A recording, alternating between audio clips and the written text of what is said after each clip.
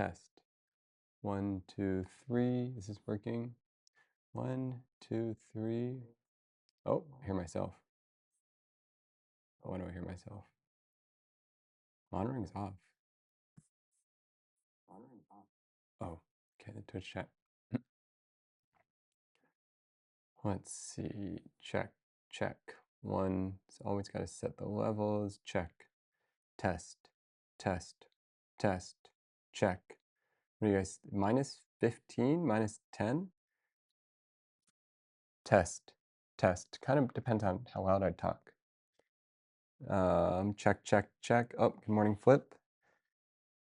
Test, good check. Okay, maybe a little loud. 1, 2, 3.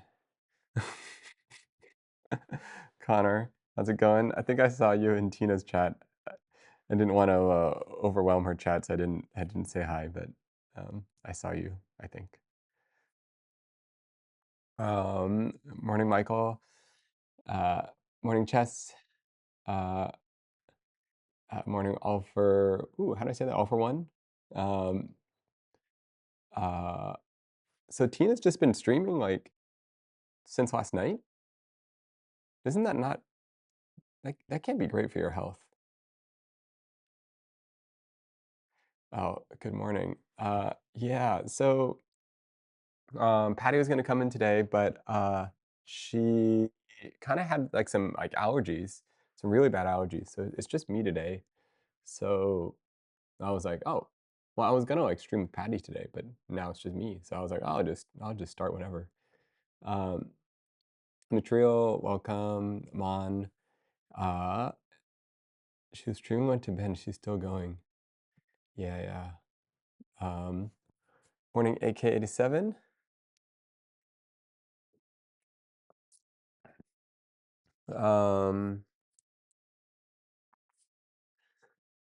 Yeah, it's the morning. What time is it for you guys? What art design are we talking about? Well, nothing in particular. I guess I was kind of curious for anyone that makes art. 1 p.m. Whoa. Uh, 1 p.m. Wait, where do you have to be 1 p.m.?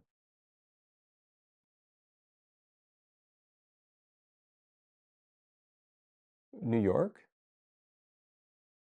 East Coast? All for one. Not used to a 10 a.m. early stream. Jen, are you at work right now?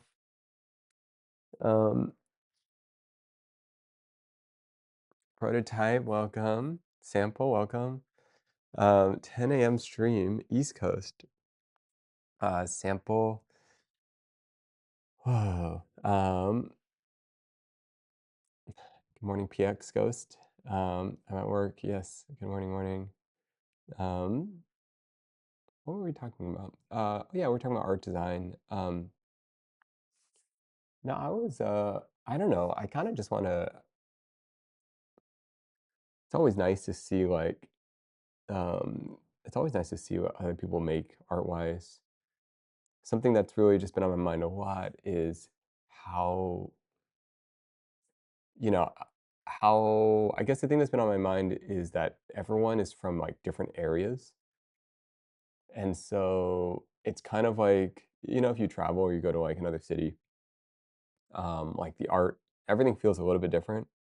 Um, Morning, Car Wheel. Good morning, Valerie. Is that how you pronounce it? Valerie. Um, and Good morning, 1X. Yeah, and I was just thinking about how like every time you go to a new city, like it has different inspirations. If you're from like Europe, there's like you just have a whole set of different inspirations. So I guess I'm curious about the art that's local to your area or the art that you're personally working on, or if you just have things you think are inspiring. Um, I mean, I don't know, just kind of a theme. I'm also really into typography. So if you guys have fonts that you guys think are cool, I'd love to hear why. Um, Anyone else here into typography? I've always like wanted, okay, I've always felt like typography, um, it's like the feeling I just feel like it's I wouldn't say undervalued, but, like, I mean, I'll probably talk about this a bunch, but it's like you walk by a store and you see the font that the store name is in, and that tells you so much. It just tells you, like, the kind of products that are gonna be in the store, it just tells you everything. So, I think, like, there's so much communication in a font, like, in a store sign, in a color palette, in a texture, um, and so but I also don't feel like I know enough about typography. I feel like I know when I like it, but I haven't, like, nerded out about it. Like, I don't know the history of typography, and I would like to know. Good morning, how do you pronounce that? Aporiatic witch? Aporiatic? Yeah, typography is so cool, it is. Um, Another workday stream, yes. Linz, are you at work? Um, Sorry. Uh, what? App O app or etic. App or etic. Helvetica is basic. Helvetica is basic, but it's such a unique history. Do you guys have yeah, I work from home half the week. There's like a TV show. No, is there like a Netflix on Helvetica? I've never seen it. Papyrus,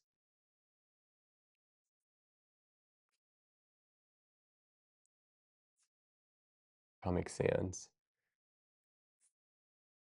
When I think of papyrus, I feel like I saw something about I saw this like TikTok about talking about Avatar using papyrus.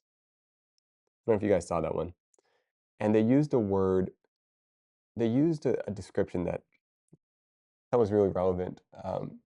They said the reason people don't like papyrus is that it is materially dishonest. I've never really heard that phrasing before, materially dishonest. Um, and I just thought that's kind of interesting. Like, why is it sometimes when I look at the design, I don't like something? Oftentimes, I do feel like when it's materially dishonest, I'm not sure if I'm saying materially correct, but it's like fake brick, for example, on a wall just feels like materially dishonest. And like, um, yeah, I don't know. I'm kind of interested in like where does design come from? Oh, something that drives me crazy in design. Um, okay, there's one specific thing. W- There's a McDonald's near my house that I've gone to that has these like self-ordering stations, and they pre-bold the answer that they think you want to click on. And there's this donate button that they bold out. It's like, all right, do you want a cheeseburger? Yes. Do you want a drink with that, or do you want fries? And they bold the answers that they're trying to get you to press one. And at the end, they're like, "Do you want to donate?" And they're like, "Yes." And I'm like, "Oh my goodness, I hate you so much." Like, it's so annoying when they bold the answer, and they try to make you click what they want you to click. I don't like it. Um, by the way, I wonder if I can put the chat on the left side. Oh, if I put the chat here, then it looks like I'm looking at the chat. I don't know. Um, um, yeah. Anyways, that thing drives me crazy. It's like it just feels like I just get angry, and it's just yeah. Anyways, good morning. How are you guys doing? Any? Do you guys do anything this weekend? Impact. It's the really bold one. I like it just borders. Interesting. I've never loved Impact, um, but maybe I just don't know it well enough. I feel like I've been conditioned to go to the non-bold option now. Yeah, me too. Seriously. Like if that's what they want, I'm gonna do something else. Like when a website's in a foreign language, I can tell which button is the reject cookies. Naked and anger robots. Is it weird that My favorite font is how do you pronounce that? Okay, I gotta try this. What is this font? Oh, okay, okay, okay. It's like a Microsoft font. Interesting. Interesting. Um, oh, prototyping got food poisoning. In the EU, they introduced legislation against dark pattern web applications. Yeah, that makes sense. Um, yeah, it's a marketing style. It's like all the unnecessary products on the cashier counter, but you're drawn to buy because they're in front of you in an inconvenience store. Let's see, extra for cake. This sounds like you went to a concert this morning. Ooh. Who's your favorite artist? Um, yeah, I once went to a convention where a font designer talked about how long it takes to make a font. Like you have to think about how every letter looks in both uppercase and lowercase and all the things. Pretty cool stuff. Yeah. Chase and status. I've never heard of Chase and status. I don't feel like I listen to enough music. I don't have enough music in my life. I feel like maybe that will be an arc for me later on in my life, where I'll like get really obsessed with music. I was really obsessed with music in high school. Um, like we made mixed CDs. What do you call it? Mixtapes? No, you just made like you burn a CD for a friend. Um, and I don't know if you guys remember when they had MP3 players. Those are pretty cool. Um, and then they had like the CD MP3 players. You guys never burned a CD? How many of you guys have ever burned a CD? Have you guys not burned a CD? Yeah, yeah, yeah. And then there was like was there a Blu-ray? Could you buy a Blu-ray CD? No. Wait, hold on. Blue laser? What was the word? Um, I have. Tina spent most of the night playing a new instrument. Oh, she's learning. Everyone on their music art right now. I remember having a Palm Pilot. Me too. Which Palm Pilot did you have? I had the Palm 3, and I remember the Palm 5 was like the cool one because it had this design and it kind of like tapered out on the bottom, like that building in New York. Um, and it just looked cool. And then Palm 7 had like the antenna that like flipped up.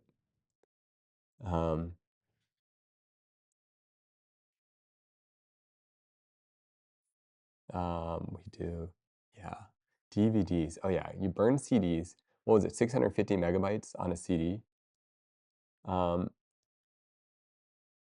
and then sometimes you get a 700 megabyte CD. Does that sound about right? Somewhere between 550, 500, 650, 700 megabyte CD. And then you'd have these little discs that you would 700 megabytes, yeah.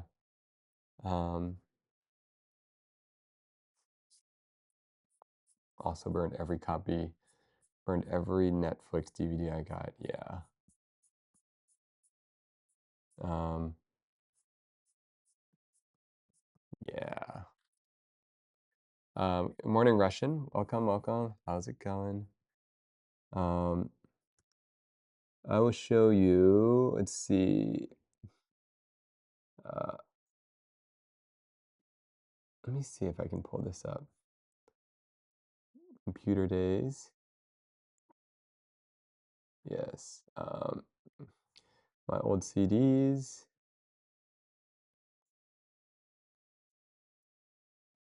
Downloads. Okay. Don't judge my desk, guys. Okay. This was my desk as a kid. Okay, don't judge, okay, guys. All right.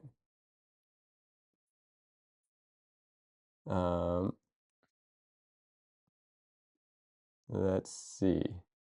What do we got on here? Oh my goodness, look at this ridiculous foam pad on that chair. Um,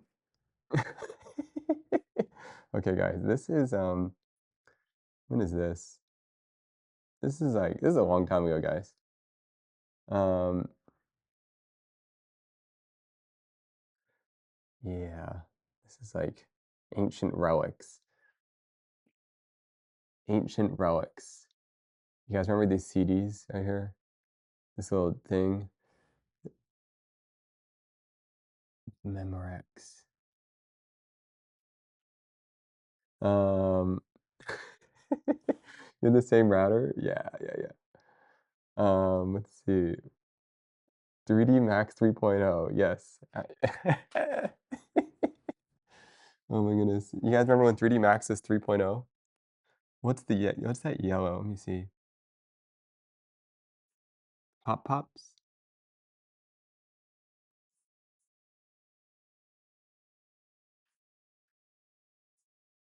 What are we even looking at here? Um, the middle yellow. Pop Pops. Oh, there's like a little lantern. I think it's like a lantern for a candle.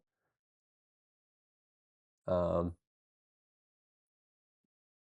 LimeWire. Yeah, yeah, LimeWire is great. A little fireworks on here.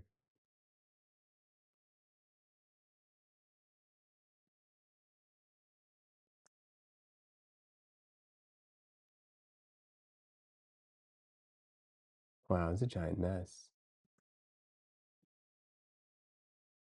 Got the family computer virus from LimeWire. Yeah, yeah. Wait, LimeWire is making a comeback? There is no way. Flip phone. You guys, what flip phone is this? It looks like a Motorola. I kind of remember this phone.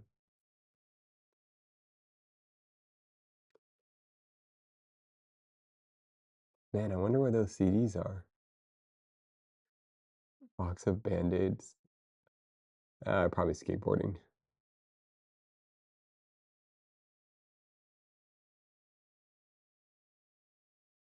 Um,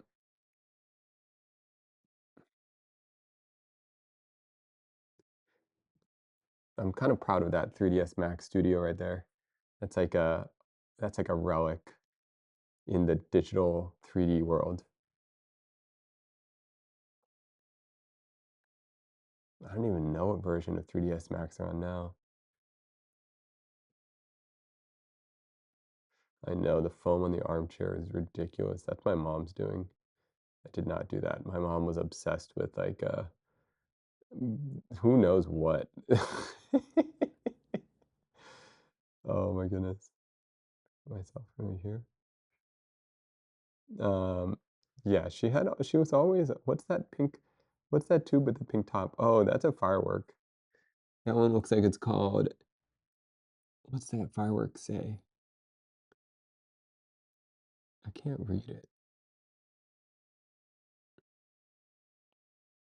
Hmm, I don't know what that says. Um,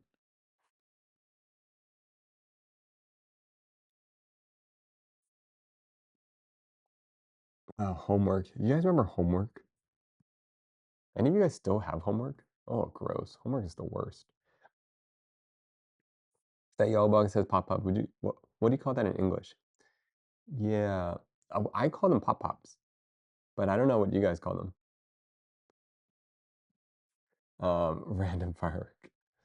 Homework, guys. Homework is the worst. It's like the worst thing ever. I like feel like okay. Do you guys snaps? Oh yeah, snaps. Homework's the worst thing ever. And okay. Any of you guys have this like repeating dream where you like you wake up and you're dreaming and in the dream you feel like you've missed a class or you've missed a really important assignment and in the dream um you're like you didn't graduate because of it or something like that. Um, and like you're trying to figure out, it's like you forgot or you forgot a whole semester or you forgot Yeah, like, and then you, like, wake up, you're like, "Oh my goodness, I never graduated because I forgot this whole thing." I feel like I have that kinda dream once in a while. I've been working for 15 years and I still have nightmares about not waking up for exam in school. Yeah, that happens to me all the time. I can't remember having a dream in the last 5 years. Whoa, that's really interesting. It's a very common dream. Yeah. It's crazy because nobody has ever asked me for my diploma ever. They didn't even need to go to school. Ugh, I mean, sorry, you guys should go to school. Never mind. School is really important, you know? Um, and, you um, yeah, yeah, you should go to school. I have a whole dreamscape, but it's like our world, but a weird dream. Degree is great. Oh, can you explain that more? Degree is great when you're applying for job overseas. That's probably really true. I had a weird job. I just became a photographer or video person like right away. So I didn't really have a normal job, I guess. POV, woke up, you're 13 and 6 a.m. to go to sleep. The worst feelings in the world. Oh, whoa, a lot of countries you need one to get a visa. Oh, I didn't even think about that. No dream in the last 5 years. Do you think you can be linked to snoring or no REM sleep? Oh, morning joy. Um, I understand. You're saying I could have lied and said that I went to university, but no one's asked for proof of that. Yeah. I said, like, I had a dream where the professor told me to stand up in front of the class and explain why. Oh no, why I didn't come to class and 3 reasons. What are the 3 reasons why you didn't come to class? I feel like I wish I was like more rebellious in school. Um, what did I go to school for? So I studied studio art. Um, and I studied studio art, and so the first half of my studio art, I studied for. I thought I was going to be a photographer, so I was like in the dark room most of the time, doing like film. I have so many memories of the red light in the dark room, just chemicals everywhere.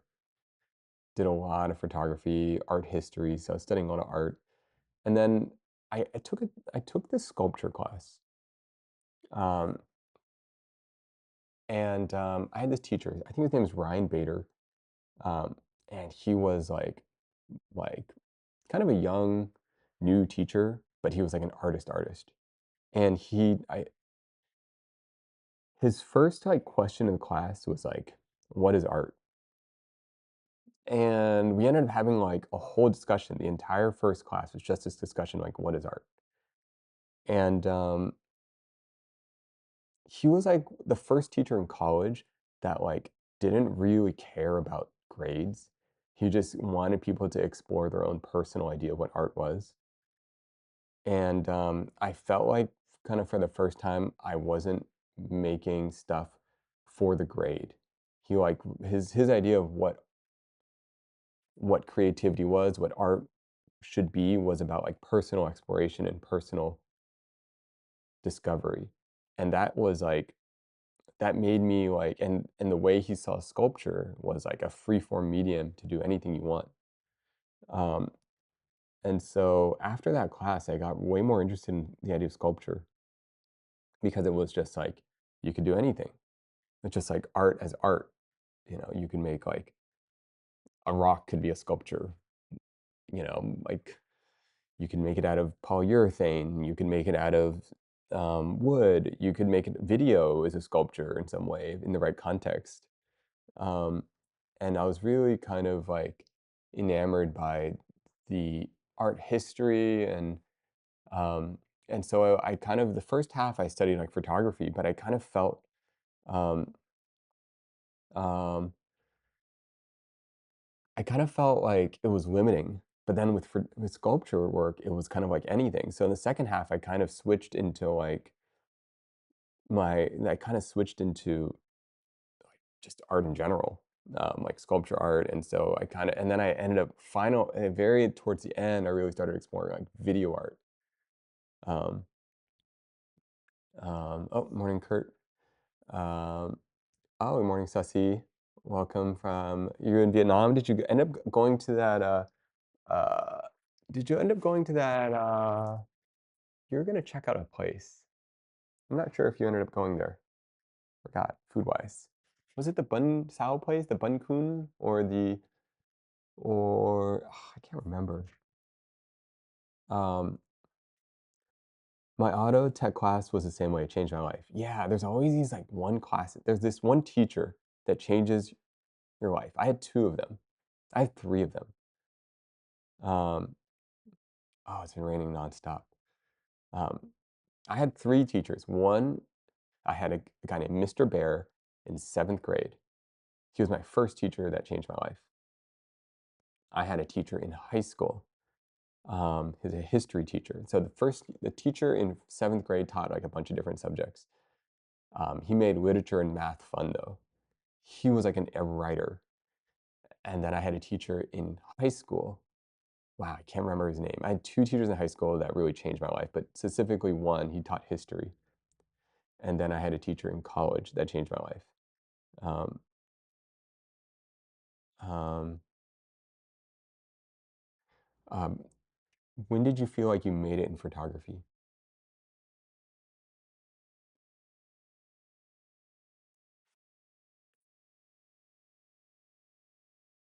Hmm,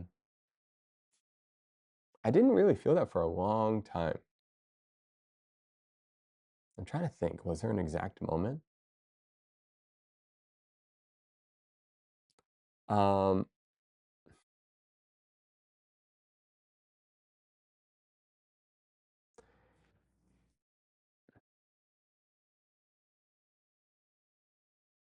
hmm, it's almost like you feel like you've made it when you want to leave it.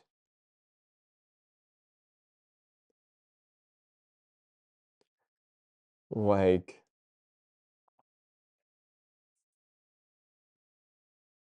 I don't know, it's hard to explain. It almost feels like you've made it, maybe when there's like,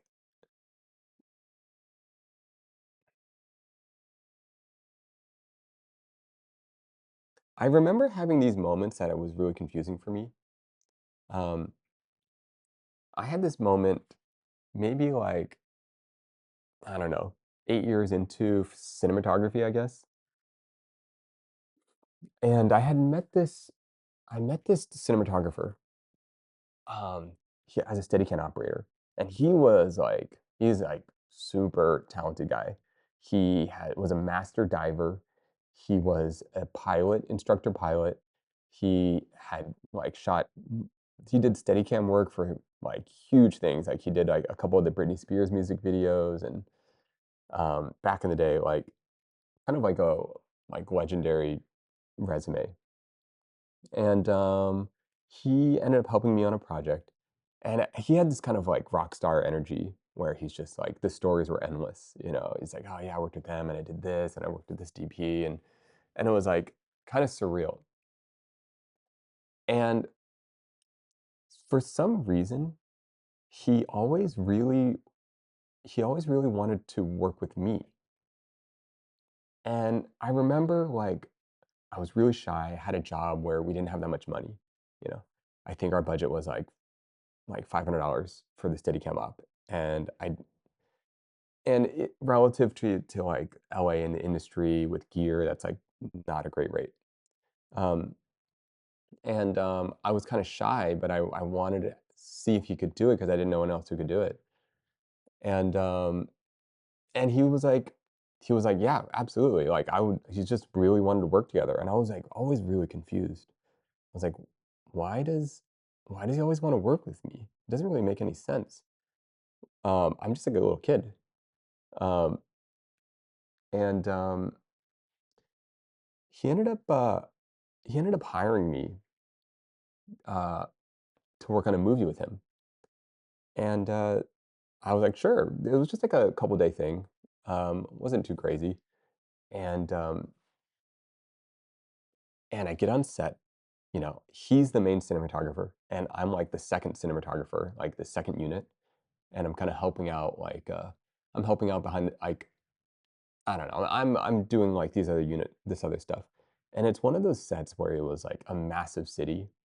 You ever drive by those kind of things where it's like a bunch of like what feels like 18 wheelers are parked on the side of the road, and there's just like more people than you can understand, and it feels like you're just in a totally different world. And so I arrive on set, and it's one of those things, and I'm like, "Oh my goodness, this set is huge. This is crazy. Like, this is like a full production," and I'm like, "How am I supposed to help on this thing?" I'm like a little kid. And, I met up with him. He's just running the show. He's on his walkie. You have that whole like union energy. Everyone's got their lingo. I mean, I know this stuff, but I still feel like, man, I'm totally out of my element here. Um, um, but we start shooting. I'm still comfortable, really comfortable with the camera. We start shooting. We split off, and we shoot some scenes, and I come back and I reconnect with him. So I've pretty much done my part of the job. I felt good about it. I never felt like once we started shooting, I felt fine. And I remember coming back, and he's running this other huge set, um, and he asked me, he's like, "Hey, what do you think?" We're looking at a monitor together. I just walk up to him. We're watching the monitor, and he's like, "What would you do?" And I was just like, "Oh, well." I was like, "Well, I like this aspect of it, but I would kind of move the light more from this side. Um, and I might change this here, and then I think this part is like a little bit dark, or I like this, I increase some shadows here." And then he like jumps on his walkie, and he immediately starts telling all the crew to move all the stuff. And I was like, "OMG," I was just like, I don't know, I didn't mean for him to like change anything, but it was like kind of crazy that he just kind of like went for it.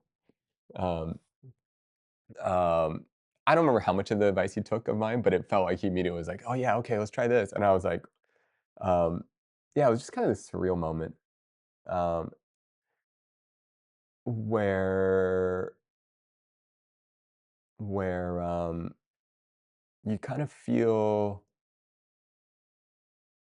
you don't understand why people think you're good, but they see something in you, and you don't feel like you're in the right place.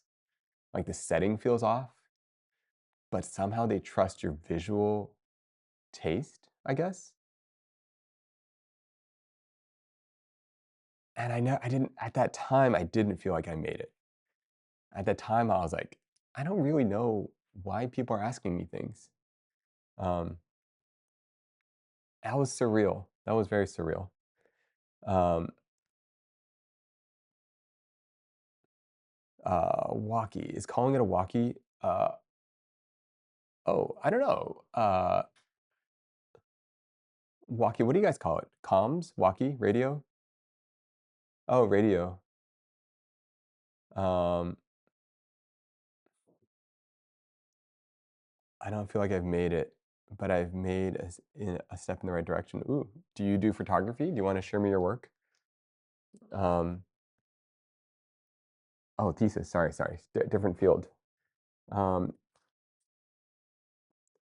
oh, I have a feel. Okay, I have the same feeling these days. I emailed an expert in the field I want to work with, and he told me he wants to be part of my thesis journey out of the blue. Got to work hard, I guess. Yeah, it's always like that. Um, it's always like that. I think what people miss undervalue, not undervalue, but they don't quite realize is that um,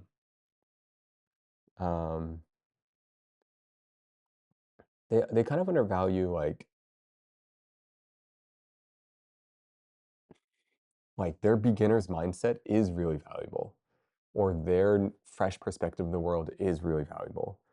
And so it feels like inexperience from the outside, but it actually is um, but it's actually just like a fresh perspective. Um, uh, let's see. What do you do in aviation, if I don't mind asking? Oh yeah, Michael, you work in aviation?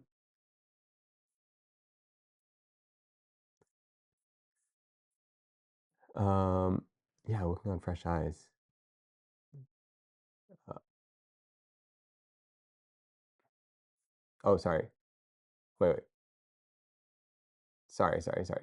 I was reading the wrong thing. Yes. Aviation. Aviation is cool. Engineer for, yeah.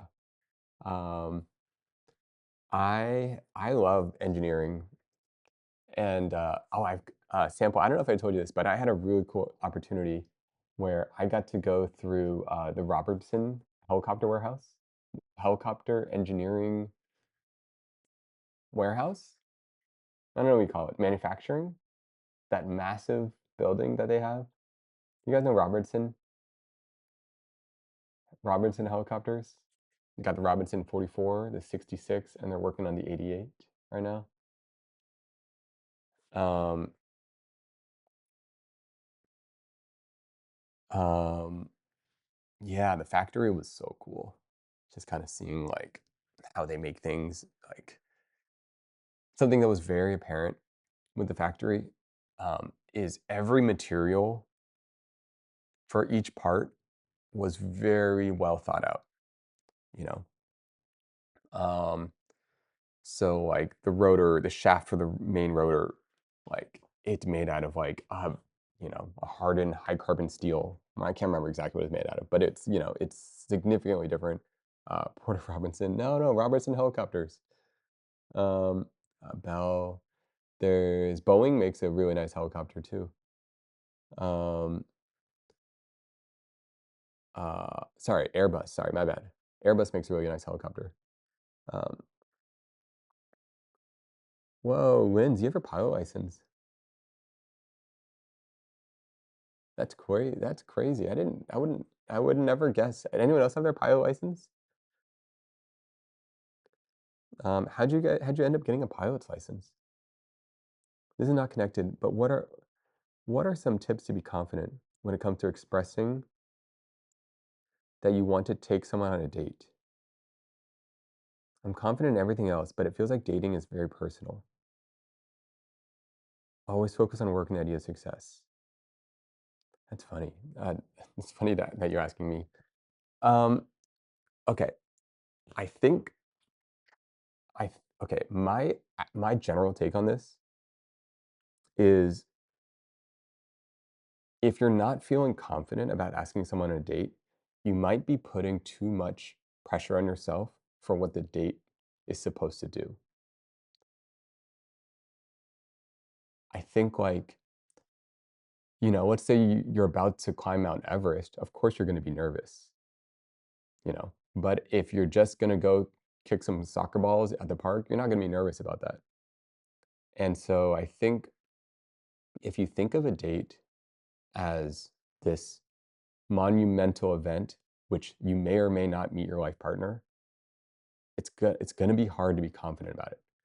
But if you think of a date as just finding out if two people might have fun with each other in general, do you guys like to hang out? Then it's not so stressful, you know? It's like the point of the first date is just like, did I have fun? Do I want to see them again? It's not so like, it's not so, uh, if you make it a big deal, it will be hard to be confident. Sorry, if you make it a big deal, you'll feel the pressure of like wanting to make the date like, and I think like when you have a lot of pressure on that, people can kind of feel that. Um, and then there's all these expectations. and when you have all these expectations on how you want it to turn out, then the other person doesn't feel connection because they can feel like that person has an idea of them, of who that person, but they're not paying attention to the details of who someone really is. They're focusing on making the outcome happen. They're like, okay, this if you feel like someone if you're feeling like someone's like trying to make a date work, it just doesn't feel right. But if you feel like someone is just trying to get to know you and seeing if there's a good chemistry or a good connection, or maybe they're just not expecting anything. All they're doing is trying to get to know you. All they're doing is trying to have, or they're just having fun. Um, then then there's just way less pressure on everything. Um, it can also be especially hard if you are someone that generally goes from the friend to dating route. Like if you like to get to know someone first, um, forgot first dates, been in a relationship for 11 years. Whoa, 11 years. Wow. Friend to dating route is goaded. What do you guys think about the friend to dating route? Flexing.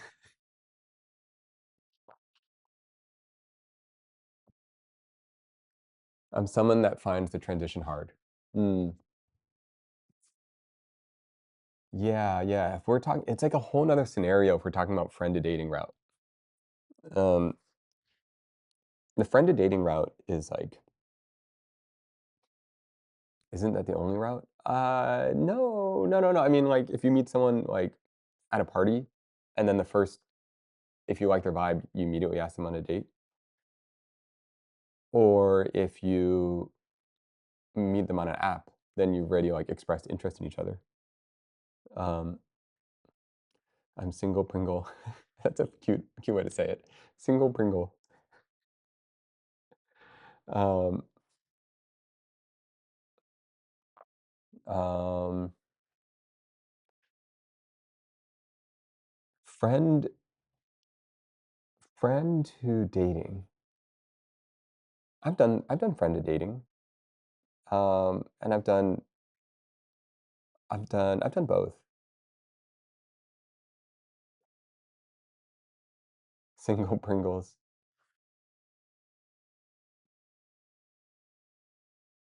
Guys, do I give off single energy or do I give off in a relationship energy?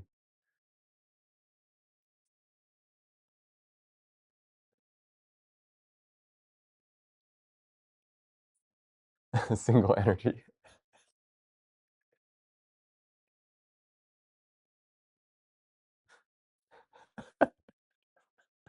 What is it that gives off single energy?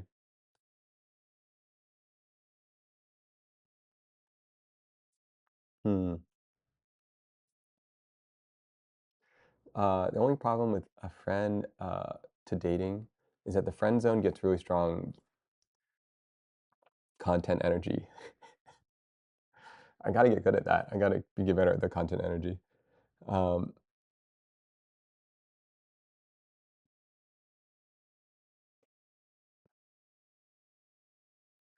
Chat is a reflection of the streamer once again. Um, I wonder why you never mentioned. I think you have a wife. What the heck? Who said that? A wife? What? Oh my goodness. That would be crazy if I had a wife. Like, I'm trying to picture like a whole life that you have a that would be crazy. Like imagine I had kids just like hiding in the back, you know? Oh no. Um no, I'm definitely not married and I am I don't even I don't even know if I'm necessarily dating right now. Um we thought you just wanted to keep a secret. Um oh no, I'm uh no, no, I mean, it's like, I don't know. Do I wanna keep it a secret? There's no secret. There's I'm just I'm just single. I don't know. Um, um, but no, but it's you're not wrong, like, it's I don't know if intentionally single is, like, the word I'm going for. Like, I want to find a life partner. I wanna keep dating life private. Yeah. I mean, I'd absolutely like to find a life partner. Um, uh, and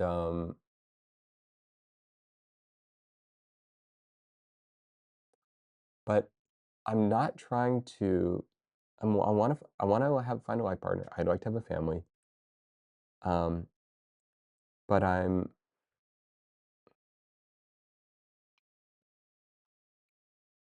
not in a rush to end up with someone. Especially, I would much rather find the right fit of 2 people being honest as they can to each other than hit some sort of marker of of a family. Um, so yeah, but um, yeah, I would love to find someone that we have shared values. I'd love to find someone that we could adventure the world with, and uh, kids would be fun. I didn't actually think I was going to be a good dad. I never, like, thinking about that, I was like, oh, I wonder if I'd be a good dad. And then a lot of my friends said I'd be a good dad, and I was like, really? Um, and then I thought about it. I'm like, actually, it'd be really fun to have kids. You know, they're like a sponge. They're a sponge. They like just kind of absorb things. It's kind of cool. Um, it'd just be fun, They just like playing with something. Like, ooh, what's this? Ooh, you know? What's this? I think it's like you just nurture an environment in which they can discover something for themselves, nurture an environment in which they can be challenged and work through challenge. Um, I think I would have been a terrible dad in my 20s. I could totally see how you would be different dads at different ages. Um, I think you'd be a good dad. We saw the Fuslie stream. Well, um, thank you. Um, Streamers struggle with decision a lot. If you're in a relationship, would you make it public or private? Public figure thought. Um, it's up to the partner I have.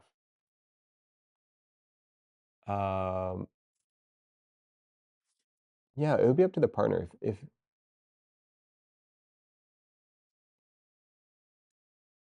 I'm not that, I don't know. I don't know. It's up to the partner. Um, yeah, it's like a conversation. It's just like you just kind of have a conversation about it, and um, I mean that would be really like imagine though you're dating someone that also makes content. Wow, that would be crazy. Because then it's like, do you make content together? Do you make family content? Whoa, do people do that? Restraint is so important for dads.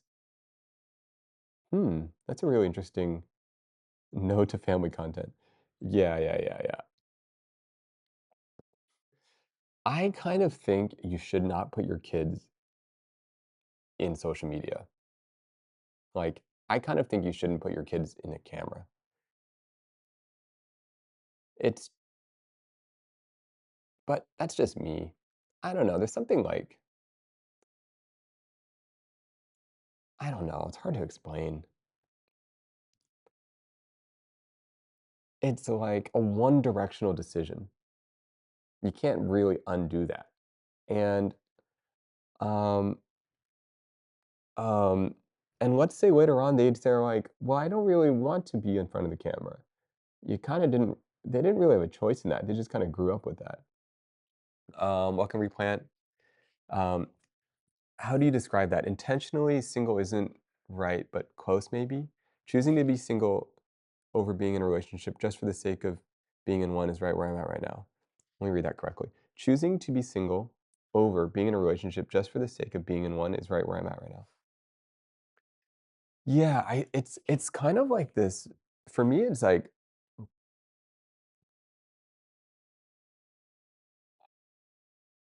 um, for me, it's like,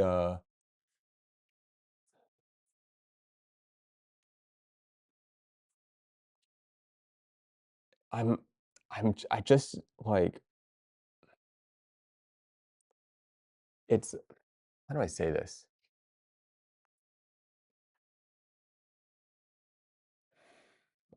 It's not one feeling. Okay. I feel like when I am searching for a relationship, I'm not present with, like, whoever I'm talking to. In the same way, I'm like my mind is, like, in the future, thinking about how something might turn out. And, I can, like, just I'm not present to, like, who is the person in front of me? Who am I? Um, and so when I am thinking about it's yeah, it's almost like, yeah, intentionally single isn't quite how it's wanna say it, but it's like being comfortable with the present state so that I can be more myself and so that I can be more attuned to who they are. Um, and also open to, like, the mini variations of how it might turn out. Like, if I get too caught up with an exact idea of what it should look like, let's say I'm like, "Okay, it's gonna look like, you know, it's gonna look like this, and we're gonna have 2 kids, and it's gonna be like this." Like, life might not work out that way. Like like, I might end up with someone that already has a kid. I might end up with I might end up dating someone that can't have a kid, you know? Um, what are you gonna do then? You know? Maybe I end up adopting a kid. Maybe I end up I don't know, and so it's like, I just kind of like I just don't think any plan or path is, like, guaranteed. Um, you could have all these plans, like, your partner could get sick. You could get sick, you know? It's like, I mean, okay, now that those feelings exist, while simultaneously, I have this strong desire to find, build, and be part of a village. It's kind of like both of these things exist at the same time. This sense of, like, being in the present, not attached to anything. Simultaneously, I feel like to build a village, you need grounded roots, you need foundation, you need community, you need to put effort into things. To build a village, um, it takes work. And so I feel like you do need a vision in some way too. Are we your village? Um, I think you guys are a form of digital village, but not the village I have necessarily in my head. I think the village I have in my head is like it's like there's an aspect. There's like a creative. How do I say this? There's like a. You know what? I don't know. Um, it could even. It could even. Maybe this is like the beacon to the village. Does that make sense? The White House to the village. It's like a little ocean oceanside village and there's a lighthouse?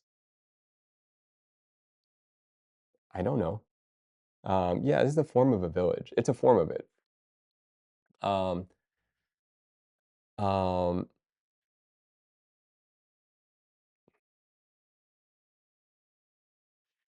but yeah, I definitely feel like both of these feelings. I feel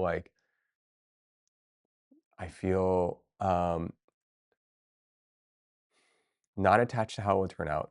I feel at peace with the present. I feel like I want to prioritize natural, organic connection. Um, and then simultaneously, I have a vision for what I want to build. I want a village that can handle hardship. I want a village that can handle a storm. Um, I want a village where there's different age groups. I think it's really cool when you have like, someone in their 70s, 80s, people in their 50s, people in their 30s, and then there's like little kids too. Like, I think like a village is like generational. It's not just like your 8 friends that are all the same age, living in the same city, doing the exact same thing all the time, playing, and maybe there's forms of those villages. Maybe you always meet at bowling on Thursday nights. It's a form of village. I guess the village I kind of aspire to have is like there is some sort of connection. Um, is the village idea you're thinking about match up with where you currently live? Um, it's not far off. It's not far off. I really believe you can find it. I really believe if you're willing to put effort, I kind of have a tremendous amount of confidence that I can create on command the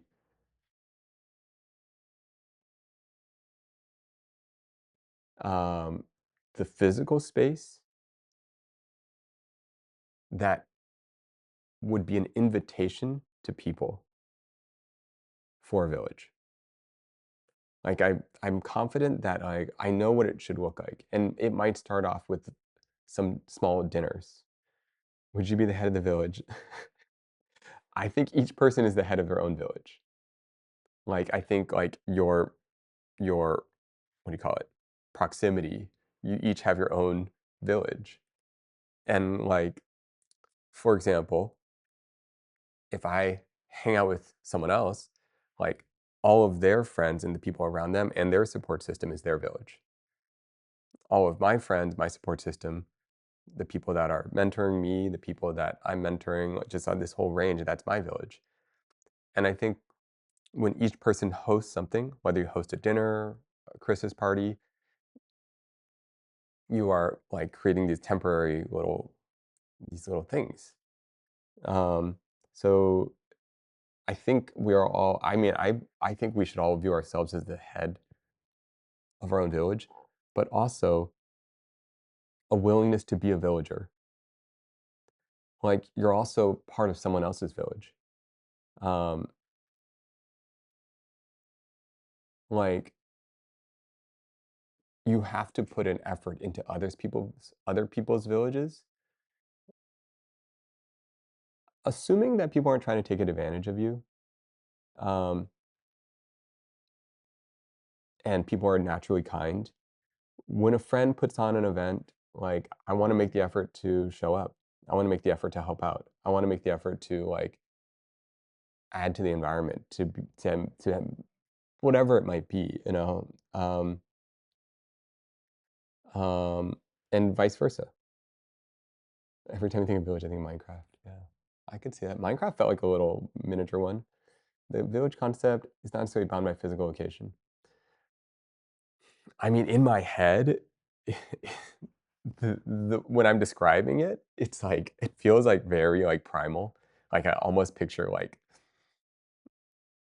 ancient Mesopotamia, and like these like straw huts, and like what is it like to have like a little like 50-person village?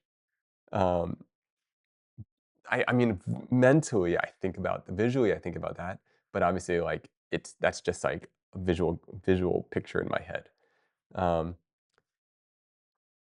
um, I mean, wouldn't it be kind of fun, like, the little teepees and then or different random, like, forms of buildings, like, I think of, what's that, primitive technology, and you got these, like, little huts and you hang out and Crystal, what's going on?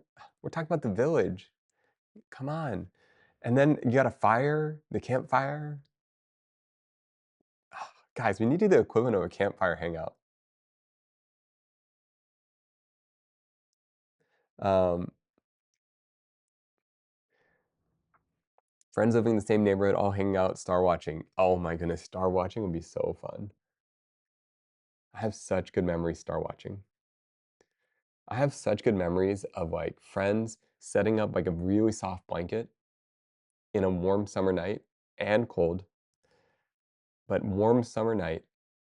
I was like, and you look up at the stars. Oh my goodness, there's such great memories. Streamers do that.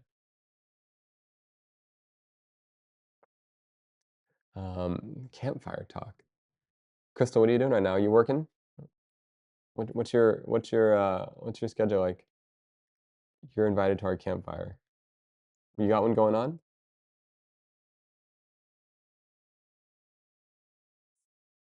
I have the office with Michelle. Nice. Are you guys working?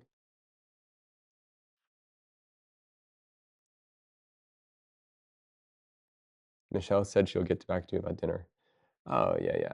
Anytime. Meteor shower viewing will be so cool. Um, the thing about trying to establish the supportive village is that in America, I've observed it's just such a huge part of the culture to move, move, move. And never really stay in one place. You just move states far away from family. Ah, this is such a interesting thing. I agree. Um, I agree.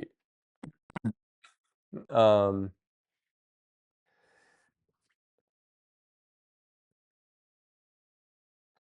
I feel like I feel like there's speaking to that, Jen, I feel like there's like a tendency to be unhappy and feel okay, this is a huge generalization, but I feel like there's a tendency when people feel unhappy with their life or it's not going the way they want it. I feel like sometimes people have this tendency to say, well, I just need to change my environment. And this totally could be true. Um, but they oftentimes, their answer to that is like, I'm going to move to a new city. And while this can totally be the exact thing you need, you might just be missing the actual problem. And it may just reoccur again in 5 years. Um, yeah, I feel like people become more avoidant and give up on community and friends too soon. This is uh this is a really interesting topic. Um, quick question about cameras. I have a camera RPU and never actually get to use it. How do you remind yourself to use gear? Well, that's a whole nother conversation. I'll jump back on that. Um, um,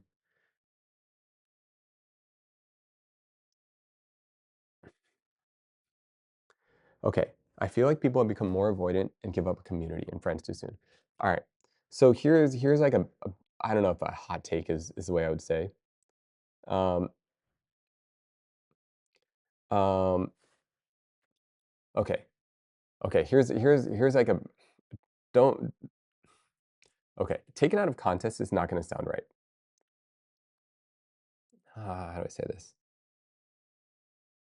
Um, there's a nuance. There's such a nuance to this, but I agree that people have become more avoidant and give up on community and friends too soon. Okay, here's my take.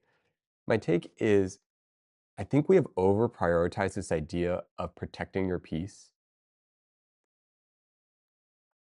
And we have over prioritized this idea of like everything should feel like right in your body.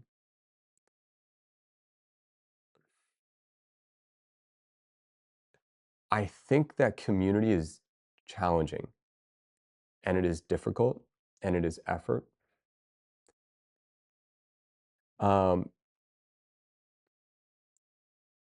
and I think if you can practice authenticity and discernment and really have a good sense of your values and you know how to discern someone else that has values that you share with, um, that it's worth putting the effort in to build community. It's important to belong to something. It's important to be part of something. It's important to build something, and it's going to be a little bit of work. And it's not going to be convenient sometimes. Um, and you're going to have hard conversations sometimes. And I guess to me, I just think it's all worth it. Um, I like the idea we don't owe anyone anything does not always work. Sure, it's a valid idea, but it should not be the norm. Another thing I've noticed, not just in America, but with English speaking places as a whole, is the lack of honorifics to show that you care about people. Oh, interesting. Interesting take. Just joining in, I can say with my personal experience, sticking through the community in art has saved many days of self doubt. Um, there will be tough times. It won't always be easy. Yeah. No wonder everyone's lonely. Agreed. Along with Nate is saying about not overprotecting your peace makes sense. Um, would you say that belonging and the want to exist can be in the same conversation? Sorry. Would you say belonging and the want to belong exist in the same conversation? Let me think if I understand that question. Would you say belonging and the want to belong exist in the same conversation? I might need that question again. Um, can you give an example what an honorific is, just so I can understand? Um, yeah, I know. I guess I'm just. I guess.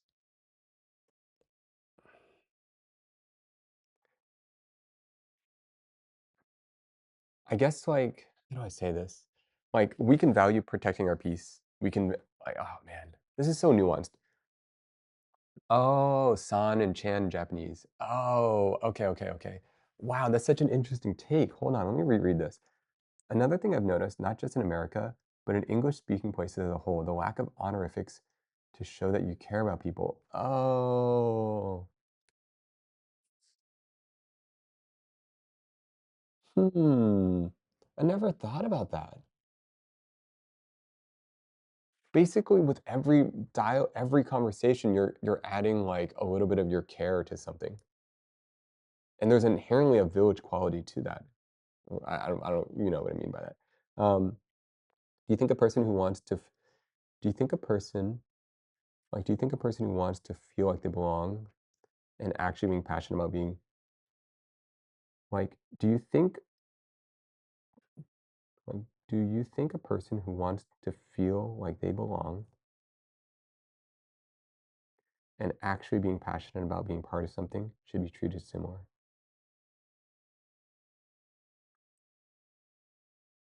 Ah, okay,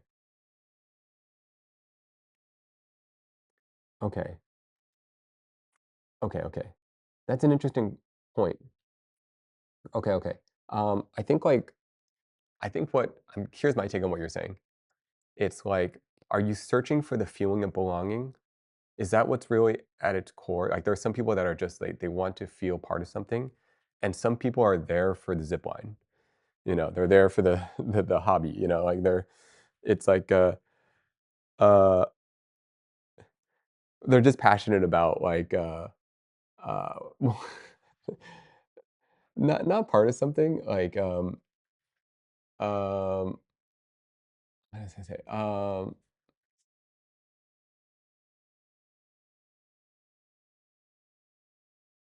Let's see, do they feel like actually belong? Okay, do you feel like a person who wants to feel like they actually belong versus actually passionate about being part of something?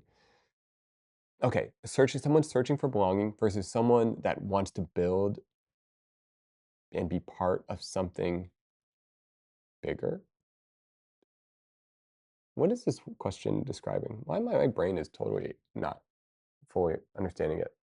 Um, but but okay, okay. Um, let me give you an example. Let me give you an example. Here's how I picture this. Maybe there's a mahjong club, right? And you want to recreate the feeling that you had as a kid, right? And so you passionately build up a mahjong club, and you invite a local community, and you're connecting uh, generations, elder Asians or anyone, elder people that played mahjong with like, the new generation that's playing mahjong, and there's this really cool thing that you have in your mind, and you picture it, and you like believe in this bigger idea of connection over mahjong, over culture, over like a thing, right?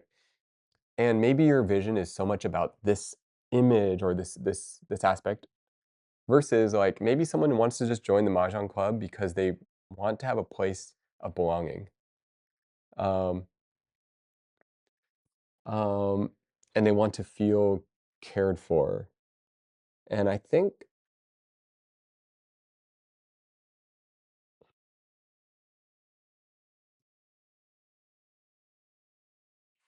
yeah, I don't know. I kind of, I kind of like the first one. Like, I kind of like this idea of like wrapping it around an idea. For example, like maybe you wrap it around tea.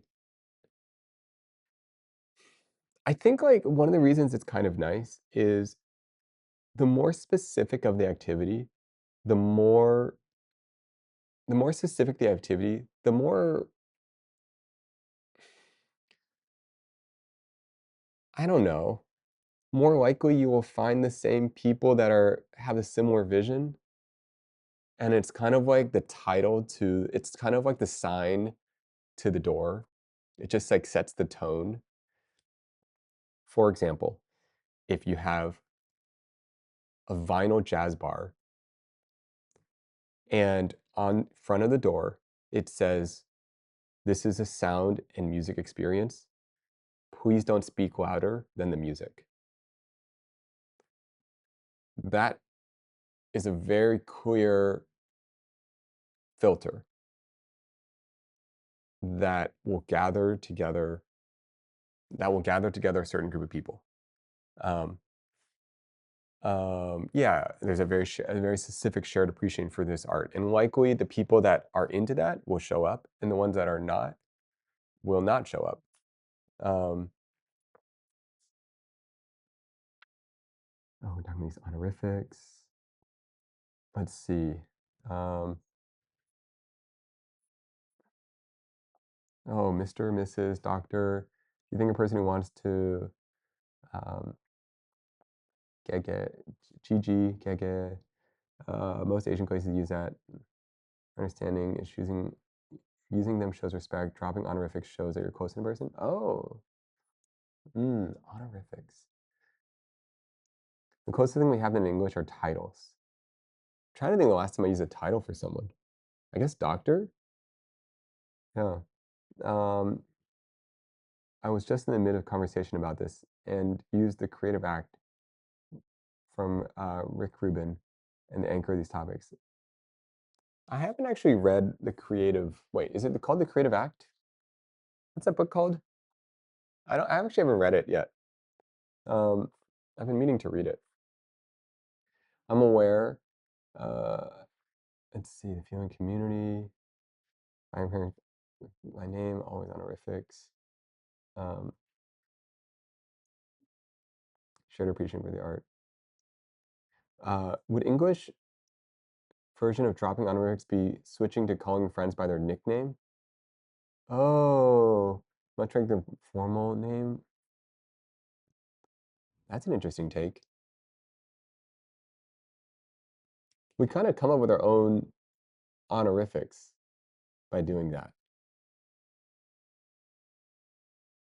by using nicknames and like formal names. Huh. Like, for example, if you wanted to signify Chan, what was there's the Japanese ones, Chan, and there's like senpai, and there's like I forgot. Um, so then you might like call them by like their nickname instead. Nicknames just breed familiarity. Um,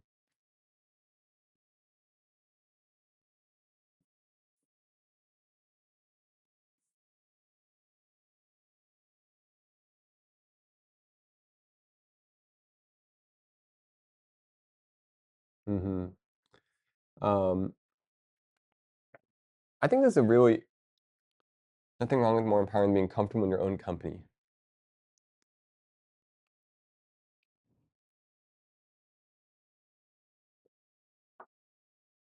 I think uh I think building I think building I'm actually curious about with you guys. Do you guys feel you have the community that you want? Do you guys feel like you have the belonging you're seeking? Where are you guys at with that? Um, what does that look like?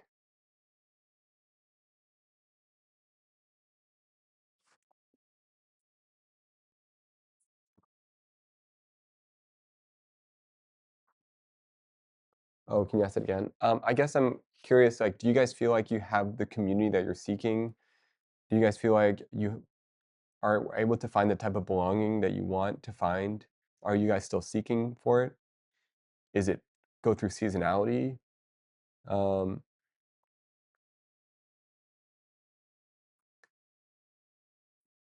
I'm pretty young, 26 and unemployed, so not yet. I'm still grasping places to find belonging. I was in a call with Collective talking about honorifics, and it was quite interesting. Oh, huh. Wow. That's a whole conversation. I wish I was part of that one. Um, but it's been at least some years to have built to see growth in another's work, being pa- being a passive influence towards others in growth. Everyone gets busy, shows face sometimes, talks about interest.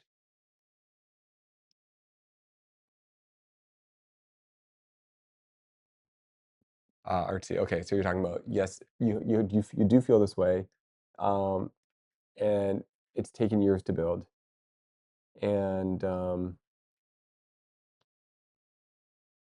yeah, people wise, yes. Career wise, no. Aware but not really. Also young. Have you guys lost community before? Have you guys watched it like fall apart? I guess. I've found myself with like-minded people that have the same goals, aspirations. It's comfortable leaving relationships head down. Yeah. Comfortable. Yeah. Hmm. Losing community is a really interesting experience.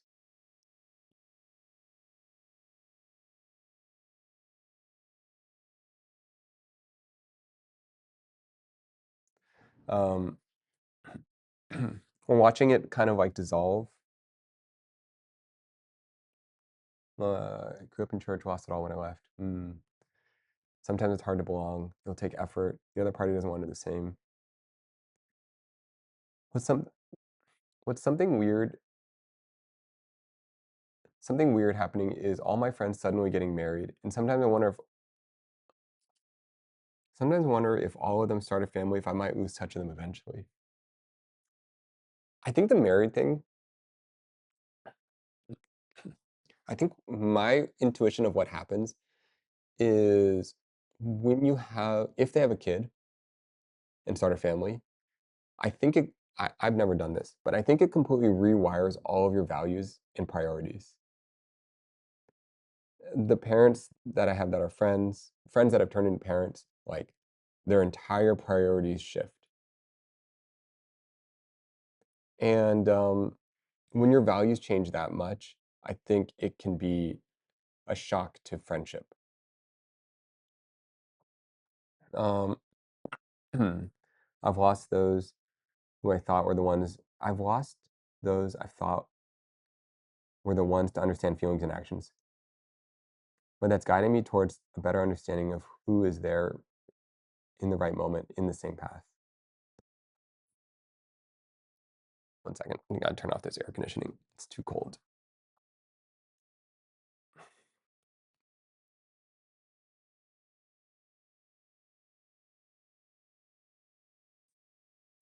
Should I eat food? I probably should. Let me order food. Greek food. Um, I'm gonna order healthy food-ish. Ooh, sorry, just ignore me 1 second.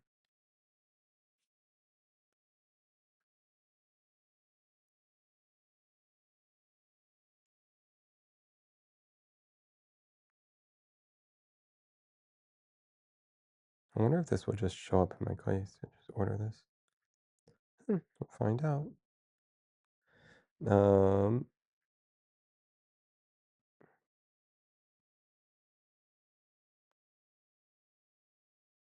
okay. Ordered some food. Um,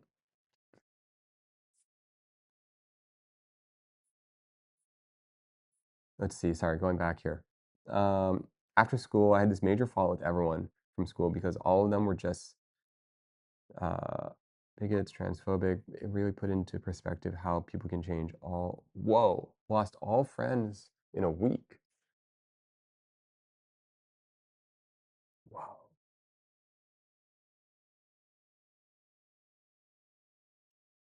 that's that's surreal.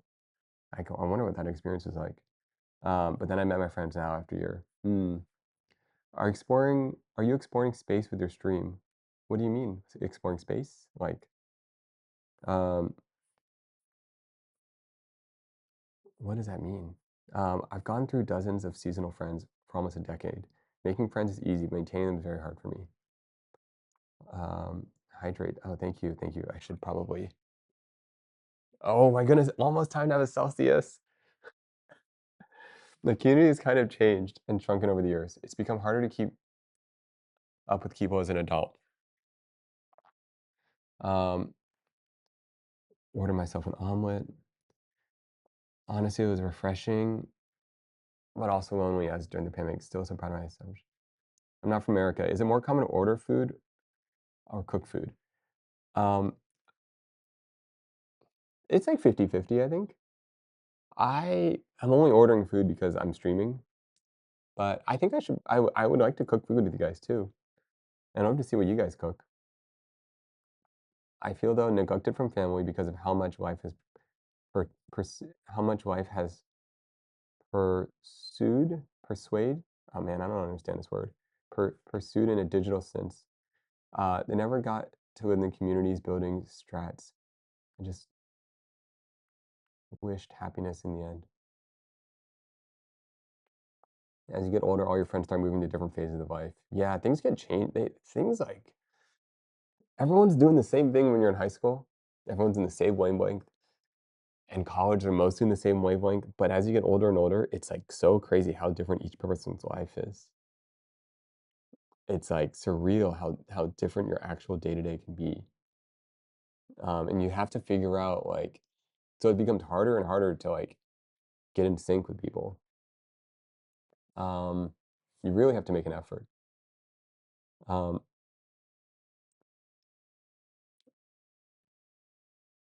we should be proud of doing what's best for ourselves, exploring framing your camera in the Twitch frame.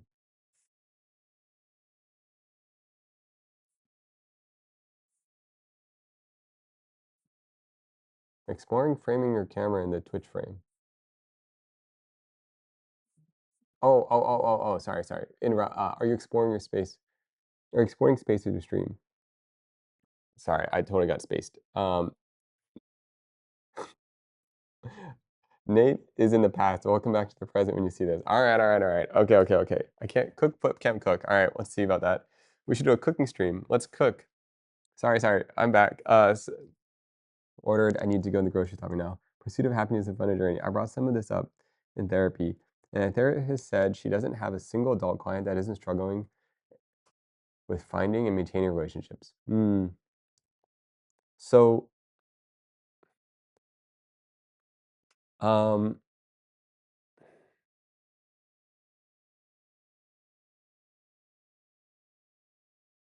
I'm kind of stubborn when it comes to relationships. It's gonna be hard to get rid of me. Like, I'm not, like, gonna bother people, but I'm not really gonna give up on people. Um,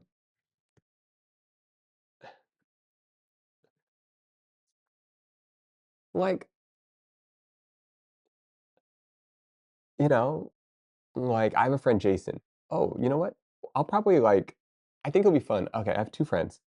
I have a bunch of older friends, right, that are I've known since, like, high school or first day of college or even older.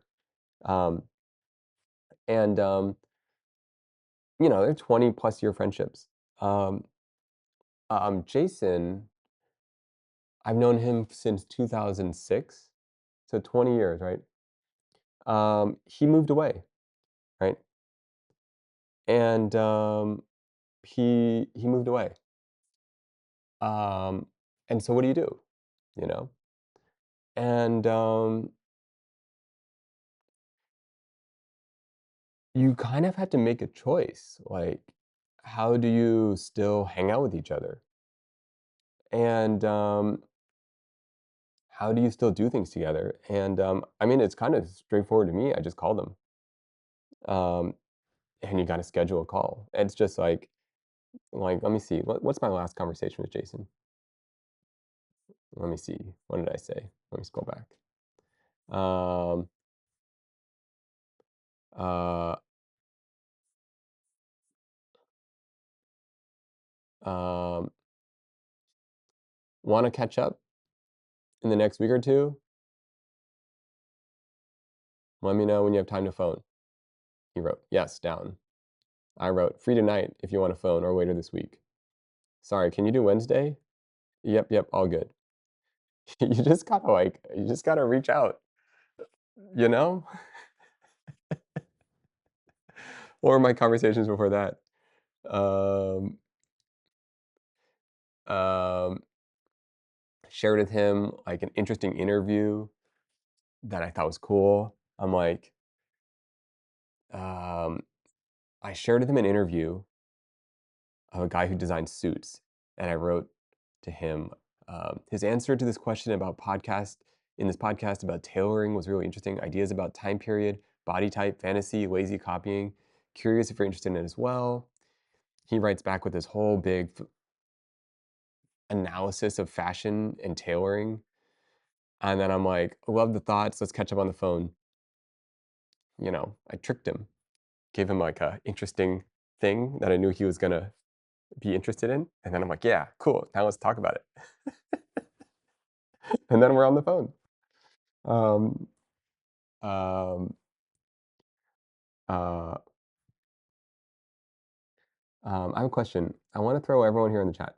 Is it rare to have, it's rare these days to have friendships for 10, 20 plus years? I have friends that have been, I have a lot of friends that I've been with for 20 plus years, but I feel like this isn't common. Yeah, I don't think that is common. Two of my friends had for 36 years. Wow. Record, man, that's crazy. It's not that common. I hate to frame it this way. Relations are investment in time. I get what you mean though. I totally get what you mean. Like you have to put in the work, and you will. You have to put in the work, and it's not always going to be like fun. Not uncommon. Mine are all 20 years too. I have friends from 15 years, hang out with them on weekends. I'm just afraid of them getting married and moving on with their life. Oh, you just sabotage it. Easy peasy. Um, let's see. Yeah, I feel like isn't that common to have maintained friendships for that long? Yeah, trick people into talking to you. Yes, you just gotta trick them. Trick them. Um, it's almost unfathomable. I've totally moved to a new place a few times, so I've lost touch with people from a long time ago.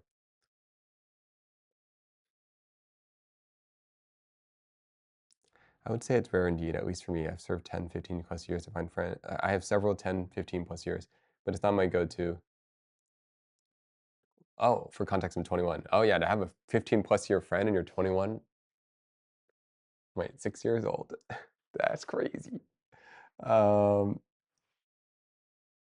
um, no, no, no. Don't sabotage them, guys. Support your friends in their changes. I mean it. That's like one of the key things. You've really got to let your friends change. They're gonna change. Be excited for their change. Let life change you. Let life change them. I think that we are always exploring, figuring out ourselves. Like sometimes your old friends can almost like limit who you want to become, you know? Like I just like be excited for their growth unless it's like downhill, you know? If you start seeing them like fall into like some sort of addiction or just like you gotta do something too. You gotta keep them accountable. Support their change, but hold them accountable to their values. Would you change for your partner? I don't know if that question is the way I would phrase it,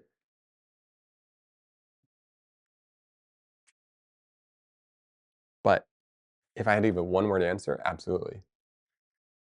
But would I change my values for my partner?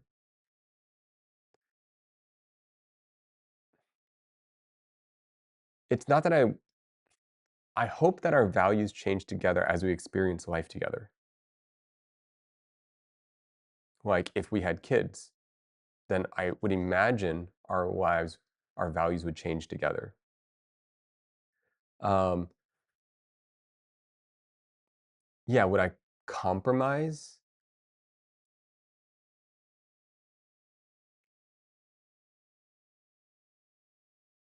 Okay, I think how much of your lives are overlapped and how much of your lives are your own?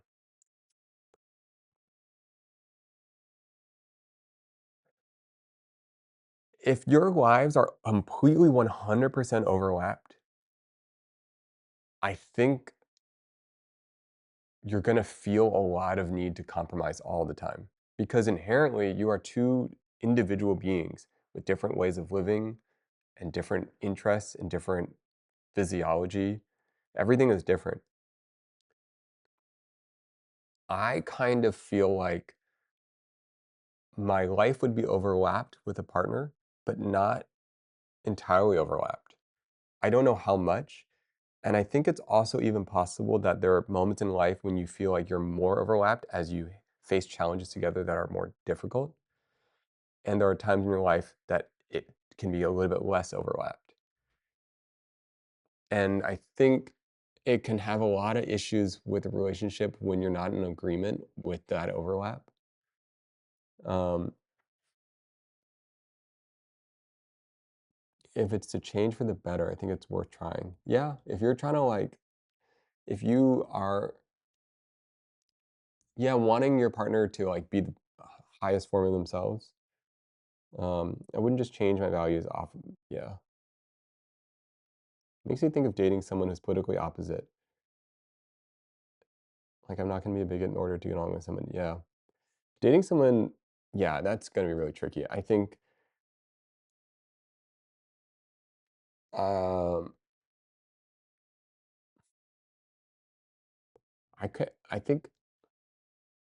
I think you would hopefully find someone, figure out pretty quickly that you would have different opinions or different values there.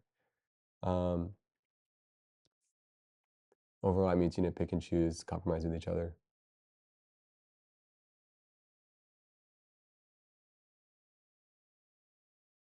Hmm. Oh, what was I gonna do right now, by the way? I ordered my food. Um, I wasn't really, I was actually gonna, what was I gonna do? 12 o'clock, 11 o'clock. We haven't really, I don't know what I was gonna do. Blanked out. I feel like I was supposed to do something. Yeah, be productive with my life. Share art. Oh, I had it in the title. Art. Yes. Actually, hold on. Let me go to the bathroom first.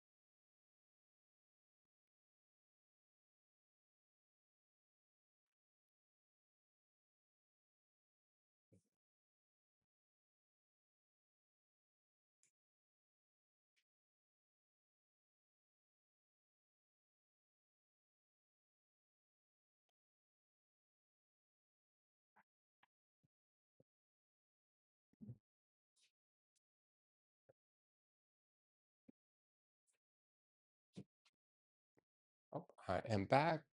Not really, but almost. Walking back.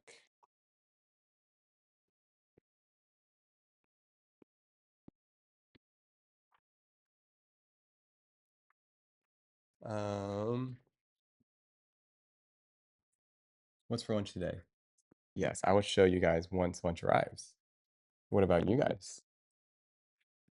Do you guys pack lunch when you go to work? Do you guys order lunch in? I'm 21 and I've never dated. Haven't ever dated. I once had a close relationship with someone, but it just went to friends route. Any tips, guys? Ooh,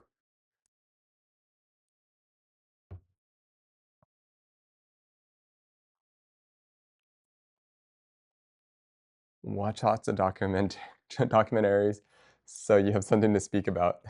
Cute.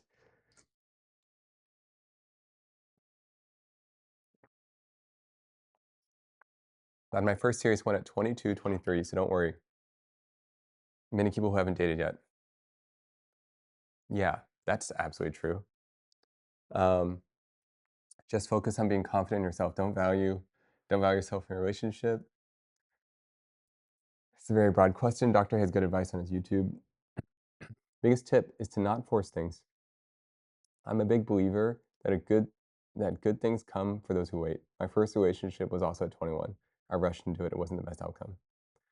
Also, if you also if you end up getting into a relationship, don't lose yourself in it. Stay true to your values. Bacon and eggs. What the? What are you guys even talking about right now? Lunch. Oh, lunch. Yes. Spam, eggs, rice. Yes. Sometimes I think when you meet a new person, initiating with your intentions is good. Letting them know you're interested in them.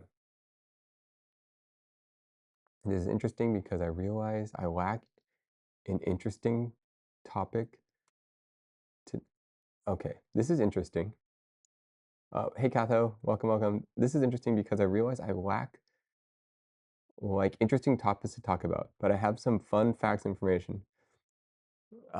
I'm a chef. No need to. Ooh, we got to talk more about that. Okay, okay. You know what?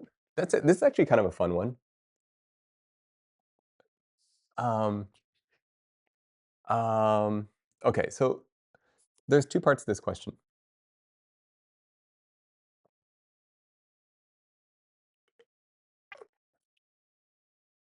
Okay, there's 2 parts. There's the first part, right? Um, um, tips at 21, um, for getting to your first relationship. And then also there's this question about feeling like you lack any interesting topic to talk about. Um, do you guys, um, okay, I inherently actually think the second question is more interesting, and it might apply. Okay, okay. Like, what do you guys talk about on a first date? Or what do you talk about when you first meet someone that you're interested in? I think a lot of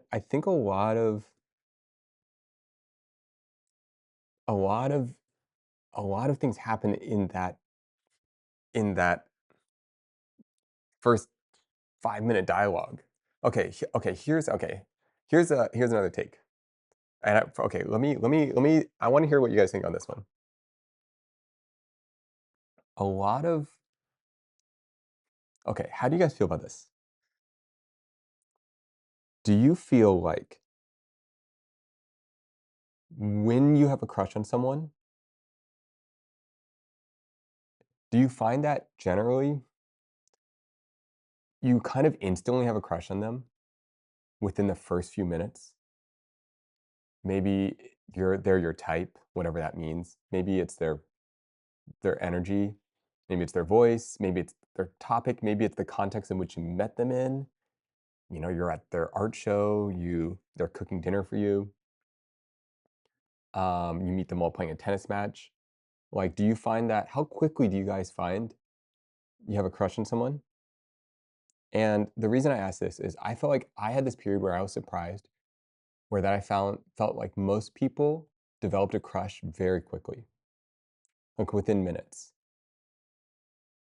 Sometimes they would have a crush before they even met them. And I think that's an interesting kind of thing. Like that kind of surprised me, but I also like looked at myself. I'm like, well, I guess that's kind of true for me too.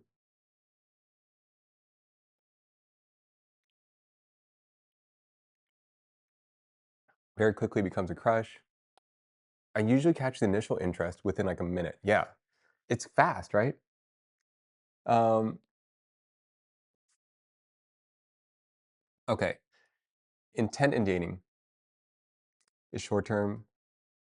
Is it short term or long term? It depends. Yeah. Attraction, sure. Actual crush takes time. Interesting.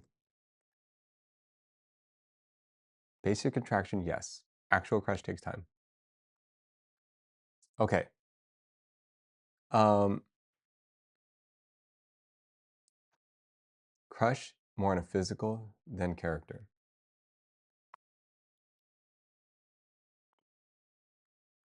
Okay. I feel like sometimes I feel like a common one is also there is these like archetypes too that people can be attracted to where maybe there's this archetype where I don't know, maybe it's like international. I have a friend and their archetype is like I don't know how it is. Their archetype is like rich international kid. Um, like that's the type that they're into. I keep trying to convince them this is not the way to go, but that's their type, right? And I don't know what they're looking for. They're always going after they're looking for this like rich international kid type. Um, do you guys have friends that are into this type? Anyways, I just think it's really funny. And um, they went to international school. They like, um, I don't know what it is.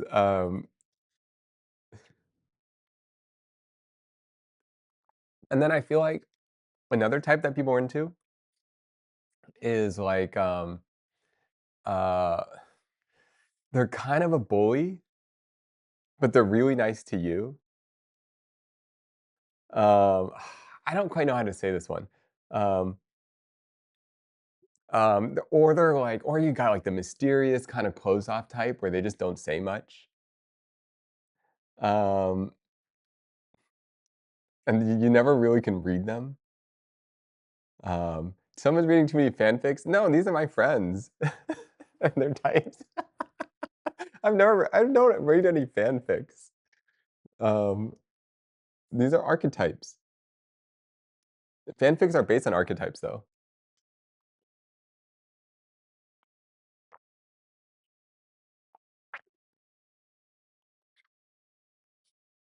So, okay, the crazy part is, for me, I kind of found out that I'm someone's archetype or I'm someone's type. I kind of found that through like I kind of found out like I was on Hinge a bunch and then I kind of noticed that when I would go on dates that they would all kind of I don't know how to say this. Maybe like me for the same reason. And I'm like, wait, am I just someone's type? Like they generally like I noticed that they were like either into artisty guys or skater guys. That was like kind of like a theme. Um, that's kind of what I noticed. I was like, oh, this is so interesting. I never thought of myself as a type. That was something I learned like pretty late on. Um, you have an art boy creative vibe. Yeah, so usually the people that have like that crush thing, they're into this type. Yeah, everyone is someone I really believe that. Everyone is someone's type, for sure. I think that's actually another part of, like, confidence in dating is you have to be comfortable that you you might or might not be someone's type, and you have to be okay with that. Like, it's really hard if you're how do I say this? If you're not someone's type, it's really hard to change their mind. Don't try to. It's not gonna go well. And also, you have to trust that you are someone's type. Like, you have to trust that, like, that someone out there really, like, you're just their type. Um, oh, you know another way you find out that you're someone's type? Um, is when you date someone and then their next I dated someone and their next boyfriend was, like, the same archetype. Like, the next, like, 3 guys they dated were all skaters. I was like, "Wait a second. I think I see a pattern here." And then I dated another person, and then they showed me a picture of the next person they were dating, and they look exactly like me. I was like, "This is so weird." And I was like, "Why does this person look like me?" And then they explained to me, they're like, "Okay, they're into, like" and I was like, "Can you describe to me what this type is?" And she was like, she likes boyish. She's into boyish. I'm like, "That's what you see me as? Boyish? What the heck does that mean?" I'm, like, blowing my mind. Um, yeah, anyways, I don't know how we got into this.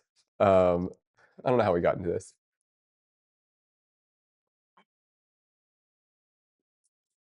I guess that's a type. Someone that's boyish.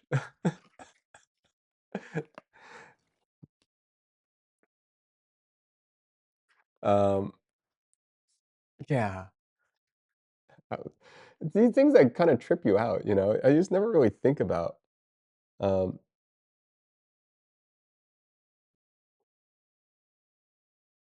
not too masculine gym bro, try. Maybe not just that. By the way, do you know how to skate? It's been a long time, guys. It's been a long time since I skated. At one point, I did. The problem is I ride this little electric skateboard now. So when I stand on a regular skateboard, I just fall over. Um,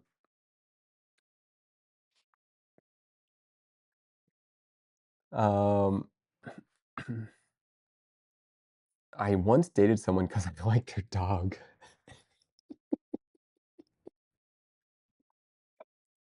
That is so good. How many of you guys have done this? How many of you guys have dated someone because you like their dog? Um,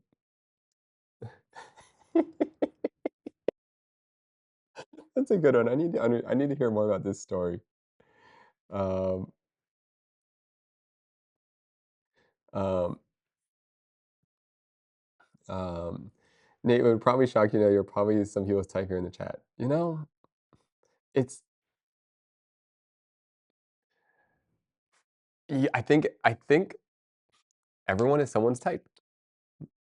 I absolutely believe that. Wait, who's saying that they don't think that? Sample? To be honest, I don't think I fit any archetype. Okay, that's different. Yeah, yeah, archetype. But you are someone's type probably, for whatever reason. Um, Everyone always goes, "That's my type," and no one ever asks, "What does that type want?" Sorry, let me reread that. Everyone always goes, like, "That's my type," but no one asks, what does type want?" That's pretty funny.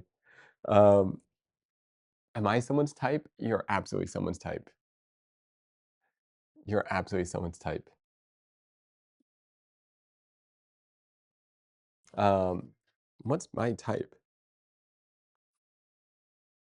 One moment.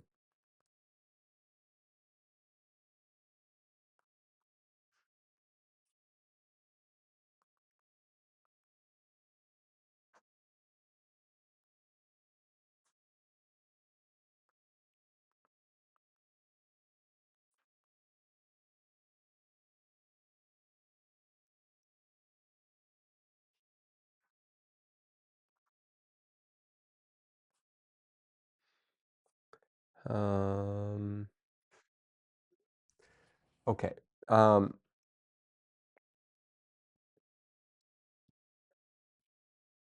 what's my type? Um, I get asked what my type is, and it's just crickets. I've never dated someone the same type. No type. Ooh.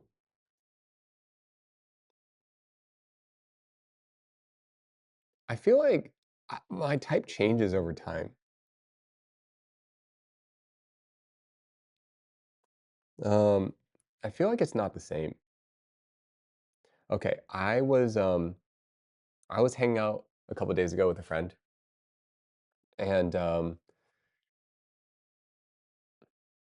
I was hanging out with some neighbors a couple days ago, and one of our and the and this girl came by. I just met her, and she was um, we just ended up talking about what we do, and and then she started talking. She was like, "Oh, she works in like biology or something." And then she starts talking about what she does, and she starts talking about um, proteins in the brain, right? No, what is she talking about? Amyloids, you know, different amyloids in the brain. And she's talking about fluorescent tagging and developing a tech behind fluorescent tagging. Uh, and I was kind of immediately attracted to her. I was like, wow. And what I was attracted by is that I was attracted that she was like very comfortable talking about it. Like she wasn't like shy about sharing her nerding out about this stuff. Like her excitement, her enthusiasm was like really fun. She was like, "Oh yeah, yeah, it does this," and um, isn't there a word for that kind of attraction? Yeah, I think it's called.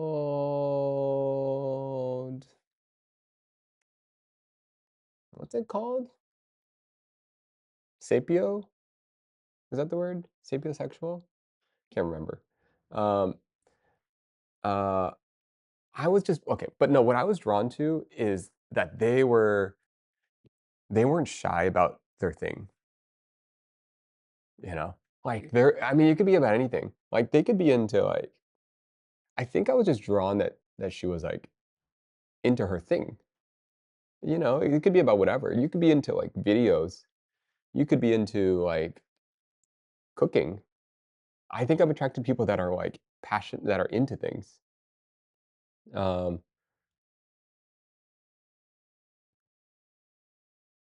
like, if you start talking about design and architecture, you know, and you use, like okay, there's always this moment where they're not just talking about design architecture, right? Then they're like specifically referencing an architect, you know, in the 60s that did this and that led to this thing. And I'm like, oh yeah, yeah, teach you more. I need to know. Um, uh, but that's like it's like different seasons. Sometimes I'm into that type. I don't know. I'm into all sorts of types. Let me check something real quick. Uh,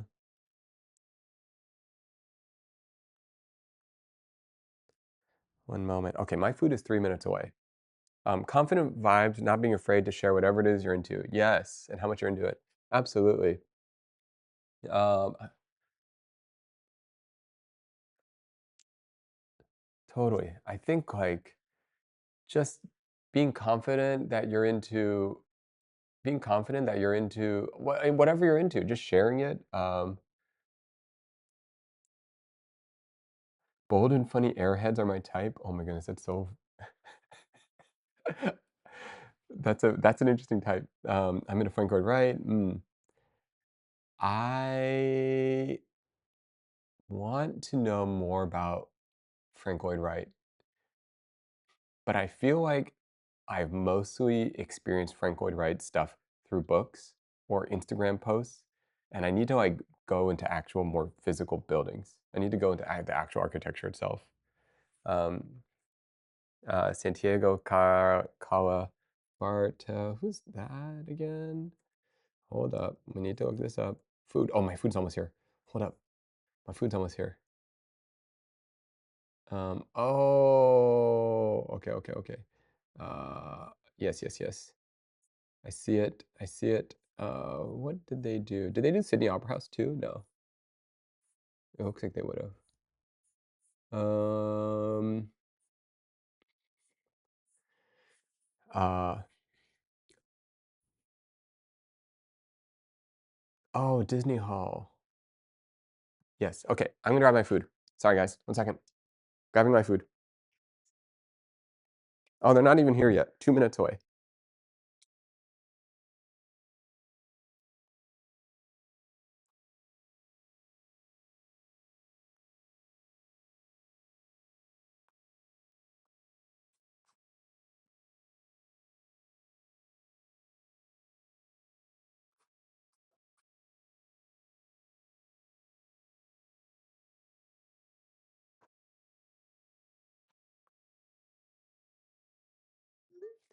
Okay. Grabbing my food.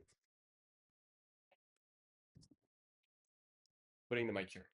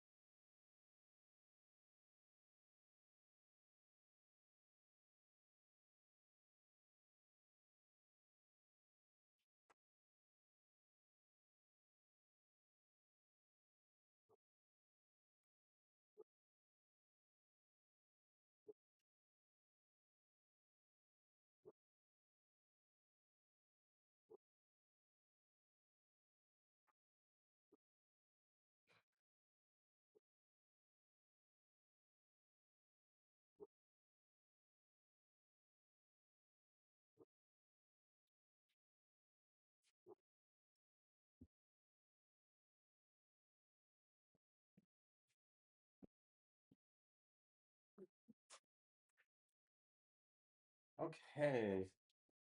Let's see. What you guys talking about? What? Um,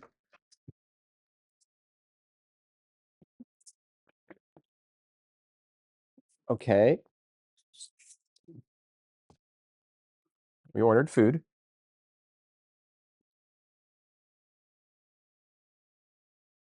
What would you do if physically you were attracted to someone? One second, one second. Also, let me show you guys my food. You ready? What are you guys talking about? Okay, here is my lunch. Pow.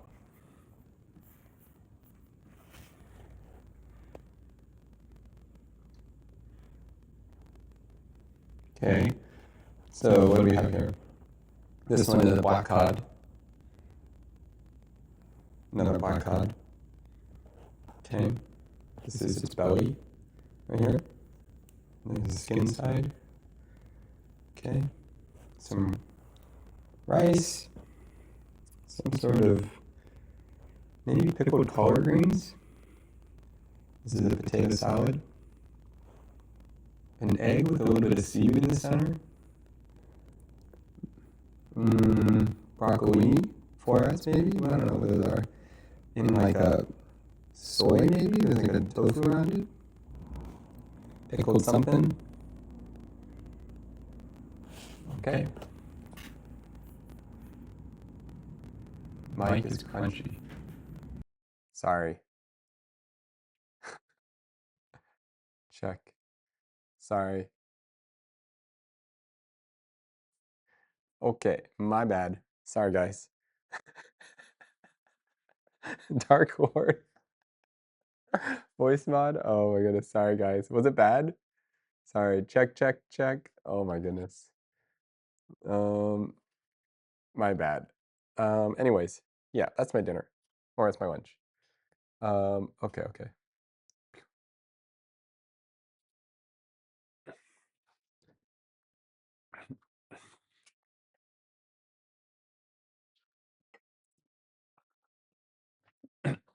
Are you guys eating? What are you guys doing?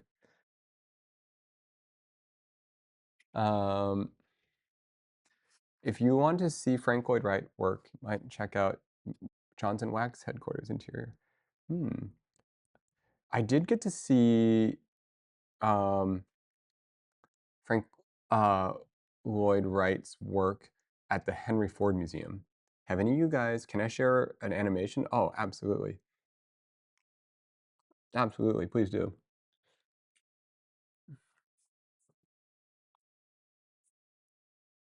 And sorry, I think earlier we had a discussion about something. All for one, I think we were going to answer some question earlier, but now I'm eating, so we'll answer later.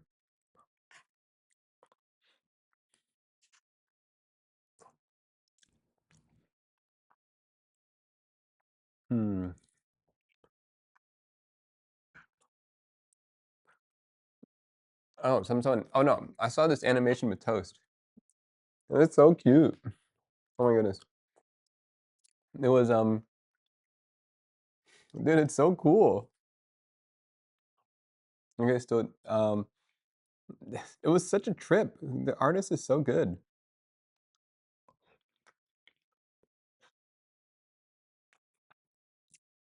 It's so trippy. I don't know how to describe it. Um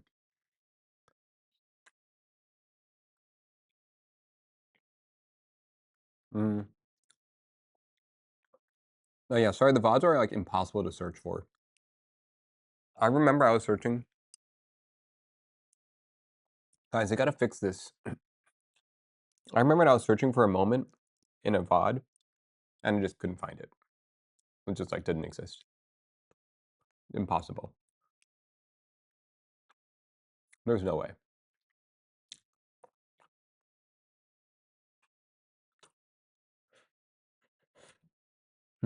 Which moment?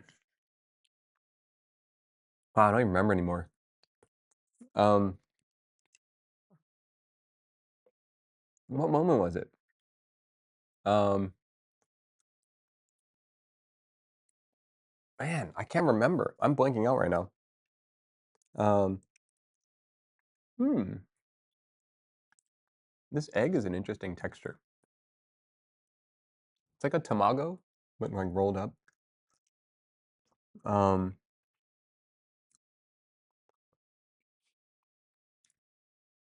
Man, people that like make something that is so cool, which brain rot, absolutely, is that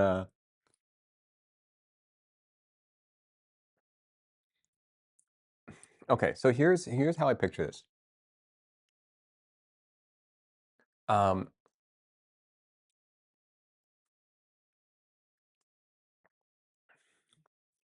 um, okay. One of the reasons I think that Twitch is such an interesting medium, or just live streaming is such an interesting medium. Okay, you may have noticed, guys. Have you noticed that like I'm not really like shooting as much? Like I should be working way more, right? But I'm just hanging out here. Doesn't really make sense. Well, one, I need to get back to being productive for sure. And that's a whole conversation. Um, um, but well, okay. So I have a lot of different thoughts on this whole topic. But um, it's layered. There's a lot of layers to this topic. But generally speaking,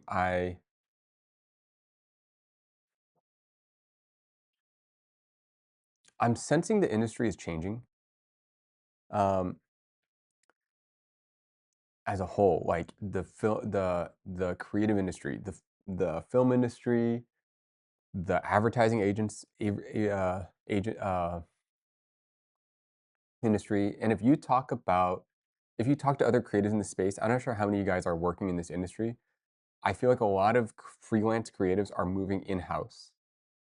Um, and a lot of freelancers they're just working for like a company. So instead of shooting, like getting hired to shoot for like a brand, the brand's just hiring a full-time person.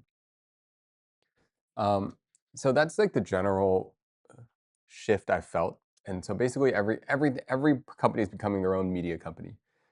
Um, and so that's the overall shift. Um, and basically I've always just kind of worked for other people. And wait, you just like try to get jobs, you wait for jobs, you try to create things. Um, but without a doubt, this whole time period is slow for a lot of people in the industry. Um, I've lost most of my food stylist gigs to AI. Yeah, food style, like I have a bunch of stylist friends. We should talk about that. Like right around, I don't know, April or so of this year, May, I feel like a lot of my stylist friends, a lot of my photographer friends, their jobs just like completely dropped off. Like I've heard people saying that they have like a quarter the amount of work. Um, I don't know specifically what happened during that time frame. So, anyways, that's the landscape, right? If you're in this industry, you kind of know. If you're not, whatever. I'm just kind of updating you.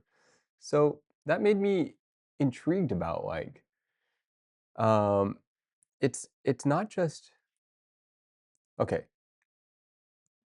I guess part of me was like a little bit like I don't want to wait around for someone to give me a job.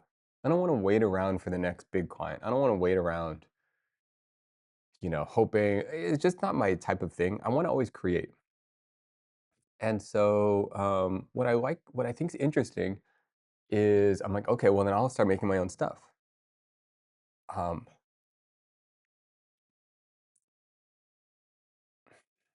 where am I going with this? I'm like, okay, well I want to make my own stuff, and you need a platform to make your own stuff. Like, what does making your own stuff look like? And I'm like, well, I want to make videos, I want to make things. Okay, but here's what always ended up having the issue that I kept running into is, sure, I wanna make my own stuff, but I suck at editing. I don't like editing. I don't like marketing. I don't wanna chase the next trend. I feel like with editing and social media, you just keep chasing sounds and trends and editing, and I'm like, I just don't wanna go in that route. It's, like, exhausting. Um, I don't wanna keep track of what the next cool, like, video trend is. I don't wanna, like and there are tons of inspiring people right now that are making really cool content. Like Life of Risa or Gox Art, there's like incredible people on the forefront in my mind of playing with the mediums right now. Um, but it's a lot of work. So much of it is the editing, is the planning. And for every minute of content, you're talking about like 1 hour worth of work, 10 hours worth of work. Um, and so the thing that when I started tinkering with streaming that made me really interested in it is you're more hour 10 hours more accurate. Yeah, that's probably true. The thing that's so interesting about streaming is in some way you don't if you do it well, you actually don't have to edit anything. I mean, you probably do, but like the edit sorry, how do I say this? You don't have to think about you just kind of would just let the moments happen as they happen and like whatever comes out of that will come out of that. Like if it's good, it's good. Oh, you love Gox art? Yeah, Gox art is crazy. I love his stuff. Um, and yeah, his editing is unreal. Um, um, and okay, so the stuff that's really fascinating with streaming is people. You might something that other someone else thinks is funny or interesting. You might not even see that. And so, in some way, you're putting out all of the raw footage out into the world. And if other people find it interesting and they want to put it together and they want to edit it, then you're as good as like the quality of your content.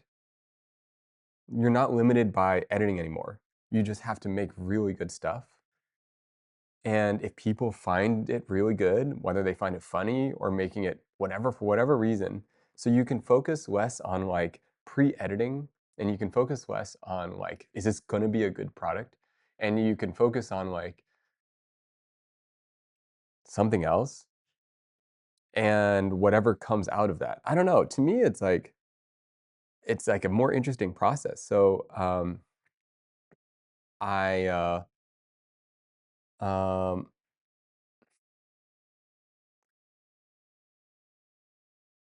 I guess I'm like so okay. Anyways, this is the landscape in which I guess what I'm saying is like you've noticed I'm like streaming a lot more.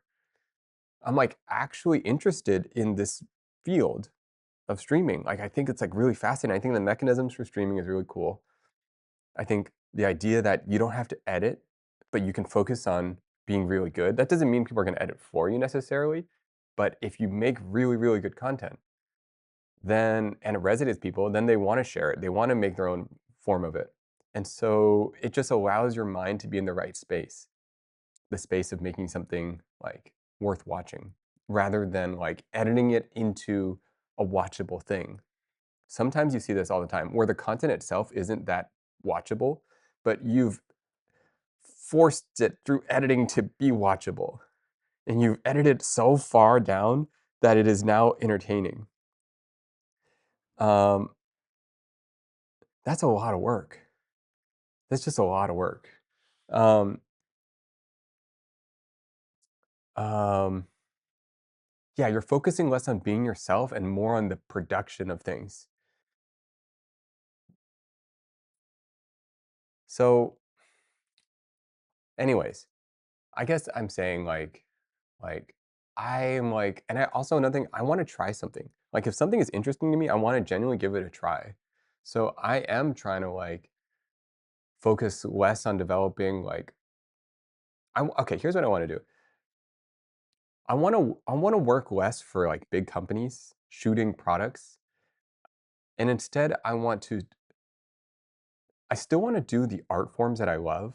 I still want to, like, push the limits of what photography and image and, like, creating visual imagery can be done. I just don't wanna do it for companies anymore.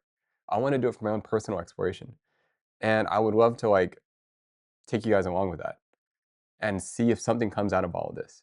And, like, I think the streaming space is really intriguing. I think live feedback, hearing from what you guys think is interesting, that's that's the most interesting thing to me. I don't really, like, I don't know, I don't really I'm kinda tired, you know? Tired of, like, working for no, I'm tired of the voice I'm I don't know what it is. Ah, sorry, let me go back to what you guys are saying. Um, focus, on efficiency, systems, uh, yeah, companies do lean into systems, focus on efficiency. It's true. I mean, that you have to, like, I kind of get why they hire in-house. Um, it's not, I can't hate on them for it. Um, um, I want to edit or clip things that give me emotional response. I'd love to hear more of your thoughts on that threshold. Um, I can see you being a huge in the streaming scene, having multiple POVs of your workbenches. Hmm. Oh, yeah. I'll take any feedback, and whatever it becomes, it becomes. I'm not too obsessed with. If it doesn't do well, that's an incredible feedback too. Work with me videos have always been pretty popular. Maybe you can try work with me. Yeah, I need to. Okay, one, I need to be more productive. Not in the sense I need to actually like create again. Um, I got your back. I assisted back. Oh, I appreciate that. That's a really kind sentiment. Um, trying to push this. Work with me. Okay, okay. No, no. I think it's important. Okay, sorry. Speed up. Okay, okay. Okay, I thought you were saying push for this. I want to work for humans, not the corporate machine. Yeah. Hmm.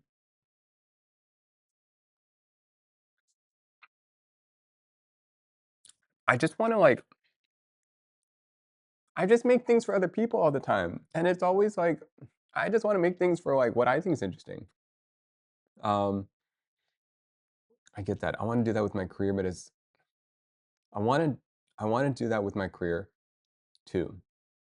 It's too late stage cap burnout. Yeah. When you've optimized every single thing down so it makes the most financial efficiency thing, you're gonna lose something along the way. I see what you're talking about. The devil's advocate here.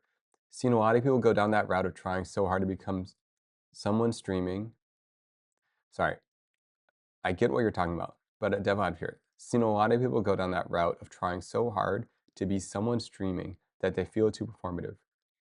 I like you a lot because you feel real and talk about real stuff. How do you stay real and yeah, and this is like a whole conversation about like, I guess even capitalism itself too. Like, I'm not anti-capitalist in any way. I just like I do think like when things become a business, you start making business decisions. Um, so for example, I don't know how to navigate this. I'd love advice on this. If you know a certain style of streaming is going to financially, let's say your business is streaming, right? And you know your stream if you stream a certain game, right? That it's going to make your stream do well. And then if you know you you do the things that you really enjoy and love and you know that doesn't do well, that's going to affect you, right? Like how do you navigate that? Um that will affect you, right? That's going to like how do you like I don't know. How have people done that in the past? How do they navigate that? I'm sure every streamer has gone through this. Um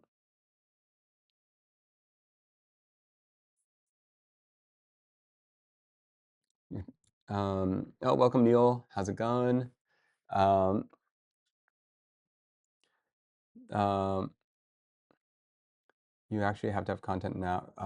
You actually have content right now that with some time and effort can be a YouTube video series.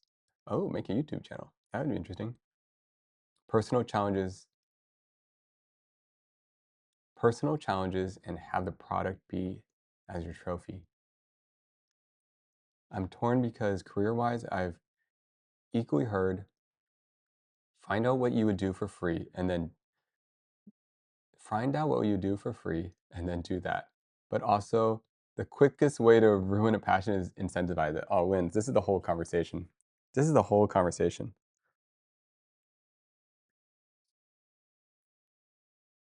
Um, welcome, Dr. Owen. Um, honestly, trying to force your own creativity isn't all that easy. The best idea rabbit holes suddenly start out of the blue. When you suddenly think, huh, is there a better way to do this? Can't set your brain on go 24/7. Don't be so hard on yourself. Being inconsistently consistent is also consistent. Whoa, whoa, holy smoke. Um, if you do something you love, people will come, or maybe they won't, and you have to be okay with that. And it's better than trying to force an idea or plan. Um, I don't know either. They get a pup. They I don't know either. They get a puppy or something, boost their kid appeal. um, some streams for views, some streams to share. To infinite connection. Oh, yeah. I mean, I think that's like an interesting point. Like, you can't like you can do a little bit of everything. Um,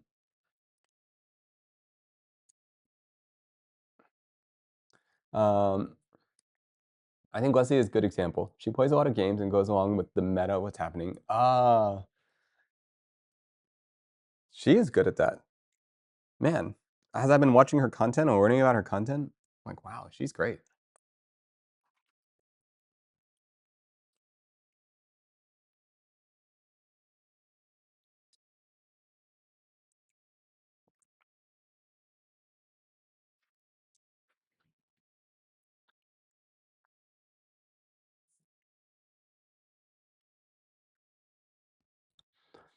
Why not anti-cap? Can be anti-cap and still playing games to survive. Figuring out is hard. Passion is the fuel.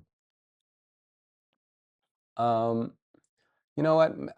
I don't know enough about the economy to say what the heck I even am. Um, streamers who have grown to hate the game they play, but they lose viewership if they stop. Oh my goodness. They need to pay their bills. Imagine hating the game and having to play it. Oh no. Oh no. That would be the worst. Um, trying to catch up. What's Nate murmuring the brain gears over today? Who knows? What were we talking about? We were trying to talk about art. I don't know what we ended up talking about. I think we talked about relationships for a while. It always starts with a question. Some person's like, hey, question. And then all of a sudden you're in some topic. Um, the idea of the meta is also really interesting. Um, Nate, everything will be okay. I agree. Everything will be okay. It's gonna be okay.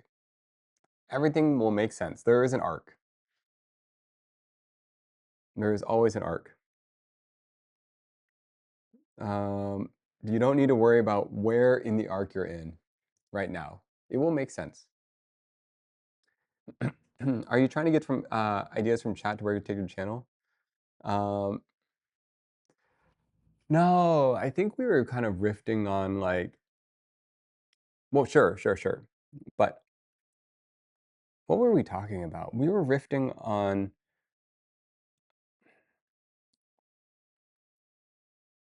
hmm, what was it? I don't even remember. Um, it was kind of like, it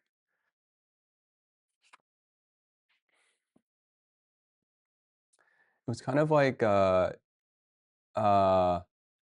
we were just talking about how the landscape Oh, I think I was just talking about what I think is so interesting about Twitch in general.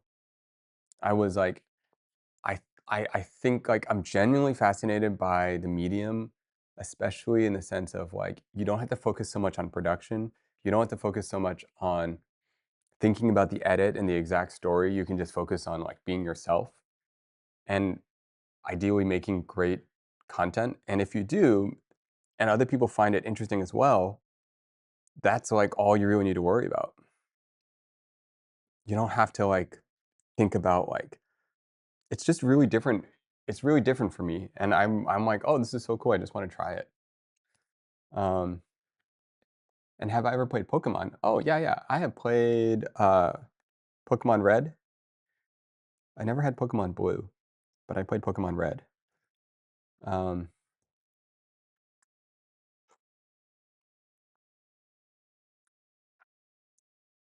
hard to find the right balance because you have this shiny new thing, wanna go all in, but it's a bit of an adventure. I'm just yeah, I'm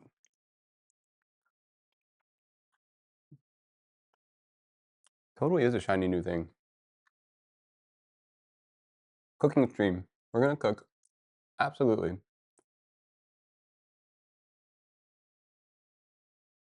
Wins said. Wins said, where do you fall there? The do what you love versus don't ruin your passions.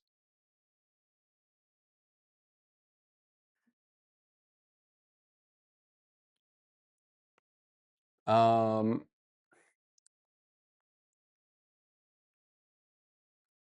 where do I fall there?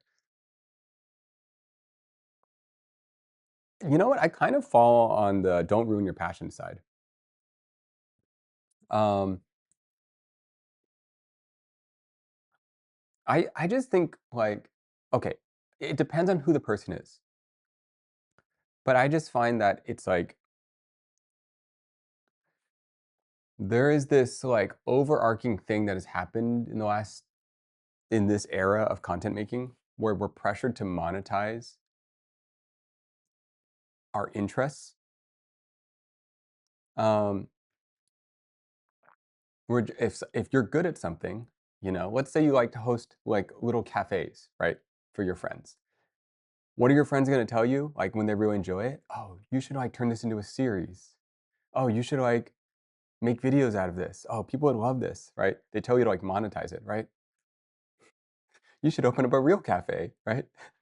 But then the whole reason you enjoyed it is because you don't want to have a real job. You're just on the weekends doing a fun little cafe for your friends, you know, for your friends to hang out at. And the idea that there's no money involved is what makes it fun, you know, and you're just like creatively popping up a cafe. And then your friend's like, we love this, monetize it. Well, you might as well work at a cafe then. Just go get a job, you know, and then the whole thing's ruined. Um, there is something like where we're like pressure to monetize everything because we do have this dream of walking away from like corporate life, finding autonomy, and we see all these people, influencers online that just do their passions and all these things. Um, yeah, everyone wants a band. Yeah, you know, it's like everyone wants to not have a job. Everyone wants to do the passionate thing. You know what's a crazy part though? Everybody wants to be paid to do their passion.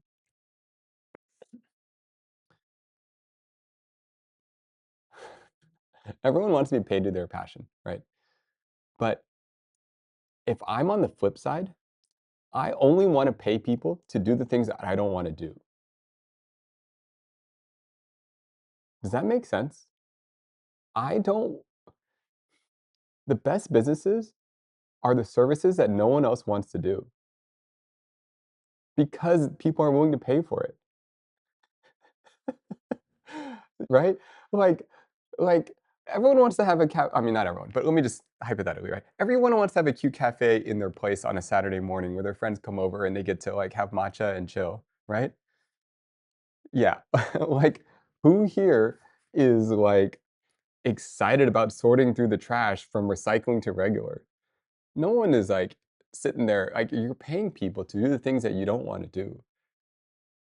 So when you start making money off something, the way you make money is by turning it into you guys get it, right? You guys get it. That's why I just think it all fails. I don't have the words for it, but that's why I think it all fails. Is like everyone's so excited to do this passionate thing, but little do they know everybody wants to do the passionate thing. Um, it's the same way I can't. Oh wait, maybe I fall in this category. Oh no, wait a second. Oh no, wait a second, guys. Am I falling into the same trap right now? Wait, maybe because I don't want to be a corporate salad anymore. Wait a second. Maybe this is my downfall. Oh my goodness. Oh no, guys. Is this me? Is this me, guys? Wait, Celsius. It's time to drink Celsius. 12:36. Yes. Let's go back to bartending. Bartering. I'll send you the floor plan design. You get to get your sub to your channel. Bartering. That's a good idea. 26. What's 26 mean?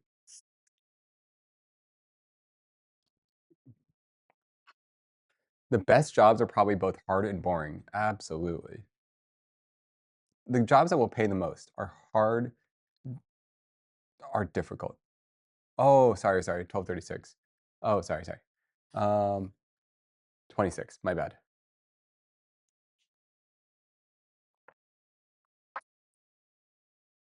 I think you're just trying to keep up to date with how your field is changing. My field is changing, guys.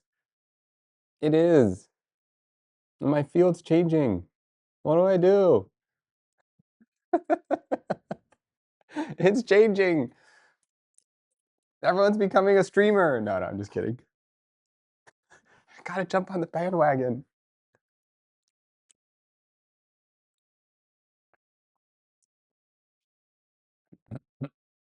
Zoning out. I think I should sleep. Good night. Good night. Sleep well. Thanks for joining us. I know your sleep schedules. You're like on the other side, right? You're in the, was it Philippines? Um, anyways, rest up. Um,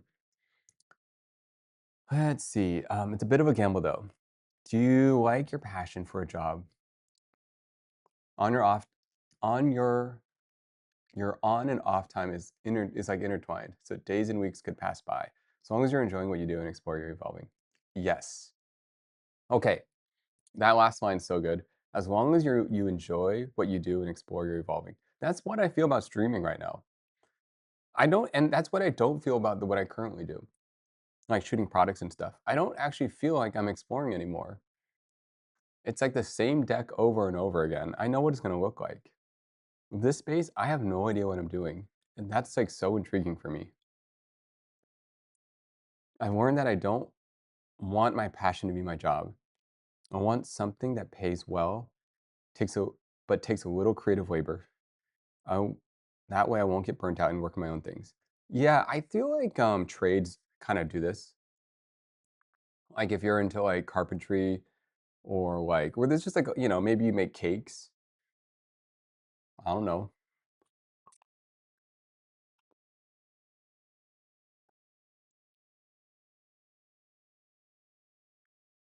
Carpentry corpora, knowing that the foreman earns more when they do OT. I have overnight concrete pouring. Oh yeah, replant you're in India. My bad. Um, I try to remember that. I'm bad at remembering things though. Um,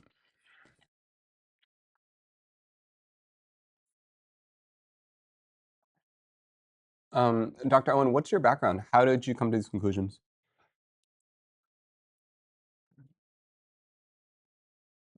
Um, um,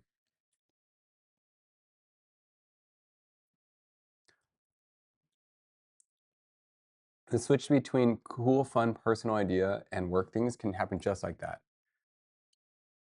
When your brain isn't good at balance, I feel you. Feel for you. Yeah. My personal perspective on on life is as long as you're moving towards anything, no matter how quickly or slowly, you're okay. Movement. Sometimes you gotta shake up the snow globe. You don't know where it's gonna go. You just need movement. I always visualize that. Just a snow globe shaking up.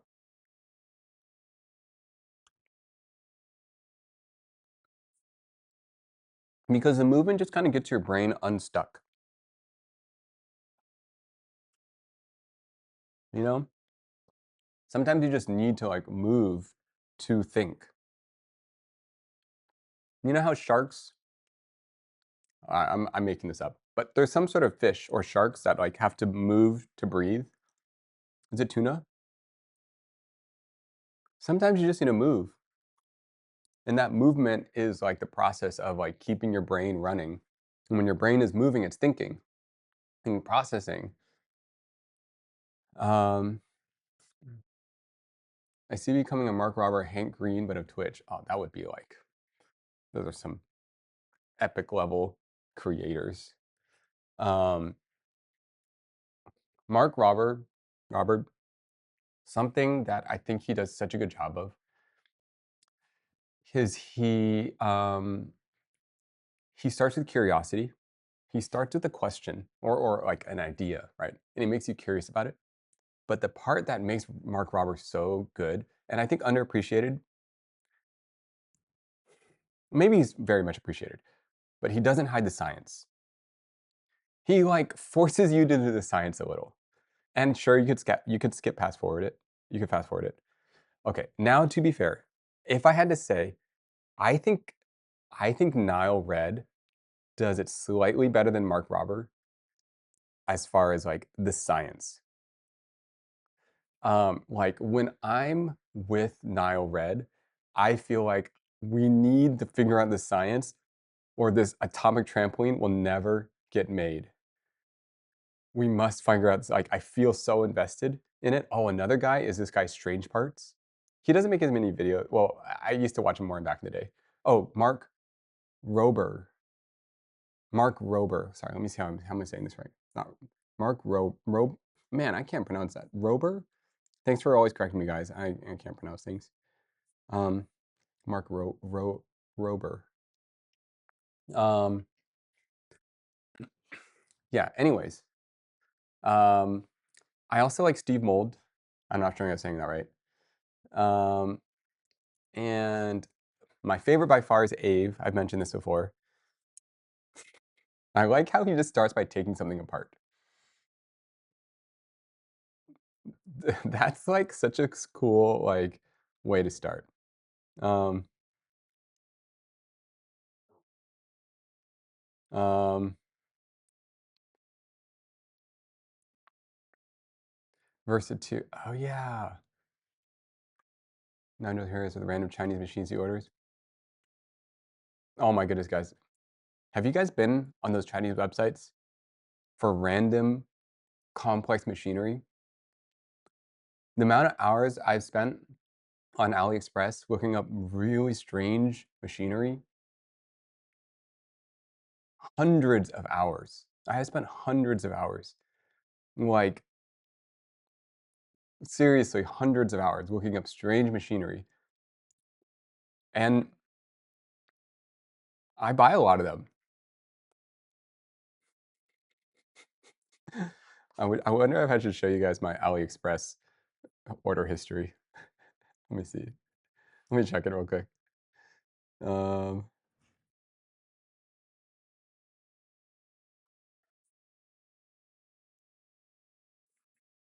um, how do I get rid of this?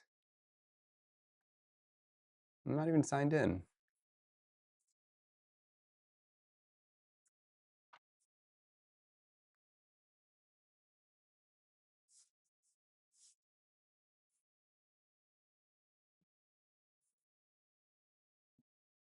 Ooh, there's a sale.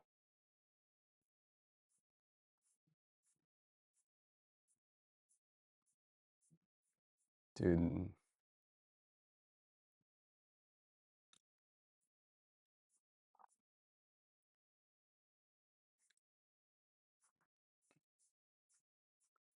it's so random. Um,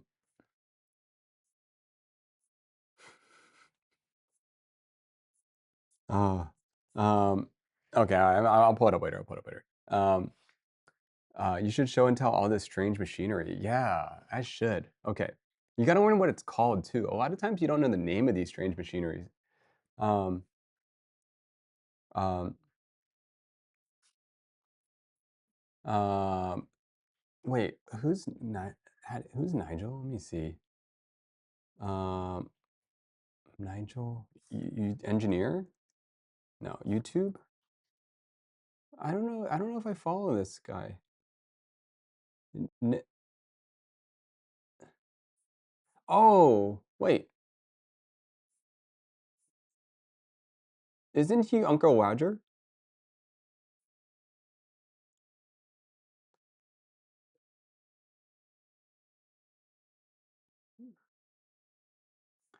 Um,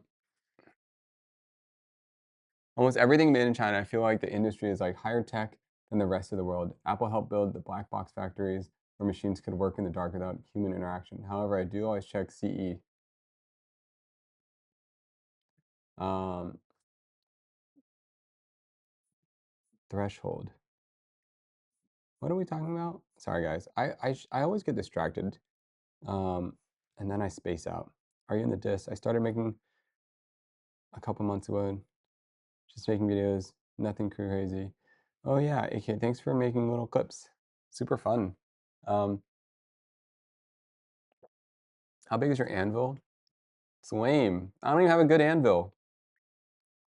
Guys, we need to buy a nice anvil. Here's my problem. Okay, guys, here's the problem with the anvil. You see all these videos about what a good anvil is, right? With the little ball bearing thing, and you're like, wow, I want one of those. And then I have like decision paralysis where I refuse to buy one because I'm like, well, I don't even know if it's a good one. I need a little drop a little ball bearing on it. So I feel like, I'm at the store looking at this anvil. I'm like, I really want this thing. And then I'm like, but I don't know if it's good. How do I know if it's a good anvil? And then I don't buy it. I don't think 90% of people have ever had that thought. No, no, no, no. I promise you. I promise you, you guys have someone here has some okay, maybe not 90%, but I know you guys have thought about the anvil. I feel like most people would like to own an anvil. No? Don't you think about it? It's like this thing you can just smash metal on.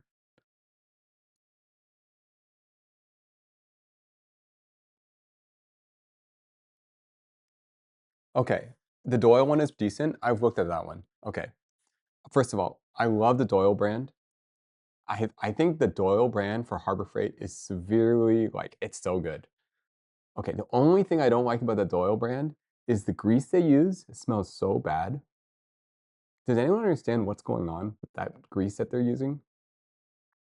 Um, Other than that, I love the Doyle brand. I like all their stuff. I think it's their best brand actually. I think it's better than the Hercules brand in their own way. Obviously, it's for a very specific thing. Okay, if you can vouch for the Doyle brand, I'm gonna buy one. Wait, Smokeopotamus, are you the one that has a machine shop? How do you know the Doyle brand's good?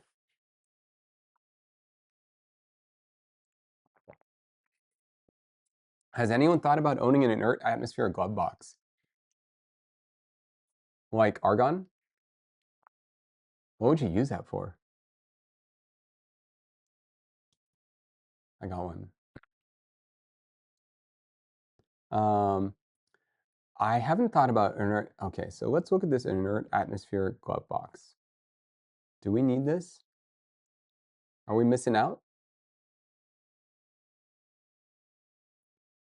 Okay, here we go. Acrylic lab, negative pressure, PMMA chamber, benchtop inert atmosphere isolation glove box. Okay, guys, let's take a look at it. So, do we need this? Probably. Probably.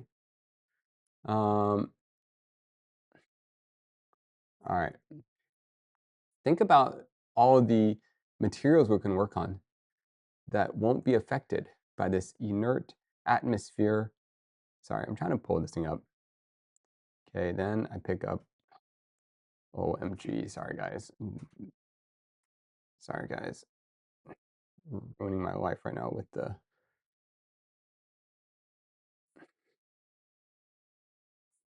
Did it. Okay, guys. Here we are. This is what we need, apparently. We need this. We need an inert. How's the price? 3,500? Ooh. So what? You put in. Do you feed negative pressure? Do you feed in argon gas to this? What's happening here? One second. Just be sure you did not. You do know we can't see your screen. Yeah, it should be fine. Thank you, though. I appreciate it. You know how some chemicals have a tendency to burst into flames in the air? Let's you work with those chemicals. Ooh.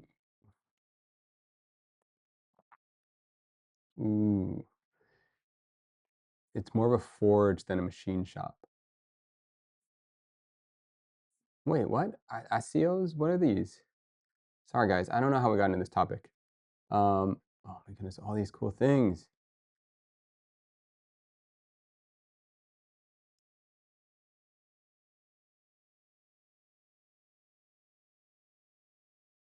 It's a very basic one.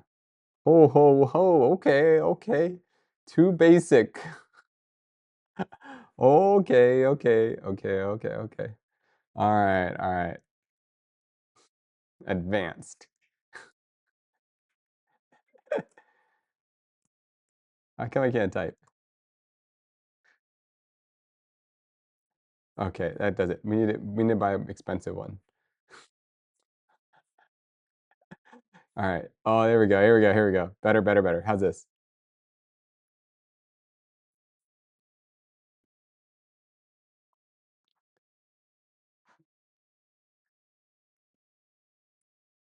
All right. This is the one we want, guys. Oh, this is the thing that Now Red has, actually, isn't it?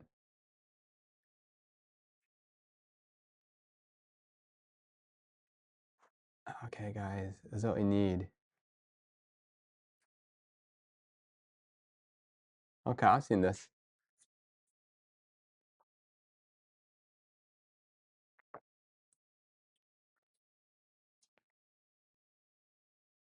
What inert gas is being pumped into this thing?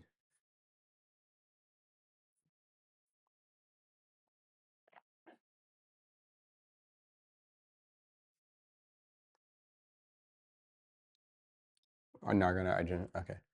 Yeah. Fair, fair.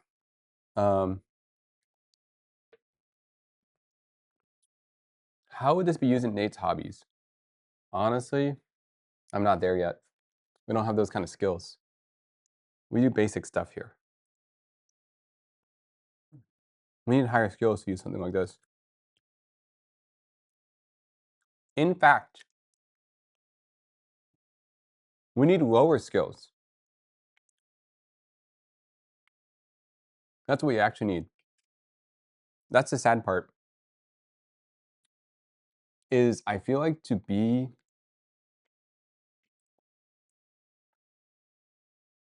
I feel like there is skill in being bad. Wait, am I saying that right? Um, it's a skill to not be so good at something and still be curious and interested and excited. I don't know what I'm saying. It's not. You just need to be more. You don't need to be so technical. Someone else can be technical. You just gotta be the idea person.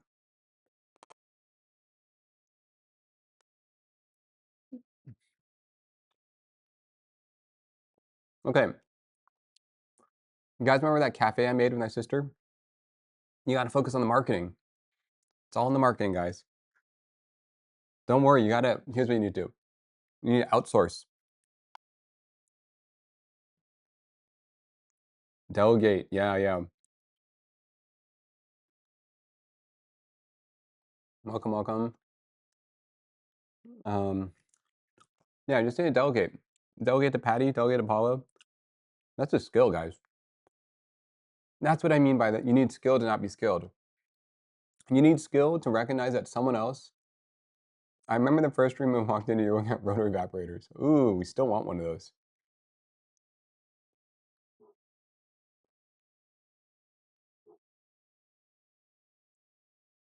That would be a dream.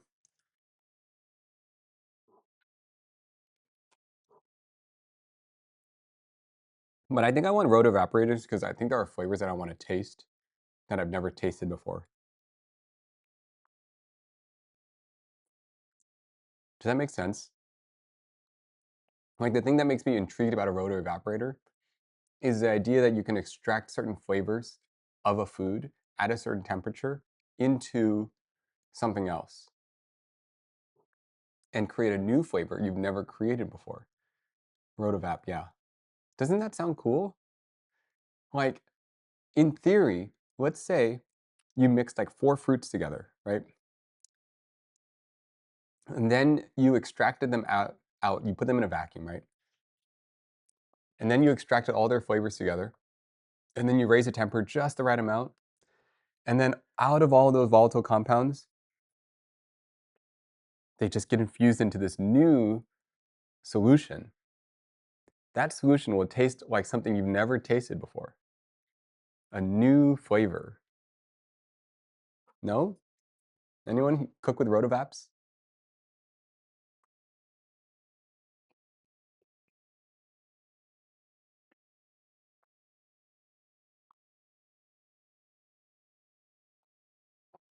Mixologist, anyone? Does it work like a centrifuge where it separates liquids?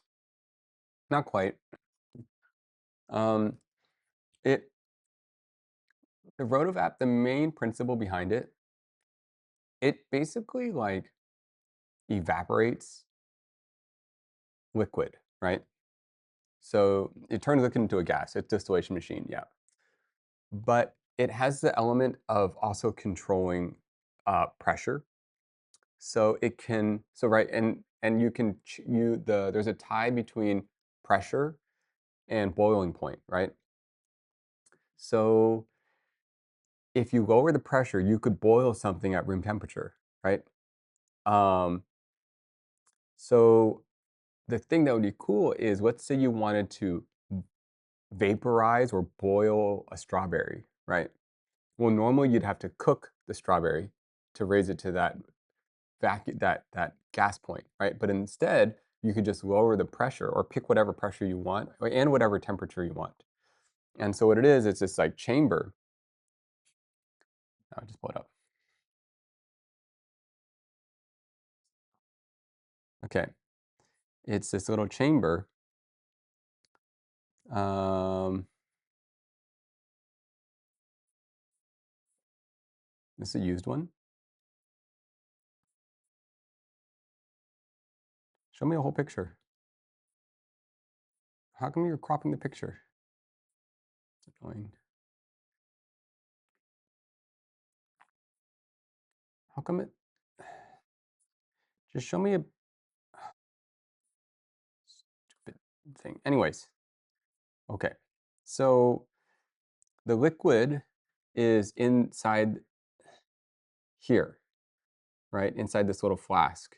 And then it's in a water bath that's temperature controlled. And this whole thing is in a vacuum. And this is the starting mixture, and this is the ending mixture. And what happens is it lowers the pressure or raises the temperature, and then the gases, they come up, and then there's a condenser, right? It cools down. There's a condensing fluid, a coolant fluid that goes through that thing, and that cools down the vapors. And the vapors then distill into this little tiny tube here, and then I think you have a solution in here, like alcohol or something. Is that how it works? And then it goes from that into the alcohol?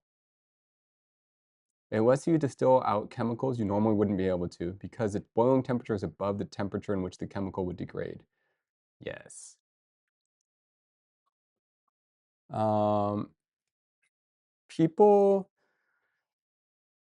yeah, you can use it for to or extract special compounds.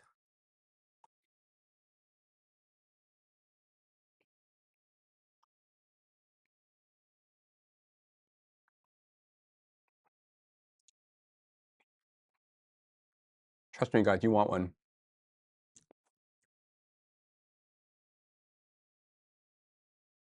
Like, if you think you can cook, is this your next acquisition? No, no, no. We don't have the skills for this yet. This is too high level. So it sounds like you're into molecular gastronomy. You know what? Believe it or not, I'm not, but I was. I do own, I do own, what's that book series? I do own the Modernist Cuisine book series. I do own David Arnold's Liquid Intelligence. I do own um, some food science books, but I don't cook that way. I like to cook over fire, but it's cool. Doesn't mean I can't nerd out about it. Have you watched Jiro's Dream to Sushi? I have. And I've been to Jiro's son's restaurant. Okay, you know the son. Okay, so Jiro has two sons, right? Um, one son is still waiting to take over the restaurant, right? And he's like 70. He's still waiting to get his first job, you know. Um, and he's waiting to own the restaurant. And the other son, I'm paraphrasing here, right? The other son's like, ah, screw this, I'm not waiting. I'm going to start my own restaurant, right? And then the other one son, his restaurant, do you guys remember his restaurant is mirrored because he's like right-handed or left-handed? Whatever it is, he's the opposite of his dad. So his dad's restaurant is one way, and his son's restaurant, the one that took off and started his own thing, is another way. And they're mirrors of each other, which I think is pretty cool. Um, so I went to the mirrored restaurant, the son that went off on his own. Um, we got a table. I landed in Japan. We couldn't get a reservation. And then we kind of called in a couple times, or we had a Japanese friend call in a couple times. And they were able to get us a reservation. Someone had dropped out. Um, I have never felt, okay, how was it? Okay, was it the best sushi of my life?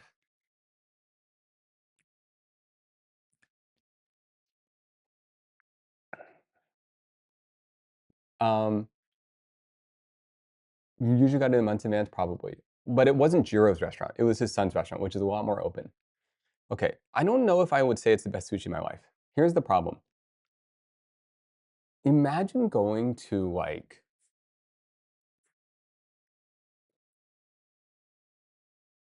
okay, imagine going to a crump battle, right? And your whole life, all you study is ballet. And then you're sitting there in a crump battle, and the whole crowd goes wild. And you're like, what just happened? What did they do? All I know is ballet moves, right? It kind of felt like that. You guys ever been to a crump battle before? I've been to one once. That was crazy. Okay, okay, sorry, sorry. Let me get back. No more analogies. Let me just say it straight. Okay, okay. Okay. Um, Let me just say it straight. Okay, so I know a decent amount about sushi. You have? Oh yeah, you have. We talked about this on the phone. It was so crazy. Okay. Um, okay, so okay, I know a decent amount of sushi, right? Like okay, let me give you a sense.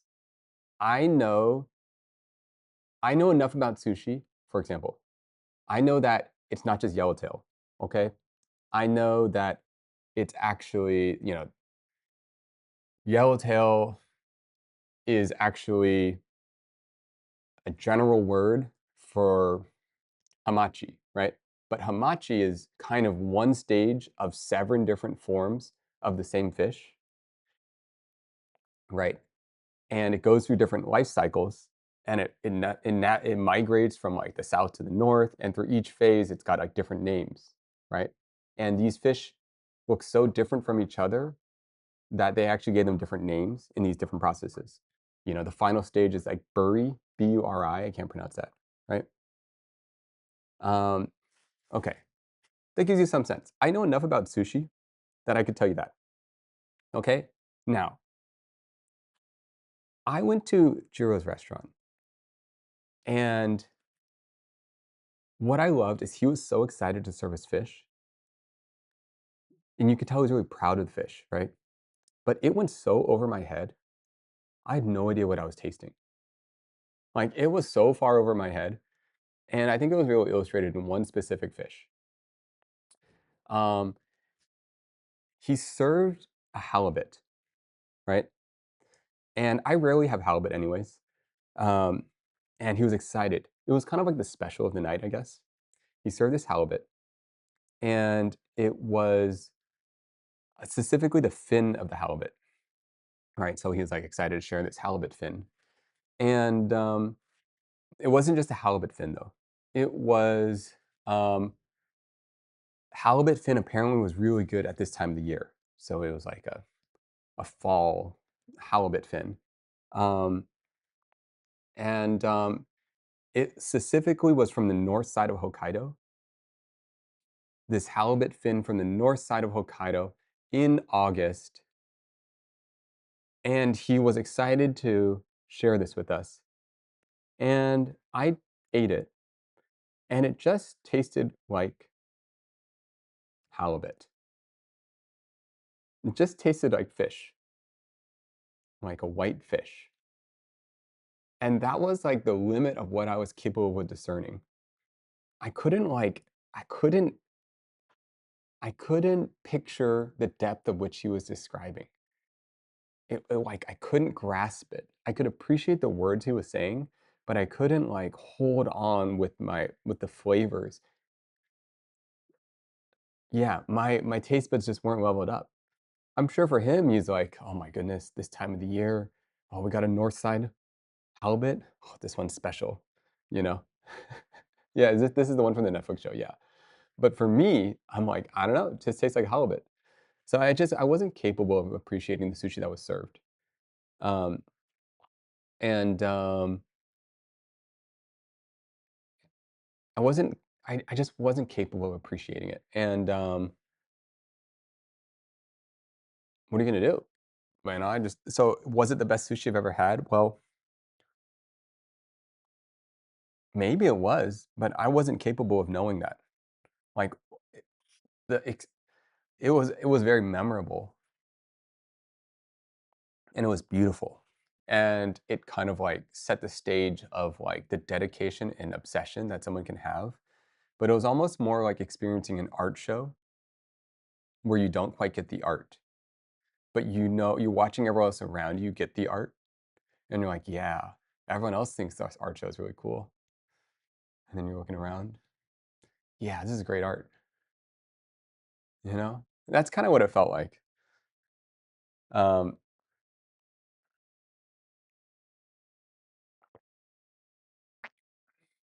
Maybe it'll make sense in the future for me. Coffee is the same. Yeah. Like wine. Yeah, wine feels that way. Do you guys remember the first time you had wine and everyone else around you is like talking about its notes? And you're like, mm-hmm.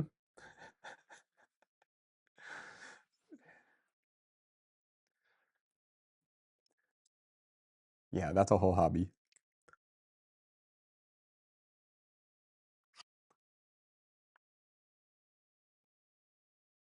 Okay. Okay, we're done with lunch.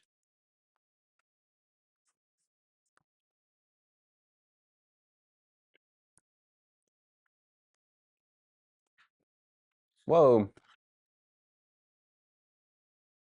Wired J Genesis. Thank you so much for the 5 gifted subs. Um, if you have any desire and want to share why you why you gifted, I'd love to know. Um, I'm in before Nate asks why. Look, I'm just curious, okay? I'm just curious.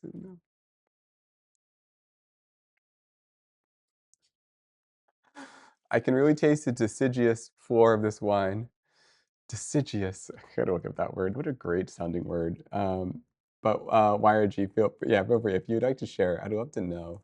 Deciduous. Oh, it's like those trees. Deciduous. Deciduous.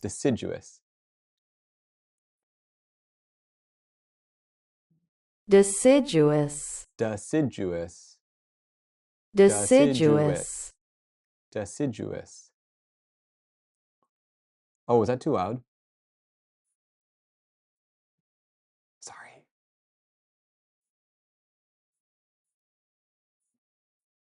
Sorry. My bad. My bad. Oh my goodness, how loud was that? Deciduous. Oh my goodness. Sorry, guys. That's really loud. I see now. Okay. My bad, my bad, my bad. Oh my goodness. My bad.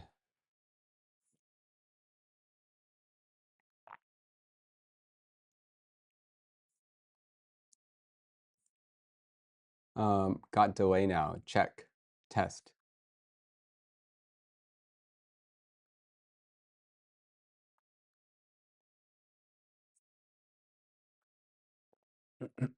You know, just because. I like that extra Emily emote. That's a pretty good one. Wait, that emote's really good. Okay. We ate lunch.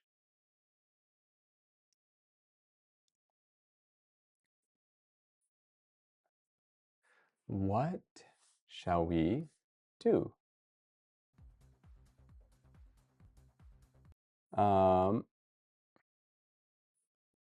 Let's reset.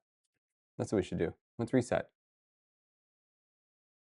You guys ever do that where you just like reset your brain a little? Just like, I feel like I do that all the time.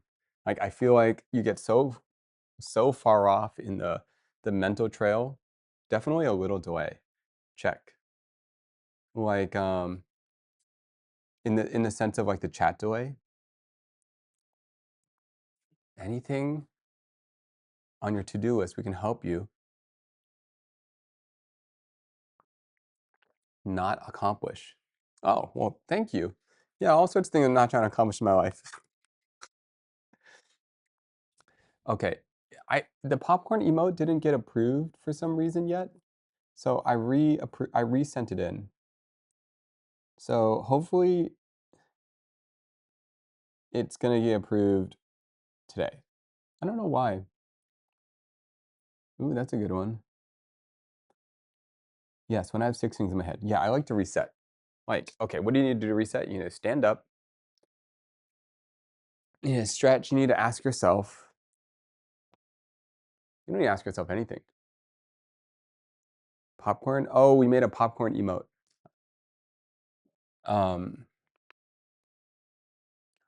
You know what it is? Okay, guys, I know what it is. I'm just not used to talking to I need to talk to a real human being.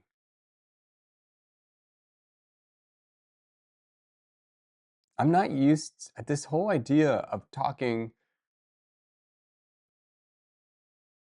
without having someone else talk back. So disorienting. That's what my sister's really good at. She can just talk. We aren't real. No, you guys are real, okay? It's just a voice, like hearing a voice respond. Does that make sense?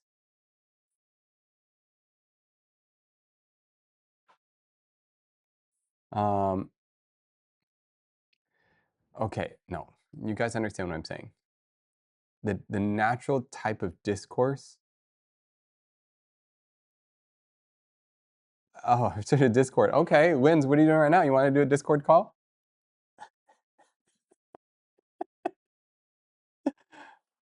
What you up to, Wins? I'm ready. Where's my headphones?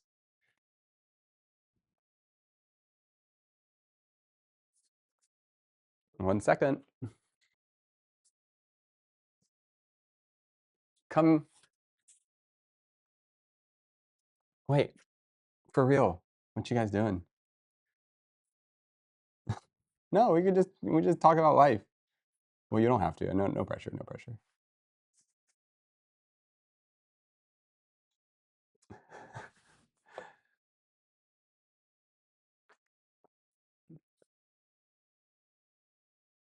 You know what it is? I want to get to know someone else. That's what it is. Okay. Wait, Wins, what are you doing? Are you working right now? Are you just chilling? I don't really. My favorite thing to do is get to know someone else.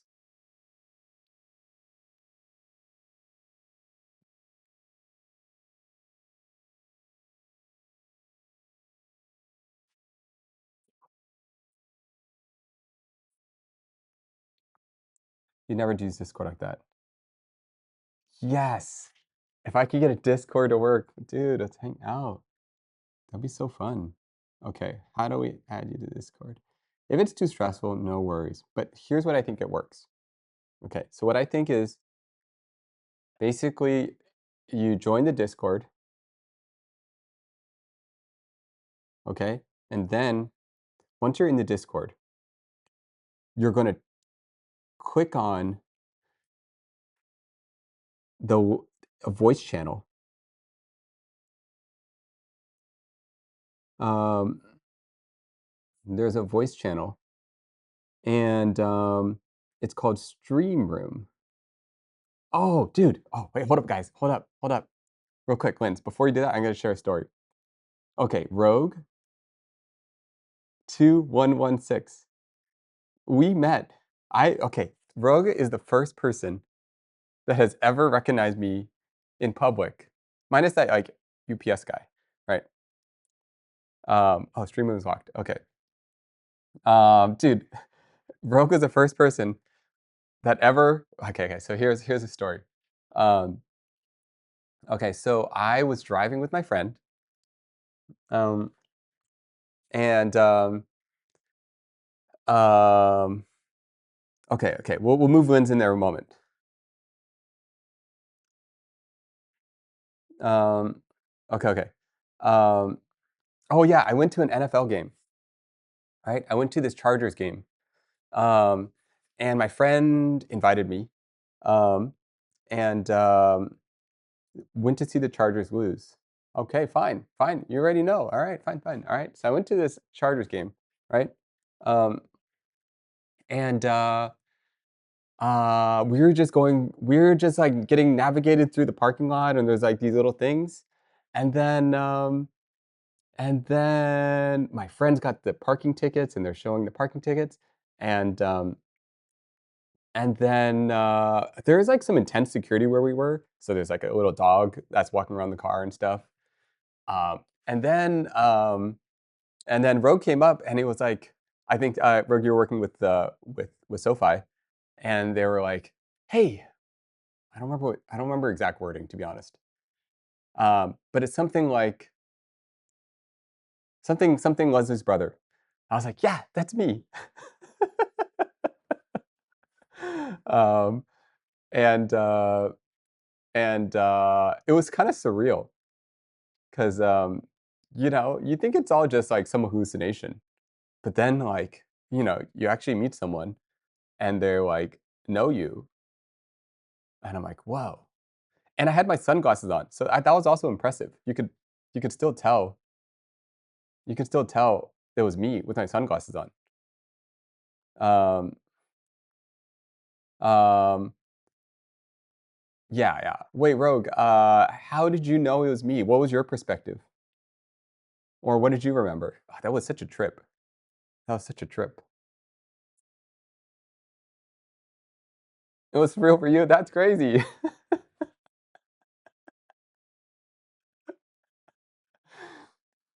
Next stage is you recognize Nate Fu rather than Leslie's brother. No, I'll take Leslie's brother. I'm protected. One level hidden. um, yeah, that was surreal, huh?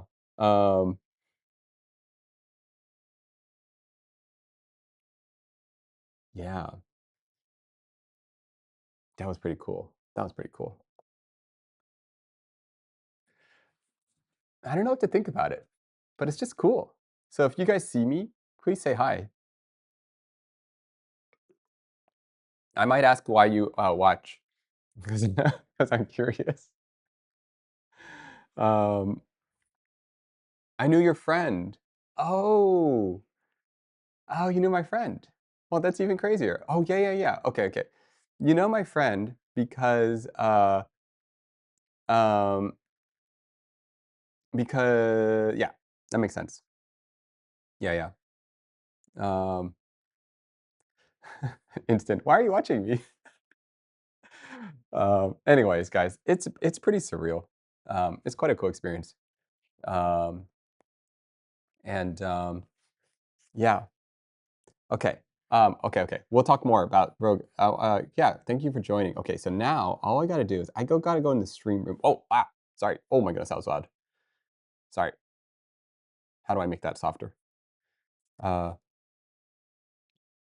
check now. Okay. Next. Lynn, are you nearby? So here's what's gonna happen. If you wanna, we'll just hang out and chill, if you don't mind. Um, so Lynn, if you're down, because I actually I randomly have a couple questions for you. Um, wait. Okay, so what you're going to do is you're going to go into one of the voice channels. I don't know if you can just click on the stream one, but if you go into the stream waiting room, okay, so what's going to happen is you're going to end up turning off the stream once you're, okay, at one point you're going to hear double and you'll have to turn off the stream voice, right? But don't worry about that. Um, okay, mute stream. Check out your input source on Discord. All right, double checking. Input is default. Output is default. Ew, that doesn't sound good.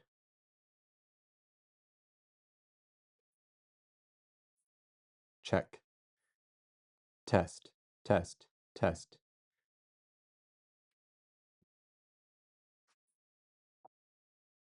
Check. Check. Now take your AirPods, but that's fine. Check.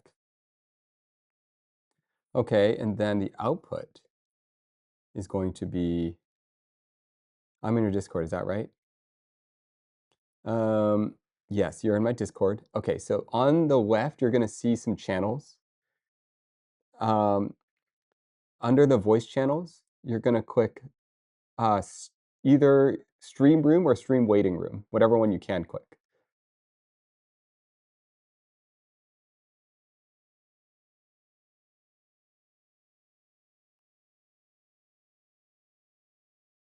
Yay, okay. So from here, can I just drag you into here? Test, test. Can you hear me? 1, 2, 3. Okay, I cannot hear you yet. I wonder why. Can you guys hear? Test, test. It's always a little tricky when you do this. It's always like something, output volume, output device. So the output device is going to be default. Okay, sound. Okay, what about now? Can I hear you? Yes, I can hear you. Okay, did you guys hear her? Hello? Hello? You guys hear Wins?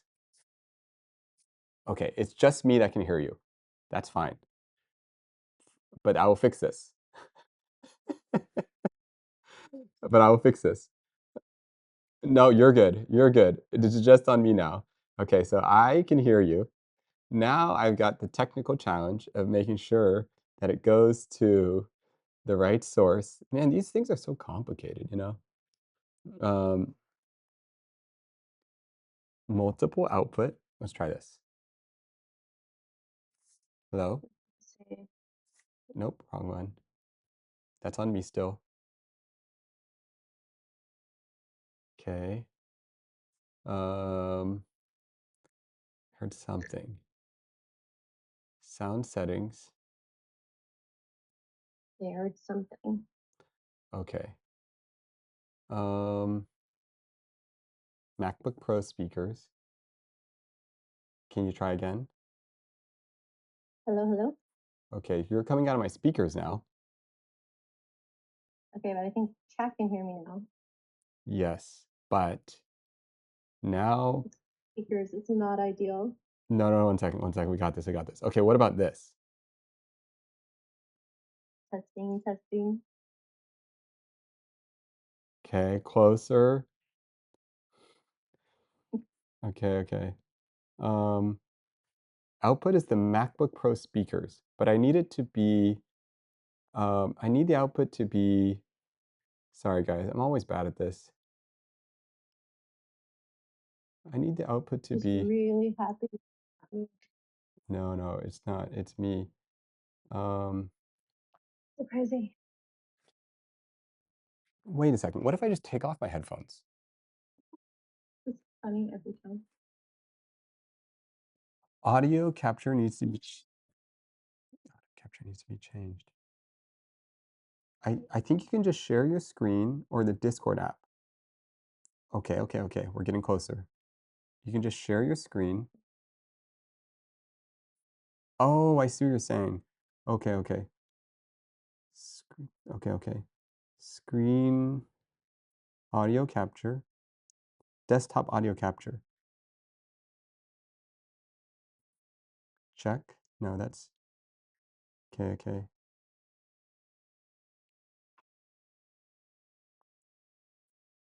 Video starting. Screen capture, okay.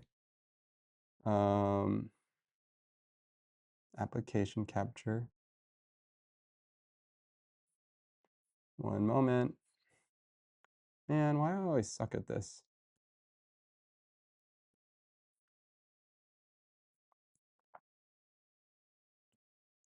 Window capture. Okay, Feel like it's really close. I do too. Check. Oh, okay. We're getting close. Getting close. Okay, I'm just gonna put this in the corner. Okay, now we try it again. Test. Test, test.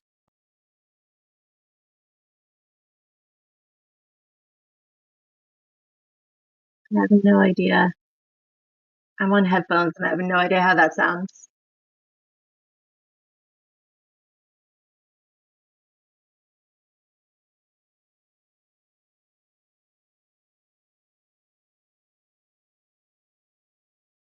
Test, test. We hear Lens, we lost Nate. Whoa, I hear an echo.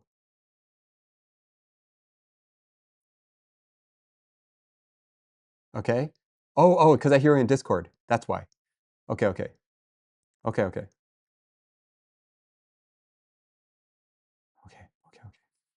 Almost there. Oh Lord. Almost there. And Now that's on stream. okay, great. Sorry. I hear you. Do you hear me? I hear you, yes. What about We chat? did it. Woo! So crazy. It always takes forever to figure out. Hey, Um, that like took like 3 minutes. That's not bad at all. It's not forever. What are you up to right now? Hello, hello. I have finished working. Nice. Oh, the day You're done with the day. early. Hmm. Ooh. Uh, I worked over the weekend, so I have decided I get to stop now. I love that. Um, do you work for yourself? Do you work for someone else? I work for a nonprofit. Oh, interesting. Um, do you want to share anything about it, or you don't need to if you don't Oh, want? yeah, Yeah. I was Oh, thinking about it, but I don't think it matters. But got it. I do the what do they call it? I'm a development assistant, associate, specialist, whatever fun word they threw in there. They always got some crazy title, and It's always dumb. yeah, yeah, yeah. I feel weird saying it, Mhm. but I assist with the development basically for the nonprofit and Mm. all the hats that that entails. Yeah, yeah. So you've Ah. done this before? Like you've done like a Mhm. radio show kind of thing Yeah, yeah, we just, like, with call the people. chatter? Yeah, yeah, totally. A bunch. Okay. Yeah, yeah. I've missed this. Yeah, yeah. Maybe Okay. pin a message is, like, Nate's on a Discord call with Chin. That's those twins. Hi, by the way, how do you pronounce your name? Lens is good. Okay, okay. This is favorite segment. You know why it's my favorite segment? Because I'm not going crazy talking to myself all the time. That's why. Um, That's so um, pump this up. okay, how do I pin this? 1 second. I'm gonna pin this. Can someone pin it? Does anyone have the ability to pin that? Uh, um, wait, so, yeah, but Linz, something that I thought is really interesting, um, is your way of thinking. It's Oh Lord. you no, no, no, you just have you I mean, have people given you this feedback? Like, that you're I don't know. Let me know if you don't like being observed too much, but I just like observing people. Um, No, it's okay. you're very easy to talk to, even though we've never talked. Like, the way you're engaged with dialogue is, um, you ask really the these specific path how do I say this? Like, the way you ask questions leads to, like, a fun discussion. Like, it leads to interesting things. Some That, people, when they follow up with stuff, the follow-up's not that interesting.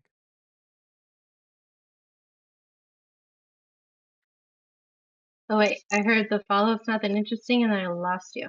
Oh, yeah, yeah. No, I mean, it's just Oh, there you I are. just think that I think that you have, like, interesting ways Uh, of dialogue. Have you gotten that from your friends, or have you always kind of talked like that, or I can take it to a nerdy place. Yeah, yeah, let's go. I hadn't I hadn't thought that before. I did a Clinton strength test recently, Uh-huh. and that was my top strength is called relator. Oh. So it's just kind of funny. I did that and now you're saying that. So no, not so much before, but recently, yes. Hmm. Um, A little bit of a test nerd, like the MBTI and the Enneagram and the yeah, this, yeah, like yeah. this is Clinton's strength test, but it was kind of interesting what it came up with. What is the And relator? relator was the top one. It it's exactly the opposite of what I thought I was good at. So like your very basic way of saying is like you're good at relating to people and others and connecting.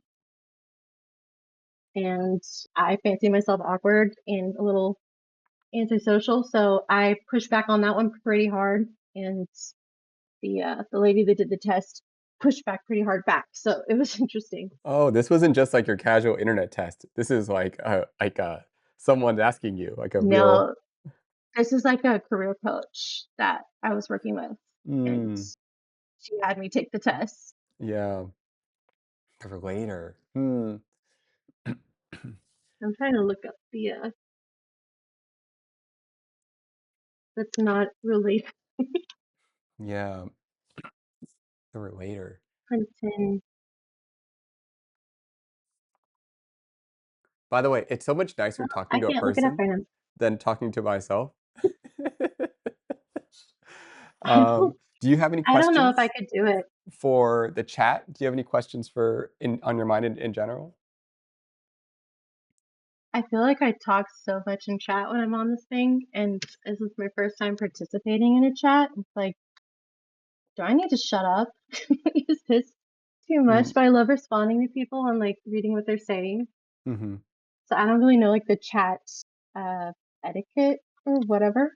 No one knows. We're just making this all up. No one knows. We don't know anything. Okay. Yeah, you have great Sometimes it's feedback. like, all right, you need to You chill. No, you can say whatever you want. Like go quiet. Um, yeah, no, we're all making this Now up. keep talking. Okay. You know Okay. you know what I I will found out is that say oh, I yeah, really go. like this chat a lot. Mm. Like this, I think there's a reason why it's my first chat to participate so much, and it's just I like a lot of the people and I like what they have to say. And before it was just kind of no offense, but just like poggers everywhere and stuff. Wait, can you explain to me what poggers is? I've heard this term multiple I times don't now. know. I don't know. I think it's something good. I don't know. I should look it up. Um, But it's like Tech W, poggers, all the things, and I need to just look them up and yeah, not yeah, be so yeah. freaking ignorant on it. But Yeah, yeah. it's like people are actually really talking about things in your chat, and I don't know, it's just fun. Mhm. Yeah. Yeah. No, I agree. I okay. I Something that I think is fun with discussion that I feel like I feel like there's a general understanding of like nuance. There's a general understanding of like everyone has different life experiences, therefore is going to believe something slightly different. And so if you Right. create that atmosphere, then people feel comfortable to contribute, trusting that their own perspective is interesting, if that makes sense. No, it does. It's just having it you having the comfort level to participate in it. There's got to be something there that makes you comfortable in the first place. Hmm. Yeah. Um, Hey, oh wait, I'm having Tech W explained. yeah, it's like it's just cool to see how different people like view the world. Like earlier, Flip was talking about the the he was talking about Oh, the uh honorific. honorifics. Yeah, like I had never really thought about honorifics at all. Um, yeah. I have a tiny bit, but from the very limited point of view of K dramas and trying to figure out what the difference was between using them and not. Wait, what's the reference? Or what's the Just in context? K dramas, Oh, like okay. Korean dramas, the characters will kind of make a big deal out of dropping honorifics or not using them and using them at Oh, the wrong time. And I had no idea what's going on. yeah. It's like a whole culture that we don't really have insight into. Right. Um, That is the tiny little window into it that I have. yeah. Are you You're not Korean then, I'm guessing. No, Yeah. not so much. Hmm. Hmm. I wish I could tell you what I was, but I'm too many. There's not any one thing. I'm just a Uh, classic American. nice. But as it Um, goes, yeah, what do you think of uh wait, how long have you been watching Twitch before, by the way? I tried to look back. I think since 23, 20, 22 or Oh. 23. Hmm. But I was watching Among Us during Among Us, and that was 2020. So maybe 2020. I think I was one of the very, very many that found it during the Yeah, pandemic.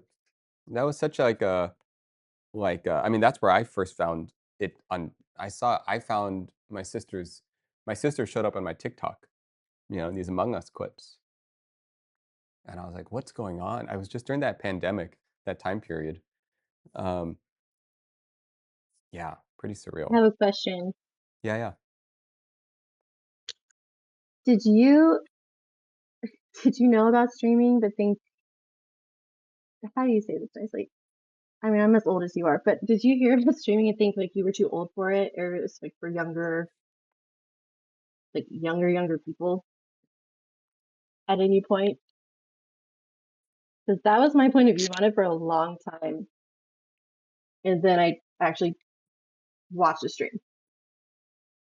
Um, I told myself you're too old for that shit, basically. oh, And then it turns out there's plenty of us on here, and it's not a 21-year-old only kind of thing.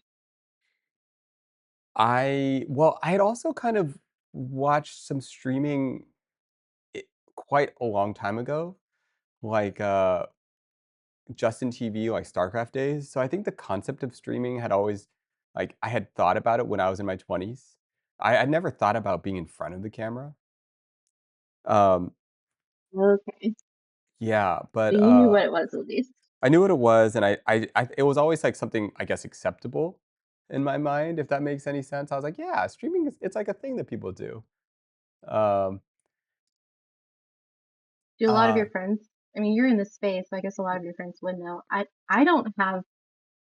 I don't know if I have any friends that know what streaming is or watch streams or participate or any of that in my oh, age I group. see what you're saying. Yeah, yeah, a lot of my friends my age, they don't understand what streaming is. Um, Okay, yeah, yeah. No, the most of them don't. Um, okay. and I haven't told them So not just me. yeah, I haven't told them that I stream either. In Okay, fact, that was my next question because I don't even tell friends that I watch streams because they don't know what it is, and me trying to explain it feels weird. it's like this, yeah, yeah, I mean, that would be interesting. Okay, here, let me ask something.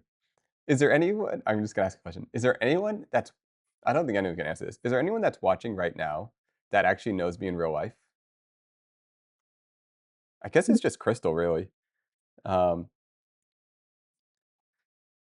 that would be really interesting if someone here is listening and they know me in real life and I don't know they're watching, or they don't know that I don't know if that makes sense. Crystal and your cousin. That would throw me a little bit. Yeah.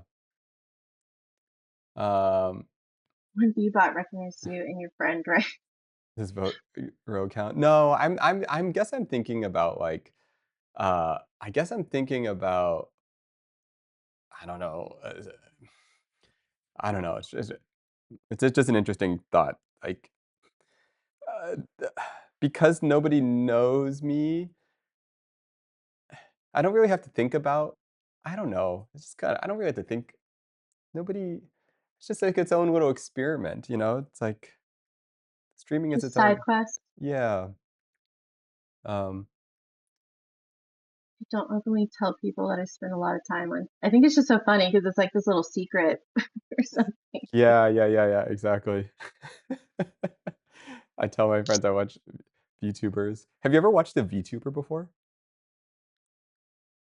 I've never watched one. I don't think I've watched a classic VTuber. I think I've watched streamers that ended up getting the Sorry. what do you even call that? Avatar? Oh, yeah, yeah, yeah. Mhm. I don't Yeah. think I've ever watched one where you've like never seen your face and that's all they ever were. Mhm. That'd be Yeah, interesting though. that would. Um, You can really fly under the radar. mhm. Let's see. It's what do you Oh, ho this by is the way weird because you're talking, but then there's chat going. I know. That's Yeah, so it's weird. what's going through your head? What's this experience like to be on a call and then also see this dialogue happening on the side? it's it's strange. It's fun though. I can see why you can talk to chat for hours though. Hmm. Yeah, because at any point you just kinda Like, read chat. Do you wanna read this one? what is this one? I used to think Twitch is like a younger, very niche thing. When I thought about streaming as a kind of genre of entertainment, mostly esports, that's what I thought too. I thought it was Mhm. like serious video gaming only was happening Yeah, yeah. on Twitch, and that was it. More of a medium like photography, video, sculpture. Yeah, there really is something here for everyone in good and bad ways. Yeah, cozy. We're gonna do The this. internet. Photography, video sculpture. Let's break the format. It could be whatever we want. Um, This is live it didn't used to be as like live that. YouTube. Okay. Mhm. Linz, if you don't mind, are you still fairly new to live streaming content creation? Are you about around the industry for a while?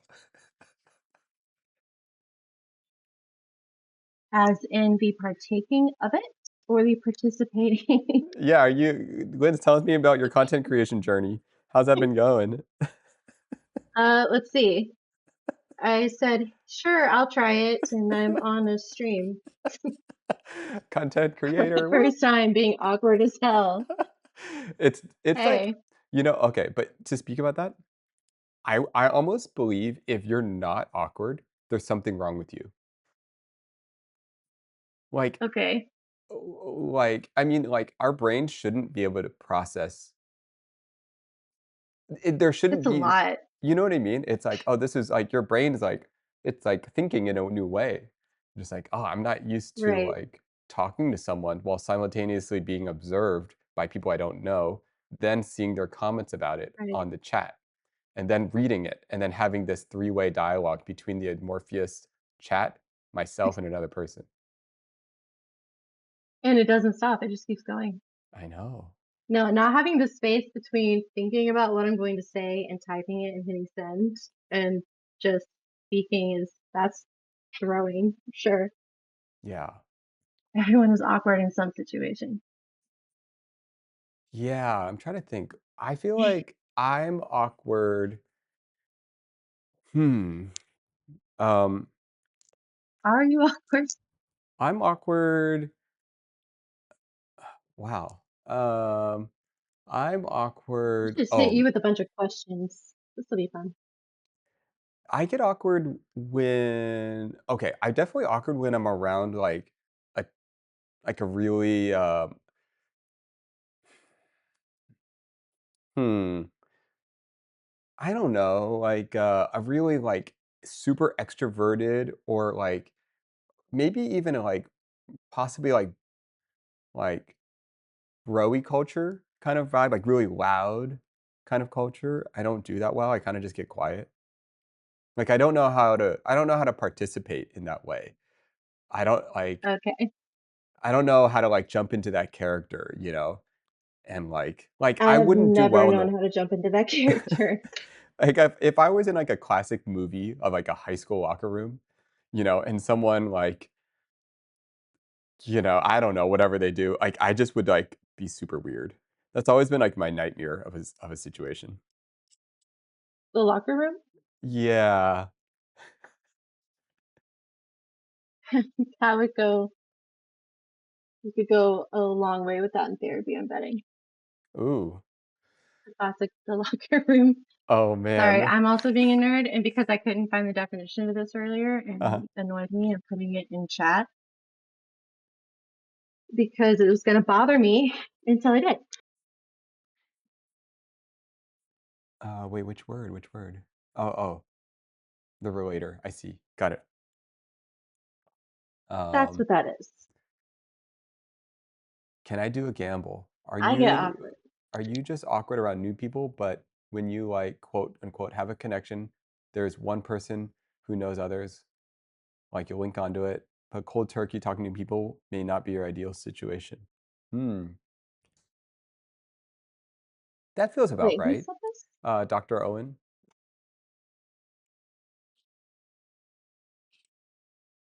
Okay, well, I don't know if he was talking about you or me, but that's pretty spot on for me. I Um, literally told Jen she's not allowed to leave just because I've chatted with her back and forth a few times. yeah, yeah. Um, Safety blanket. totally. Um, okay. My cousin had this interesting um, thing he described when he was in college. Um, he went to Harvard, right? And he said As one um, does. he said that when you tell someone in a conversation that you went to Harvard, it like kind of alters the conversation, right? Like they immediately put a stereotype on you or that you're going to Harvard, right? And they Okay. and I So it's kind of like this big moment, so like, "Oh, what college you go to?" And you're like, "Oh, I went to Harvard." And immediately they're like, "Oh, Harvard." And it kind of changes the conversation. Um, Right. I feel like my sister was describing something similar where she said the moment she tells someone she's a streamer, it like it's like, "Oh, you're a streamer," and they immediately have so many questions for her. And so, You get like really excited about it. yeah, they're like, "What do you mean by that?" And there's all these stories you can tell. So I can imagine for my sister, it's not you can't really ever be that awkward because at any point in time, you could just for her, you could just say, "I'm a streamer," and then it immediately makes people curious about you. So you have like an instant card to play. Yeah. I heard that's why people say they just went to school in Boston because they don't like saying it. That's even more pretentious. Can't figure out if that's worse or not. Went to school in Like, Boston. Oh my goodness, like even you don't think worse. I don't know which school is in Boston or Oh my goodness. Um, I okay, I get it, I get so it. Mhm. what's yours though? What's my what? What's your card that you play? So, Your I'm a streamer card or I went to Harvard yeah, card. okay, so if I, like let's say, like, I'm with a group of 4 people, right? And I'm feeling like I wanna partake in the conversation or get to know people. Um, what is my card? Um, Do you even um, have one? I don't know. I guess I would say, like, depending on, like, who I'm talking to, I would maybe say, like okay, this sounds weird, but okay. Either I would talk about how I'm into, like they'll ask me what I do, and then I'll usually say, like, "Oh, I do, like, I'm a photographer," or I do video. But if I need to be more interesting, I might add in, like, a robot to that, you know? I might be like, "Oh, yeah, I do, like, camera robotics," you know? You might just So add in you're a hitting little like creative and techie. yeah, yeah, yeah. You might just throw in a little extra word there? Um, Okay. so I feel like yeah. that would get kind of the same response as streaming. That Yeah, answers enough like, where they're oh, like, "What cool, is lots of that?" questions kind of. Yeah, exactly. So it kind of like, uh, you can kinda go that route. Um, yeah. What about you? Do you feel like you have, like, a way of making yourself more interesting or less interesting depending on how you respond? I know. Definitely not saying I work for a nonprofit. Don't think that's it. Could be. Maybe framed the right Trying to way. think. I don't think it's saying my job. I don't think not all of us can have like really interesting jobs, and that one does not get a bunch of questions. I think back when I used to fly, probably just that I had my pilot's license, probably the Oh, yeah, that's a pretty good one. the That's a best one pretty I could throw, but by the way, what kind of plane did you learn on? I need a more current one. Uh, like 5 different ones, but Oh, wow. mostly like Cessnas and Malls. Okay, Um, got it. just the little rinky dinky ones that look like trucks, but they fly. Yeah. I've been on a lot of the Cirrus planes. Oh, okay. Yeah, yeah. I didn't get to fly one, but I did ride on one. It was very, Mm, very yeah, yeah, yeah. nice. Those things are cool. Yeah, pilot, man, that's kind of like pilot is like I mean, when you said that, immediately I was like, "Oh." Okay, I really feel like you have another one too, if I were to take a guess. I need Um, a more current one just because I'm not flying. I haven't in quite some time. I'm not going to be for a bit, so I don't actually say that typically. do you It f feels a little do you ever find that you show up in a conversation by asking the right question? for me personally. Yeah. I I think so. It, I don't know. It's really been new. It's the awareness of that has been very new, but I think so now recently. I think that's a great way to to, like, have, like, a presence in a conversation, but not necessarily, like I just think it's a great way to You don't enter have to into a be the one, like, conversation. Yeah. running the conversation, or center of attention has not been my forte Mhm. But it's kind in of the a nice past. way where, like, maybe the person that's speaking then almost speaks to you in some way, and so you're part of the conversation, and then I guess, like, if you wanted to follow up in that conversation, you could then switch from a question to a response. I mean, I think it's kind of what the, like, going advice is for on dates, is if you don't know what to say, questions. I think I'm just that person, I never know what to say, so I have a Yeah, lot yeah. of questions, maybe. Yeah, yeah. Wait, people are interested that you're a pilot. It is such pilot is such a flex. What do you sound like on the do you still remember any of the radio speak for the pilot? Oh my god, I do, yes, but it has been a bit. What's that? And this is what is so stupid. The actual learning, how to fly the plane, Uh-huh. that was not the hard part for me.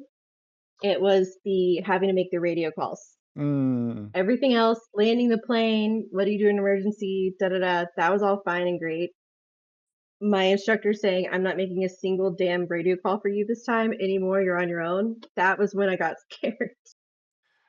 That was the thing, which is so funny. It's like there's a, And now I'm sitting on here and talking, but yeah, yeah,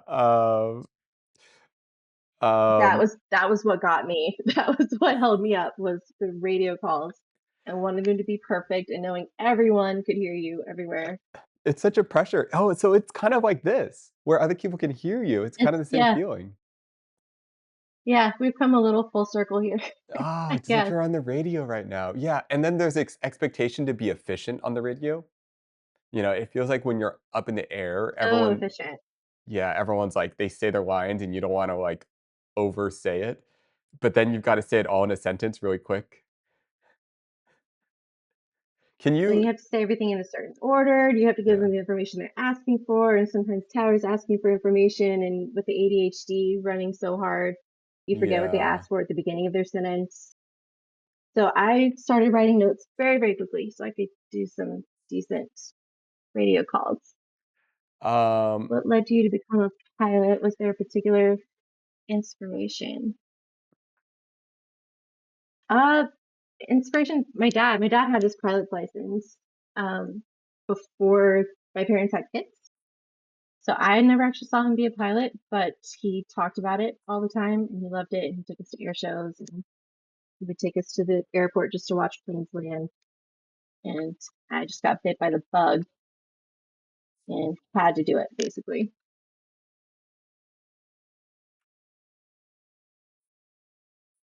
sorry, I'm, adding a thing. Um, yeah. Ugh. Wait, what does it sound like? So, okay, so air traffic control is you are announcing the air traffic control, uh, you're requesting a flight path, um, Mm, and a VTR, whatever the heck that means. How do you say that? What would you say? no, You don't wanna do it? Okay, okay, fine, fine. No pressure, no I pressure. literally, I literally, PTSD? I can, but I like, yes. When I tell you this is the hardest thing I had to overcome flying, it Mm, was the stupid radio calls. mm. Okay, without the I'm sitting there radio voice, how would you say it? Like, what are the things that you need to communicate? without the radio voice.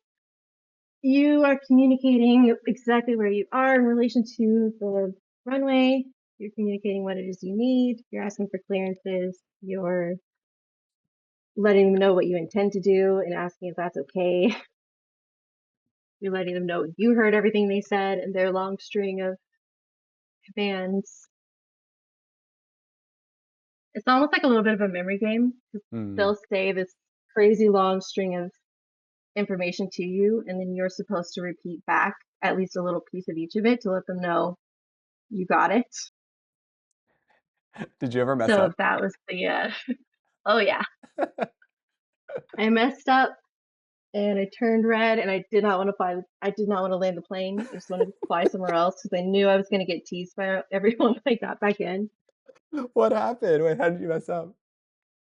You just said the wrong stuff? No, this is I went to a flight school in college, so these are, like, all my college friends, and they're all in the flight school as well. Like, so they're sitting there listening to all the radio calls, and we would always kind of peg who was bad at them, myself included. So anytime bad one was up, we would listen. I eventually got okay at it.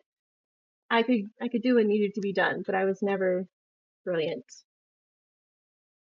But they would just walk by you and say something you said that was wrong, like just walking by. Oh It my was like, goodness, damn literal it. PTSD, like, actual, like, Yes, bullying. just like over just walking by is like, God, everyone heard that. Of course everyone was here. Of course they heard that. And it was every time. Oh my goodness. Yeah. Speaking in front of anyone has never been, natural. Mhm. Like making speeches, were you good at that? Did they make you nervous, not nervous? Um, it was probably as a kid, it was, like, my biggest fear. I remember I had the Okay. most fear when I was in, like, 5th grade or 4th grade. I remember I had to give a presentation on a national park, and we had the whole year to prep for it, and the entire or whatever, however many weeks, and what felt like the whole year, and I had so much dread over presenting. I was like I mean, I remember it to this day. Like, I was just so hoping that they would not call me and forget that I didn't present. You didn't come up And with like escape routes? what's that? I would come up with actual Oh, an escape actual routes. I would fake sick. I would disappear. I would whatever I could do to make it not happen. I did. I think I did have, like, some game plans. Like, you think so much about how to, like, avoid being called. It was just, like, the Yes. most nerve-wracking thing possible. Um, I would throw anyone near me under the bus if it yeah. was gonna save me. Yeah. Yeah. Um, Dr. Owen, if you could only text or page to the tower, that would be so great. God, that would have been great. I can text so fast too.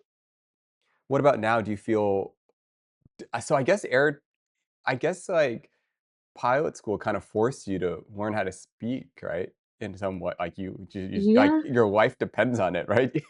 To, like little bit. They kind of told me that, you have it literally was like you're ready to solo, but Mhm, I'm not letting you purely because of your radio calls, and that's ridiculous. And I agreed. It was completely ridiculous. So I had to just suck it up and do it until didn't totally suck at it so I could progress. But I didn't enjoy it any more than I did in the mhm. first place. Yeah. Yeah. Every now and then the tower would like have fun and talk to you, make it a little more casual, and those were like my saving graces. Otherwise, it was just not my favorite part. But the rest of it was great. Yeah. They've got that voice. All those guys, they have that voice. Are there I'm trying to think. Are there any air traffic control towers that are not in English? Is every single one on the entire planet in English? I only flew in the US. I'm assuming not though. Hmm. I don't know. I haven't Ju actually thought about that. just joined. Who's Nate talking to? Oh, we are just chatting with the chat. Uh, we're on Discord With chat. calls. Oh, okay. How do I describe this? Calls with chat. Discord calls. Yeah, whatever. You Share with me art and design. Oh yeah, not so much. Have you actually stayed on the actual very first topic that you put in for your stream title? Like ever? Like, have I ever actually successfully stayed on topic? Um, I need. Not that savagely, but yes. No, I haven't. But Um, if we I you know chat. Oh, this is what? I'm not sure. Yeah, this is Lynn. Um, I know I haven't, Hey, but hey. um, I It's not a haven't. bad thing. It's just it's a little funny sometimes. Yeah, yeah. Um, I have not. I I I think that's what makes do. it fun is Yeah. that you don't typically. Yeah, yeah, I don't know. Okay. Why are you so you act all like shameful about it? Why is it a bad thing? Well, I I'm pretty used Yeah, to you okay. can't blame it. In my day-to-day life, like, okay, outside of I guess what's, like, tripping me out or, like, what's making me why there's this shame attached to it is, um, I I feel like I spent most of my life trying to find clarity in what I'm achieving that day. That's why, like, I have so many projects that are I actually have a lot of products that I've finished, and so, like, a lot of my general thing is about, like, accomplishing something with meaning and clarity at the end of the day. And streaming is like this weird thing where you kind of go into and you don't know what you're going to get out of it. But I always kind of like leave feeling like, did I actually do anything today? You know? So like different goalposts for a hmm completely different kind of day. am I moving towards the thing I want to build? And usually it's a no. Um, yeah. But It's on the a flip great side, stray, Lance. I wasn't meaning that as a yeah. stray. That's what's interesting. What did I say? Great stray. Oh, no, no, you and me. I get it. I get it. No, no, no. I like I like how you look. How do I say this? I think shame is one of the most interesting emotions possible because I feel like shame is tied to like I feel like shame is one of these emotions that motivates us to push things into our unconscious. Like if you have a feeling or a thought But that is tied to shame, you generally don't want to feel it. What were we okay. saying? So it can be motivating, but if you're feeling shame in a way that you shouldn't be, wouldn't it be the opposite? Like it would keep you from doing things? Or is that just me? What does that mean for you? Or can you explain that more? Or can you go further with that? Like I know I've dealt with feeling shame in situations where I really shouldn't have. It wasn't something that was my fault or it was something that wasn't in my control. Mhm. So feeling shame over it was pretty unfair. But the shame, instead of it being some kind of motivating thing, it like held me back. I felt so wrong about it. You know what I mean? Mm, So you have to yeah. like drop shame that you're not supposed to feel. But then some shame is good, kind of like what you're saying, and it kind of shows you where you're messing up, or maybe it shows you where you care about something and it pushes you in the right direction. But I have a hard time between the two.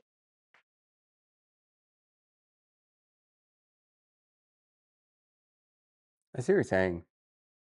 Yeah, generally speaking, I think shame produces like a withdrawal in people. I think generally shame like Right. makes people like not connected or pull away or like go alone. But I also kind of see it as like a clue, I guess, like to our unconscious world or our inner self, or it's like I think it that's what it's yeah. supposed to be Uh-huh. in a healthy world. I think that's shame doing its job. And probably my version is like a toxic version of it or twisting it. Yeah. Shame is Yeah. like hating on yourself. Yeah, it can be. Mhm. Negative emotions do sort of give you a better push, but it's a dangerous spiral when you're judging. Yeah, it's just like you get in your head so much with the shame that you can't see what you should be seeing. So it's just a very limiting thing. But then I have heard others, and you've said it, that it can be motivating. So it's always just been kind of, I'll feel shame, and it's like, well, am I supposed to be feeling this shame, or is this the one I'm not supposed to be feeling? Cozy wrote, "It's helped for me to always dig a little deeper and see what's behind the shame, because sometimes it's guilt, sometimes it's disappointment, sometimes the feeling like I was responsible for something. It's not always pure shame. It stems from something else." Oh, I totally feel that. It's like, what's the narrative behind the shame? Like, what's the story you're telling yourself behind it? Like, why do you Right. feel this way? And then yeah, like, well, it's always kind of interesting, like, what's behind that thing? Making yourself responsible for something in the first place that you really had no business thinking you could even be responsible. Yeah. Yeah, there's some narrative, there's some story you're telling yourself about it, um, that may or may not be true. So what is it on the healthy side? Is it just as simple as you feel shame for not doing something you should have done, and that's it? And that pushes you to do the thing? Hmm. Um, well, I I feel like literally what don't you're think I just actually know what healthy shame is like. I think all of mine is unhealthy. I think I guess in my mind, I would equivalent what you're describing a little bit more to discipline. I don't know if I don't know where the lines fall between that, but I think when I think of what you're describing, I think of discipline. Like, this is the life that I want, and this is the difficult path to get to that life. And I'm choosing to think about my long-term self, what my long-term self wants, and I'm willing to put the work into it. And I'm not going to let my short-term self dictate my actions. God, I wish that was easy. Constant struggle. Always working on that. Yeah. Always good Uh, to sort of zoom out, look at the whole picture, see if you actually let yourself down. Huh. Oh, I actually really like that. What Dr. Owen said. that's a good exercise. It's always good to sort of zoom out, look at the whole picture, if see if you like really let yourself down, or did something other, or did some other side things that were pretty useful. So you didn't do bad, do nothing. You just did something different. There's a big difference between letting yourself actually letting yourself down or you just changed course and did something different.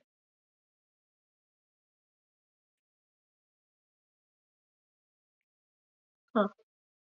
I think one of the ones that's interesting around shame, I don't know if shame is even the right word for this, but like when you exist outside of the known identity, when you exist outside of like your perceived identity,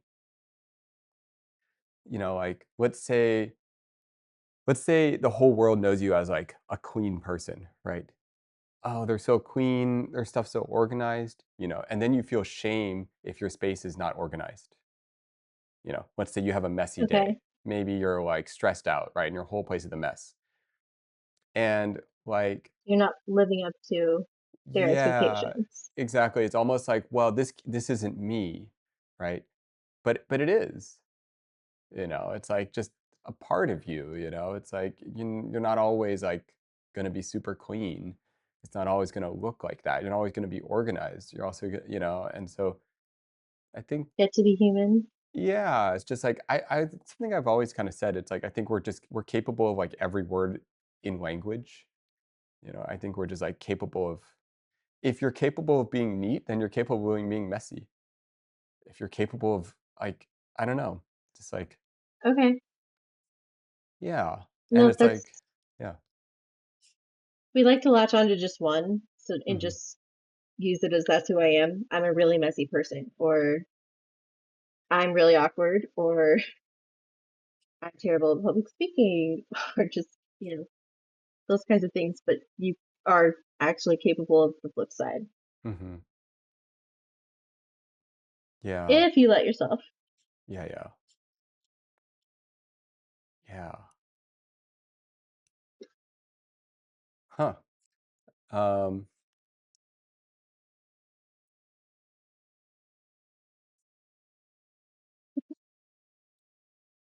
what's this? Um, Forget the mistake, remember the lesson.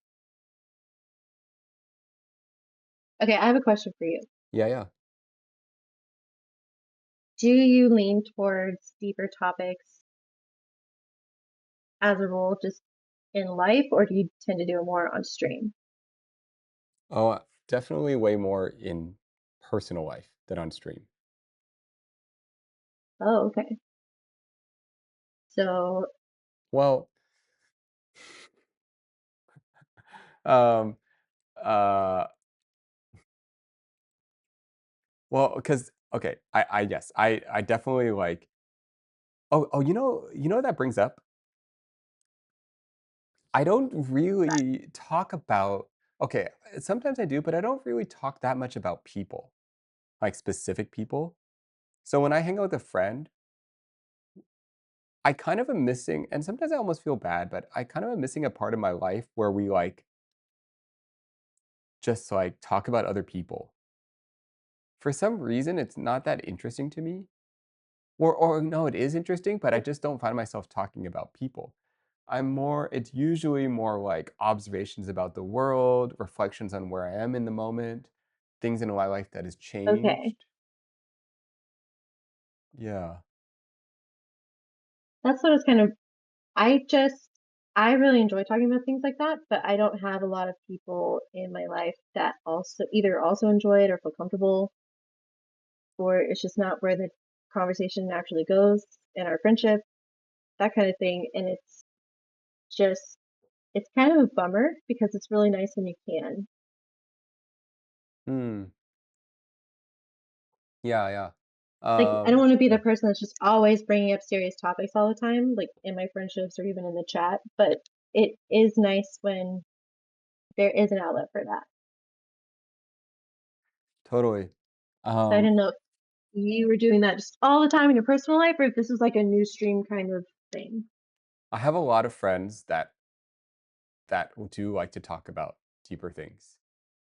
Um, um,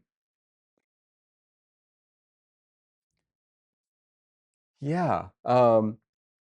Yeah, light gossip talk is fine. I do think, like, you don't need to, like, yeah, avoid people talking about people, like, the way I talk about people is usually, like, as an example. I'm like, and let's say you're trying to make a point, you use your friend as an example, like, "Oh, well, like, Jeremy, they need to get their life together." Yeah. No, I don't know, but you might, like, Oh shit. no, not like that, but, you might, like, observe, you're like, "Yeah, I wonder." But you can't just, like I like to Crystal be struggling. Um, As long as you're respectful and be like a friend. yeah. Yeah, I try my best to talk as if they were here, like, or, like, as if they if it's something I'd be willing to tell them directly too. Um, It seems like there are certain kinds of things that you can only talk about once you've been in kind of a deeper conversation. But if you're just never getting into those conversations with the people in your life, then they're just not had. yeah. And Um, I don't think the relationship just kind of ends up being more shallow. That's what it feels like for me. Like mhm, I haven't had one of these like deeper kind of conversations with some of my closer friends in a long time. To the point of now it feels a little weird to try to. mm,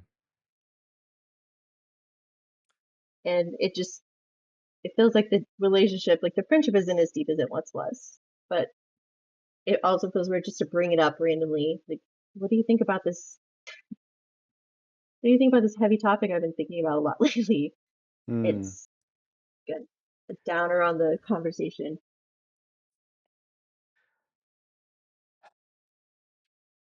I know what you mean. Like, there's like sometimes you don't want to mess up the vibes, you know. If Right, everyone's like having a good time, or their idea of a good time, or maybe like a casual time, you kind of don't want to you don't want to change the energy. Um, right. do you find yourself hanging out more one on one? Like, what's your standard like friend hangout size? Mm, more one-on-one. Okay.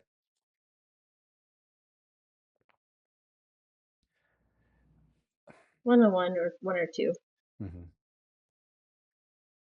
I have Honestly, noticed. late night vibes are perfect for that. I like that too. Hmm, I've noticed like it's really. Hmm. Um.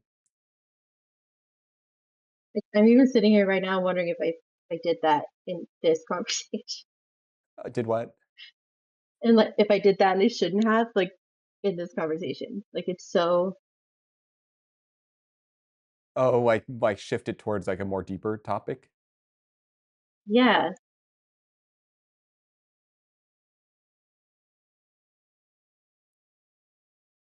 Um, I would. Well, I feel like inherently, I thought inherently, I think I was kind of hoping you would go that way in the Okay, conversation. well, that's good. Like we could have talked about airplanes, and we could have talked about um yeah, we could have talked about airplanes and kind of like gone into stories about, I don't know, anything. And Harvard. yeah, but I think but I think I don't know. It's really nice to just be able to like,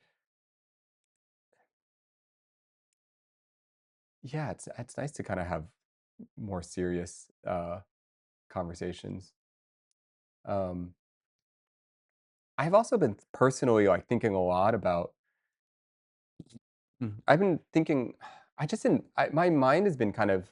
I don't know if heavy is the right word, but my mind has been like racing and thinking a lot about like what is it. Like earlier in this conversation we talked about a village. You know, like one of the reasons I've been having this idea of wanting a village is because I feel like heavier things have been happening in my life, and I don't want to get caught off guard, needing to have these heavy conversations when I'm not ready for them. You know, I want people to be able to talk Yeah, about this stuff. I want us like it's not all going to go well. Like we are going to experience pain in our life, and it's not all gonna be pretty. yeah, and like who are we going to talk to? Like how are we going to talk to them? And also like if you haven't talked about pain or difficult things or shame or fear, like then it becomes unknown. There's this big unknown tied to it. Then you become avoidant of it. And I think, like, Oh, instead yeah. of it being this big unknown, if you have conversations about it, you can shift it towards this trust that it will change you. Like that maybe pain, suffering, shame, that it will change you. But that doesn't mean it will change you in a bad way. It will change you in the way No, that's just part of your story. yeah, and being more comfortable. I think okay, what you're saying is so good. I'm just trying to I think that's why I get a little anxious about my friendships being too shallow, is not having that depth whenever you do need it, and then it feeling awkward or out of place when the time comes when you really do need that depth, and then wanting a village like that, it's the same thing. I didn't think I wanted a village. For a long time, I was like, I am an introvert. I like doing things on my own. I let people in at my own pace. And then it turns out, apparently, I really do want that. And having a village and having deeper friendships and connections. Yeah. I think that. But I don't know how you really have that without deeper conversations, at least sometimes. Mhm. It feeds the curiosity and helps you get perspective on a different subject.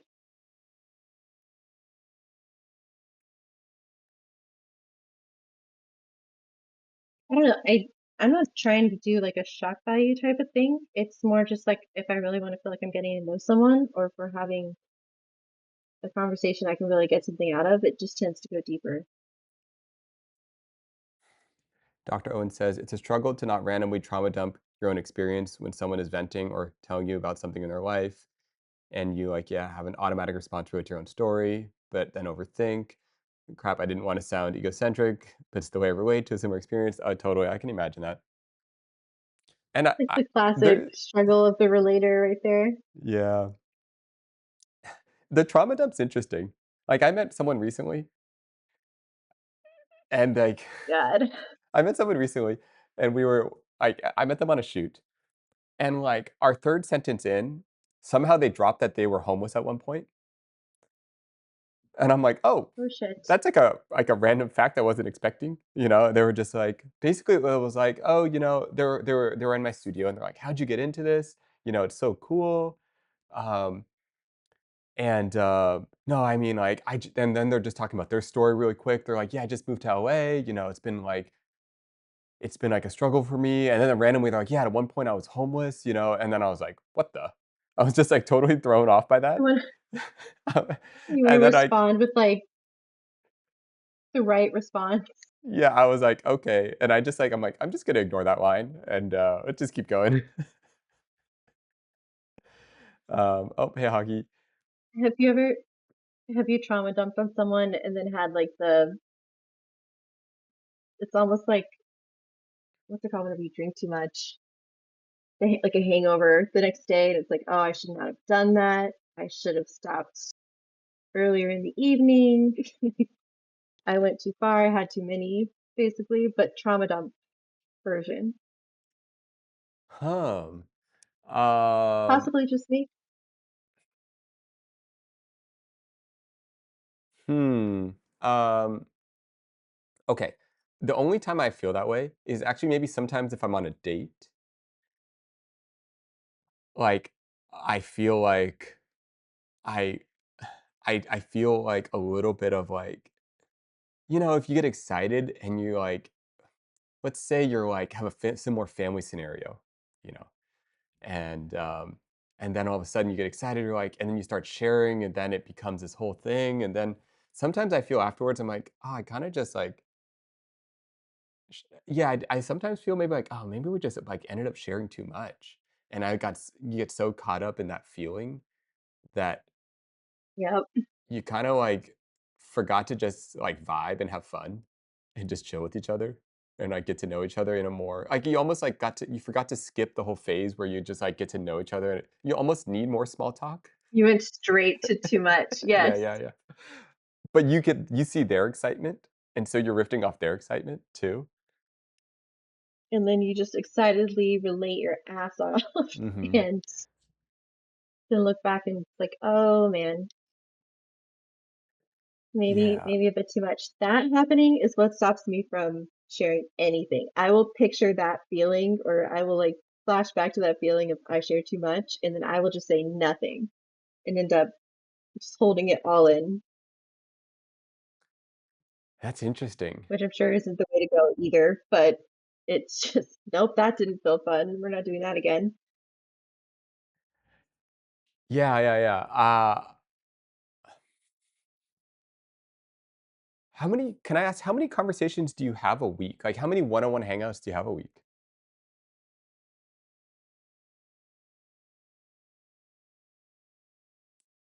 Being completely honest, Mhm. lately, not many.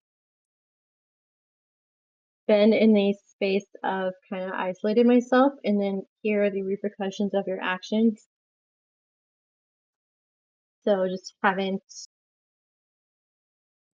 not been connecting with people a whole lot Hmm. recently. And that's just, yeah, that's just the truth of it. And that's Yeah, fine. yeah. Yeah, yeah, yeah. Yeah, we could jump more into that another time. That's really intriguing. Um, I guess the reason I brought that up um, is um, sometimes I sometimes I have like so many interactions. Like I've had ones where um, I'll hang out with someone all afternoon, right? And we'll just riff and we're talking about life, about everything, and then I'll have a dinner and I'll do the whole thing over again. And then someone will call me after dinner, and I'll do it all over again. And then I'll have, like, a call with my Okay. dad super late at night. So I'll have, like, some there are times that I've had, like, 4 of these type of conversations in one day. Um, So you're just like really in the headspace for that kind of conversation that day. yeah, and I guess I bring that up because, there's what am I trying to say? Um, um, it's Like the flip side of that is there are days where you're just not in the headspace for this kind of conversations, or no? um I forgot what I was gonna say actually, to be honest. I thought I was gonna make some sort of point about I thought I was gonna make some sort of point about how, like, um,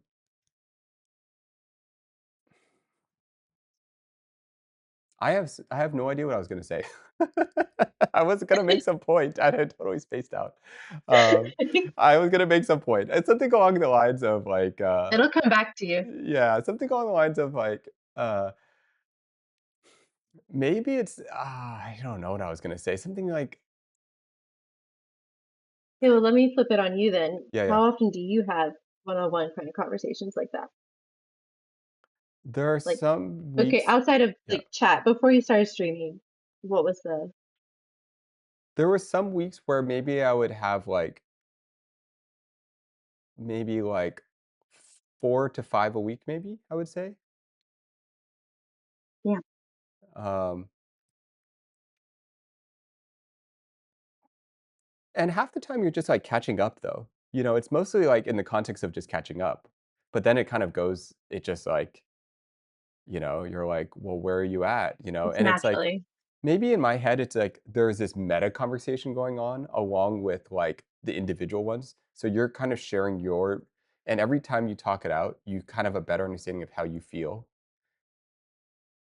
Yes. Okay, verbal processing. Yeah. You know, like, you tell someone about, like, a death that you experienced, right? And by the time you told the 4th person, like, you have an understanding of how you're actually feeling.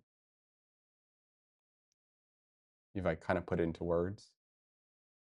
No, that's very I didn't know if that's just mainly verbal processors or everyone to an extent, Mhm. but it's like you don't even need someone that you're speaking to give you the solution or give you this incredible like nugget of wisdom every time. Sometimes you just need to be able to say everything on your mind and what you think about it and all the different nuances, and then you figure it out for yourself just in the process of telling them. Mhm. And if they're good I at mean, listening, getting feedback is great. yeah, yeah. They can, like, observe you or give you I insight into your own mind. Sorry, I'm turning on the air conditioning. Right. Uh, And maybe steer you back over to where you should be if you get a little off the beaten path. mhm. Um, The older I yeah. get, I keep progressing through the stages of life. I'm having less conversations.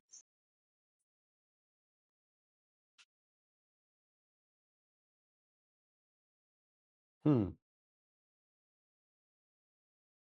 Is that just like it's harder to have friendships the older you get? I mean, does it just kind of go along with that?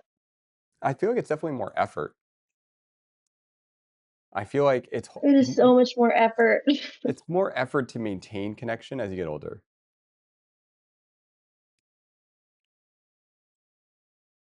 It's easy, It's like, when you're really younger. frustrating. Yes, you're in school together, you have jobs together, you have time to actually go and do things together. It just now I feel like I spend all my time like guilting myself about not talking to people or responding to them or being that good friend that reaches out instead of waiting for them to reach out. I try to do those things, but I'm not great at it, at least Part at of this yeah. point. Part of getting older has meant more time going between hanging out with certain friends. So, when a lot of our convos end up being life status updates, yeah, which doesn't leave a lot of time for deeper, more random conversations. Yeah. And you go so far between talking to each other, you really are just giving a here's what's happened since we last spoke, kind of here's what you missed on Glee kind of thing. And it doesn't get there. But it doesn't seem that way for you. You have these conversations pretty consistently. Um, I guess I do, yeah. Um, hmm. Um, but I also remember like it's kind of like dependent on the quality of the people you're talking to. Like their ability to remember or their ability to like perceive what you're describing. Because I've definitely have friends in my life that I guess the worst, not the worst one, but like I love it when people can keep things light, but then there's the person that can only keep things light. Like they only know how to Yeah. turn things into a joke, or they only know how to like make some platitude statement, oh, that's how the cookie crumbles, some like silly statement, and Yeah, and then a quick topic change. exactly. Um, and I kind of need that moment when they like go further, like maybe you update them with your life, right? And then they have that moment where they're like they get more curious. Um, and they just kind of go further. And then as you go further and further, at one point you're just like you're answering questions that you haven't thought the answer to before. Right. It's not some pre-scripted, here's what I've been up to situation. Totally. And then also to be able to do that, that means the person has to hold enough empty space for you to not say anything. So they Oh, have to be like, so, they're like, so, what do you mean by that? Or how are you feeling about that? And if you've never had that conversation before, it might be 5 seconds of silence. And they have to create 5 seconds of silence for that to come out, for you to start talking yeah, about I something you haven't literally processed. only get that in therapy. Hmm. Only. Yes, yeah. So it's just interesting. You're talking about this is happening in like conversations with friends. It's just interesting. Um, a few of my friends are therapists too, so that kind of helps. I feel like three of my Ooh, close, I would say, um, one of my closest friends has their PhD in psychology, and the other one is, yeah, I have. Anyways, they're yeah. Uh, uh, that's oh. uh, Do you struggle like talking to them about things because you make it like it makes you feel like you're making them work, or do they separate that pretty well? um, I think the main person I'm thinking about, they're just so okay. They're so good at being curious about my life that I feel a little self-conscious that I'm not asking them enough questions. And, I I've become a definitely done. little yeah, I become a little self-conscious of that, like, conversational pie, what the percentage is. I'm like, "I feel like I've been talking 75% of the time." Yeah, Okay, but you do think about that. I do, but they're so good at asking questions that, like, I don't know, I get lost in it? I almost have to, like, force myself to, like, switch the conversation. I almost have to be like, "Wait, so how are you doing?" Like, I almost have to do, like, a non sequitur or whatever you call that, like, a abrupt, like, "Oh, here's my chance." Wait, so what does that mean for you? Right. Anyways, Like about you. yeah, yeah. Okay. What My about you? sister is actually like that. She's not a Mm, therapist, but she will. She'll talk about you all day long, but she is Mm, not talking about herself unless you make her yeah. typical men not letting the women talk. That's fair, that's fair. There's a lot of I have a lot of I know that archetype pretty well. There's a lot of, like, uh, in subtle ways, like, yeah, we'll just kinda, like they're so used to dominating in conversation or maybe expecting to be the answer in the room that they kinda just talk over people. Right.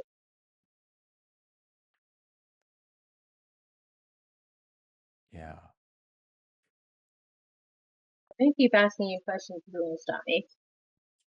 Um, Hopefully you're not getting bugged. no, no, whatever comes to mind. Also kind of just reading chat as well. Okay, Yeah. this friend group. Have you made any of these friends in the past, like, 5 years? Yes. Okay. How did you make that friends?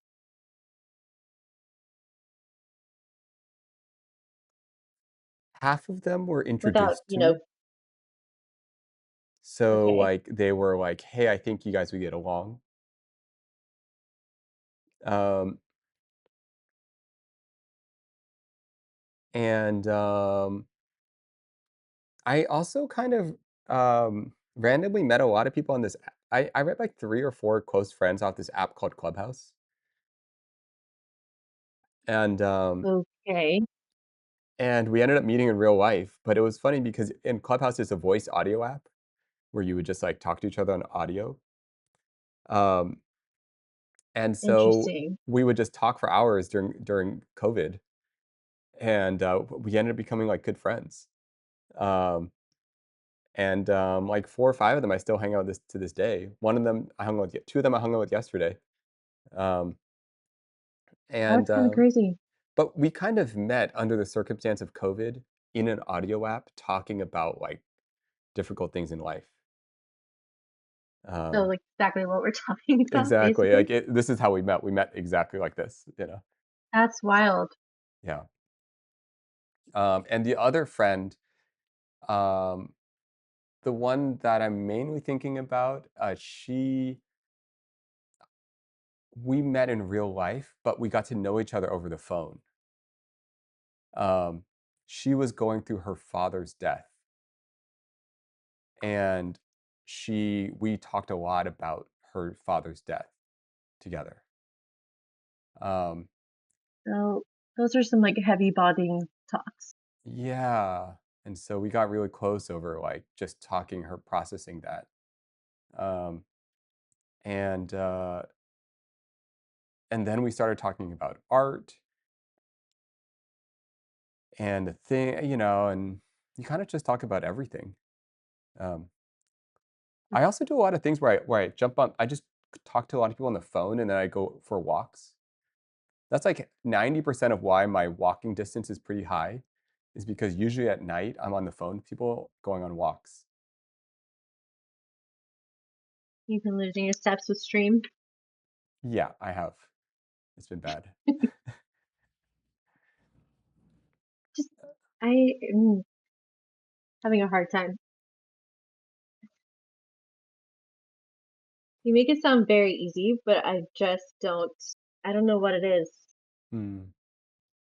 Just getting out there and making friends. It's just rough.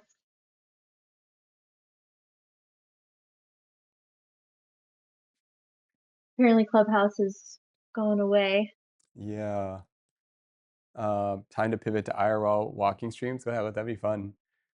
Um, You get your steps back? mhm. Have you ever done, like, I those don't know. apps, like, have you ever tried, like do you have, like, an app called Time Left? You Time ever left. it's No, like that sounds dark. there are random apps where, like, you just answer some questions, and then they, like, seat you with, like, I was doing this app called Time Left, and then you'd answer some questions, and they'd create a table of, like, 5 or 6 people, and then you'd, like, just show What up are for all these dinner. apps? Um What? Yeah, have you guys ever tried this? It's actually a really fun thing. You sign up for this app. It's it depends, it may not be in your city.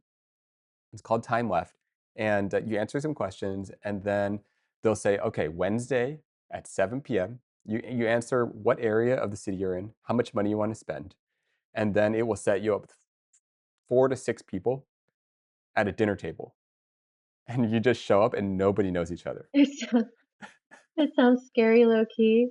I've done this, like, That's at least 4 or 5 times. right. Were you just like just random one night? I feel like eating dinner with some strangers and just hop on. Mhm. Yeah, yeah, yeah. So I just, like, go in, I'll That's just, like crazy. yeah, I just, like, go in and, like and then you just, like, you meet people that you don't expect. So I'll switch the city around, I've tried, like, different things and, um, I and this is still going on. I think so. Uh, I might actually try that. yeah, it's called Yeah, Time it is Left. ominous, isn't it? What's that? It sounds like Ominous? time left. No! So Everyone's so ominous. nice on there. Time left. It's c on the App Store, Why it's is called it Time time Left. left? You know what? Let me check. Let me make sure got the name of this app right. Time Left app. I think it's yeah, it's called Making New Friends IRL. I had a great time doing this. How much Um, time do you have left in your life? oh, yeah, so it basically asks you some questions, and it will kinda connect you based on those questions, and then, you just end up at a dinner table, and so, like, I've sat down and then there's, like, f and, like, the first 5 minutes is always the funniest because it's, like, you get to experience awkwardness again in, like, a fun way because everybody's, like Like, and everyone is. yeah, everyone's like, "Has anyone else done this before?" And, like, half the people are like, "No." And you're like, "Okay. Is anyone else feeling nervous?" Other people are like, "Yeah." It's, like, kinda funny. Or it'll just be Everyone's like staring at their menus. yeah, yeah, I experience awkwardness every day. so exactly.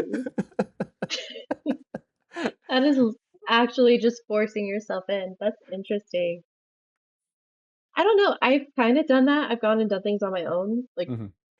made myself do it, and I've kind of made friends through that, just people around me. Mm. So I guess if you're all sitting at a table, it's just even easier than that. Like I'm trying to Yeah. think. I went to like a comedy show on my own. I ended up sitting next to this really awesome couple, and they were really funny. And we went out to dinner afterwards. Mm.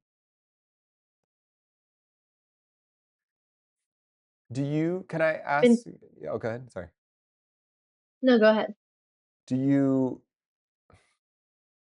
do you want if you go out by yourself, do you want to be by yourself? Do you want to, like, end up talking to someone? Do you wanna be approached? Does it make sense? No, it does. I used to not. I really like to go to movies by myself and talk to no one, and I really like to go to like meals on my own and like listen to an audiobook and just have my meal. Uh-huh. Um, this is more therapy homework. Keep bringing therapy, but I'm putting myself in different situations to meet new people, basically. Mm. And I've done 2 or 3 of them so far. It's scary though. Like I've never gone to a concert before, and I went to a concert by myself, and it was yeah, like exposure therapy, pretty much. Yeah, yeah. It's you either sit there alone and you don't, enjoy it with anyone, or you try to kind of connect with the people next to you. And I fought back on it really hard, but then every time I've done it, that's exactly what happened. You meet the people next to you, relate, connect on some kind of way, and even if it's just for like that night or that concert or whatever, you make a little friend, and it's nice. Mhm.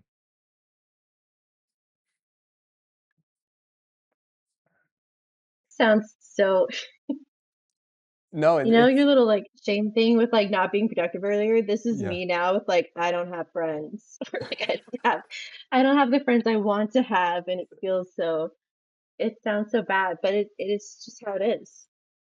No, it's super I'm real, and working on it. I don't think there's enough conversations about it because, like, especially with, like, social media, it's kind of not like a it's not the thing that's gonna get a lot of no one really wants to talk about that online, but, like, real connection is difficult.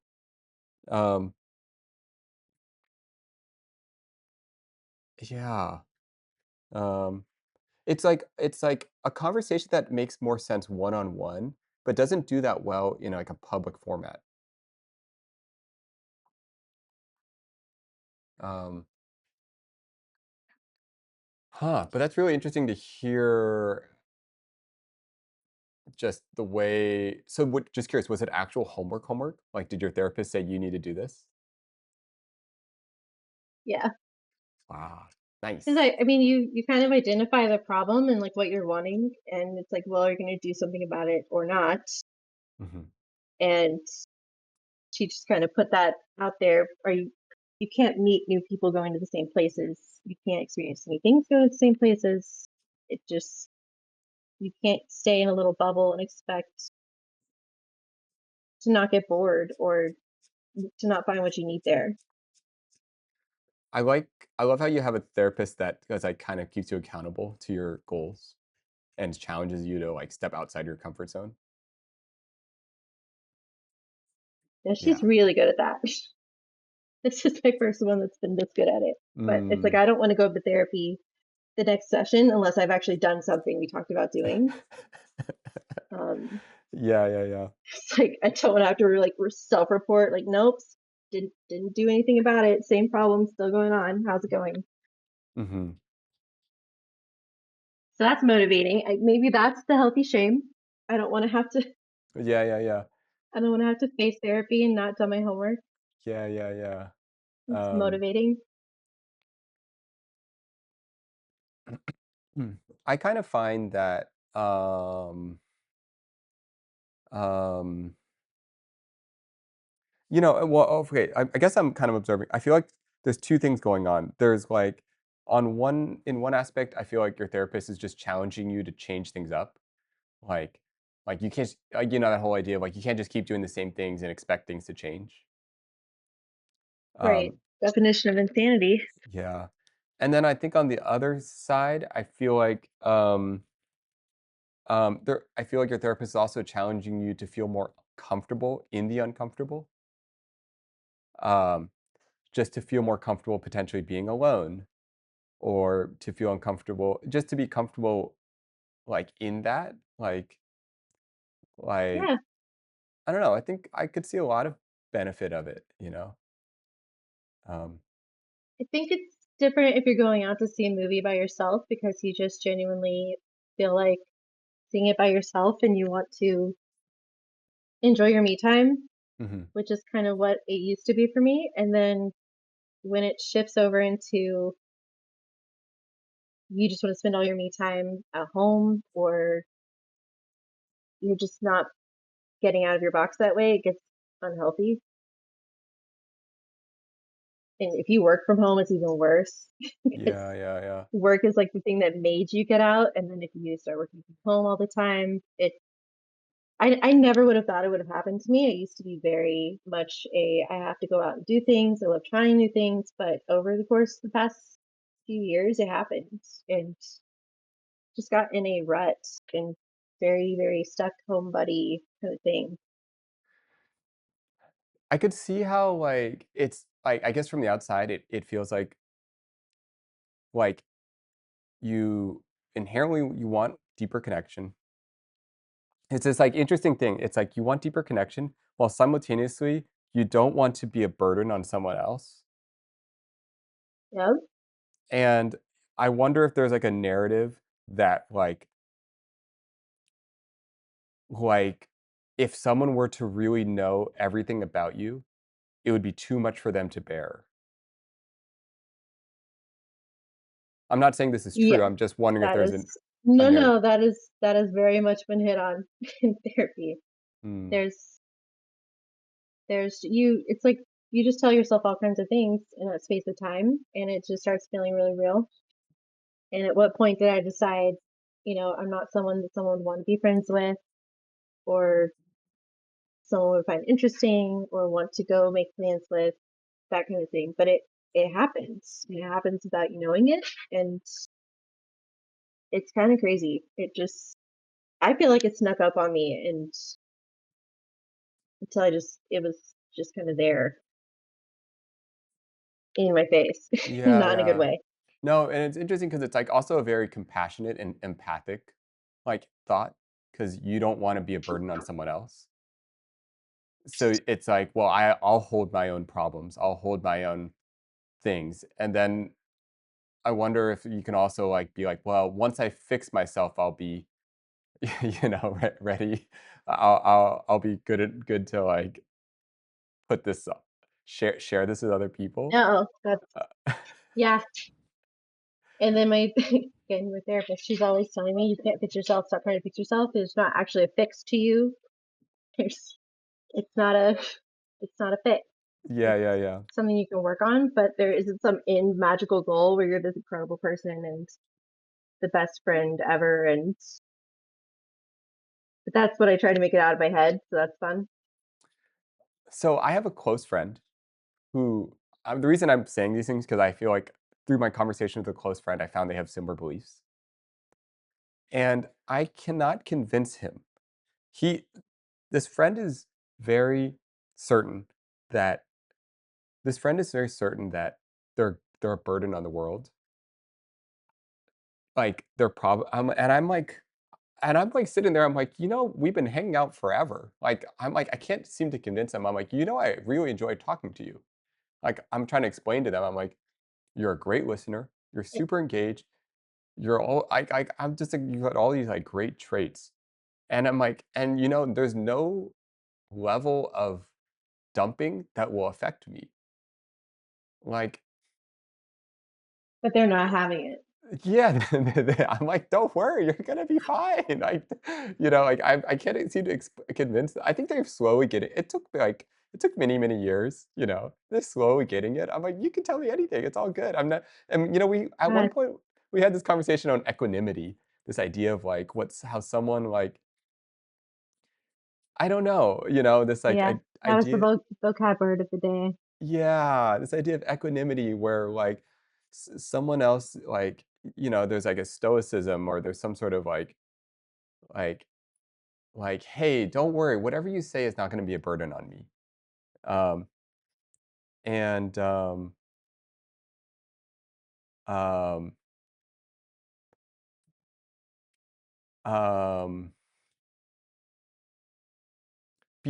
So because he sounds like yeah, he or she, I don't know. what's that? How so they sound like you're saying they feel like this they themselves, their existence in general is a burden on the world, or is it just more like friendships? Like being friends with them is a burden to you. I think both. Ouch. Yeah, they think both. I feel like inherently they have to believe every situation they're in, they can only be adding energy. They can't like take any energy away. It's just like a but I also think like they inherently believe the thoughts that they have, there's like darkness in their thoughts that they Okay. wouldn't ever That's want to like burden other people with. the too much thing. Yeah. Like if they let it all Yeah. out, it's too much. But I think okay, one of the things that I feel though, I am also like I guess I'm like you'll be I don't know if this is good or bad, but part of me is like you're going to be fine. Like I don't need to don't worry. Nothing you say is going to make me drop everything I'm doing to hold your hand. um I can see uh that going two ways. yeah, yeah, yeah. Can be very comforting or maybe less so. Yeah, yeah. And I totally have like dropped everything to help them. Um Right. um um um but hmm, I don't know.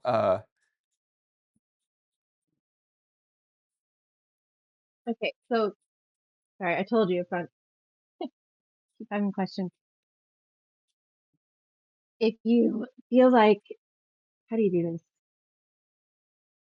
if you feel like you're too much, have you even experienced that, or is that not a you thing? That I'm too much? Have I experienced it First of personally? all, yeah.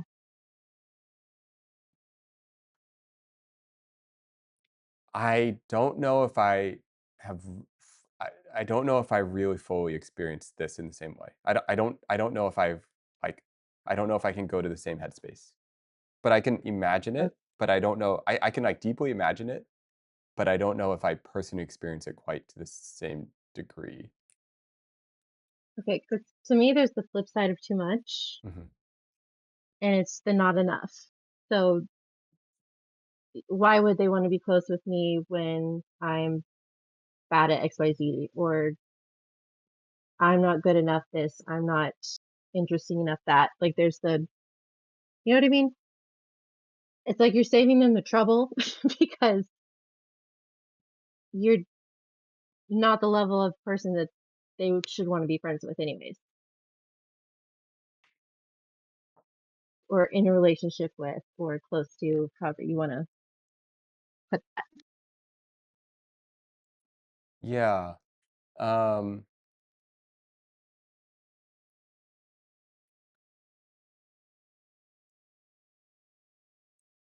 I Which can is, n I mean, yeah, uh I just say it's low self-esteem, I feel like, pretty obviously, but it just, from what I've gathered, that seems to be a lot of the issue, and it's like we're all sitting in our own little spaces and feeling certain kind of ways, and then just not reaching out to each other and connecting because we all feel too much, too little, too hard to, you know, fill a blank here. Yeah, speaking of which, I'm gonna riff slightly off that. Um, One belief that I have is that all of the most compassionate and empathic people are trying to not bother other people. So, they kinda silo themselves in an attempt to not bother others. Um, but the people that don't have this feeling, that are happy to kinda insert themselves into everyone's life, I feel what happens is, then the ones that actually need okay. So if you have a friend that's overwhelmed, right? Yeah. Um, all of the most compassionate people that could help them kind of shy away from their life. They disappear because they don't wanna bother them more. And all the ones that don't care about that just don't Yeah. mind using their life more. So, it's almost like everyone silos themselves away, and the friends that you do need don't wanna bother you. And the friends that you don't need are too more than comfortable enough to bother you. Which Um, is okay. and you never wanna be Now that I see person. it. It's just such a sad cycle. And you don't wanna be that person. You're like, "Well, I don't wanna bother them. What if they're busy?" For example, my friend is going through their mother's death, and I didn't reach out to her at all. I Okay. Because I just assumed, like, "Oh, well, she's dealing with all these things. I don't wanna add one No? more text message to her, you know, for her to Did you have to feel respond guilty to." afterwards? Because I I did did. something very similar recently and I felt guilty. Okay. Yeah, I did. I felt bad, and then, and then we ended up calling. She reached out, and, um, immediately I was like, "Hey, I'm so sorry I haven't reached out, I just didn't wanna add more things to your plate." Um, Which, okay, do you think it was truly, and this is more for, I don't think you actually did this, but sometimes I feel like I do that and I make the excuse of, like, no, I don't want to add more to their plate and I'm just being really considerate right now. But it really, it's like I'm just not comfortable, or I'm not in a space where I can be there for them. So I don't. there's that too. There's 100% that second part. Like, I don't know the words to Okay. say. I don't I d I don't I know don't if want to I'm make it present. worse. Yeah, I don't know if I'm present enough to, like, how do I support someone like that? Um, yeah, like, what I is it think that that's they need more to what I hear? was doing Yeah. What this was your past time. situation? A friend actually went through a miscarriage. Mm, and it just took me longer than it should have to reach out. Mhm. It's just, I just did not know what to say. Like, just had no idea.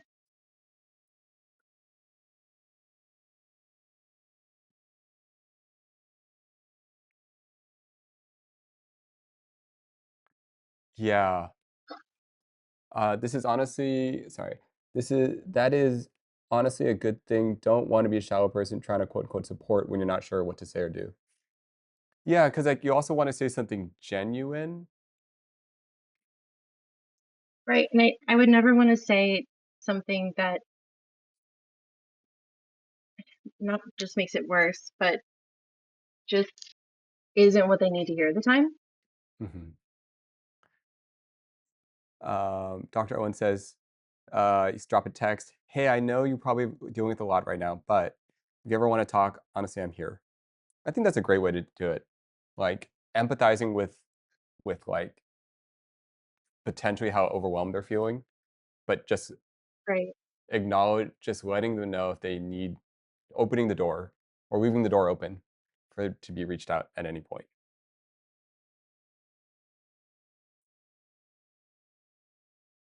You guys feel called out since you're not alone.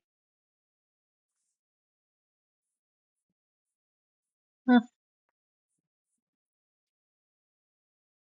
No, I think that is really good. I've heard people say like they don't like to hear the whole if you need anything, let me know, because like it puts it on them to let you know what they need. Yeah, yeah, yeah, yeah. Man, it's so many. It's like and So then you then, start getting the overthinking thing, you're like, "Oh, man." yeah, everything just directly contradicts each other whenever I'm Mhm. trying to figure these kinds of things out. Yeah, yeah, yeah.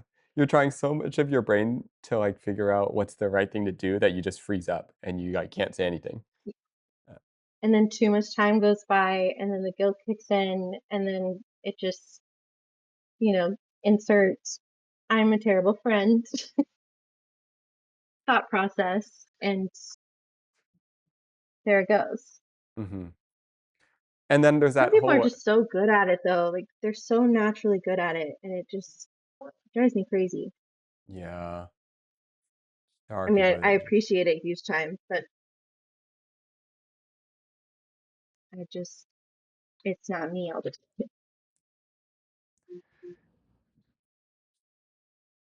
the one that I have it okay, one second. Dr. Harper says, "Honestly, sometimes just say it, being like, 'This is something new for me.' If you just maybe want to go for a walk, clear your mind, I can also just visit and sit there with you." Mhm. Yeah, yeah, just expressing even that this is new. Um, I mean, that's kind of where I ended up.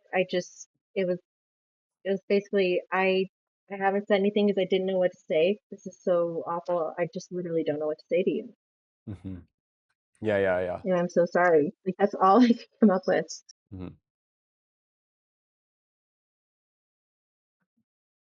Finding the right thing to say, yeah, at any point, not easy. Um, Sometimes helping them process their own emotions is a good way to go, whether through asking them questions or making them verbalize their own emotions, like they're feeling a jumble of pain, grief. It's nice to know to have someone help make sense of it all. I just even not even just in like grief situations, sometimes you have someone in your life and they're dealing with something and I'm always like, do they want me to bring that up or do they want to talk about anything other than that? Like, do they want me to Totally. distract them from that? Exactly. You don't Am know if I they don't want to talk about it or they do. You don't know if am I they. sensitive, acting like it's not happening? Or Mhm. Yeah, yeah, yeah.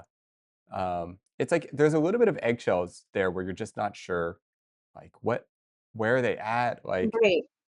Like, But I feel um, like if we were deeper friends, then there wouldn't be those eggshells and I wouldn't struggle that way. mhm,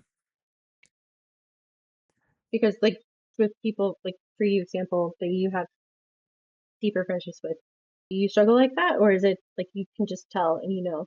Yeah, yeah, 'Cause I feel like there I've had that in the past where I could tell. I have at least 3, 4, 5 friends that I don't know, I'm trying to think which ones, but it's like, I just don't care. I'm driving to your place right now. Like, I'll pick you up in 10.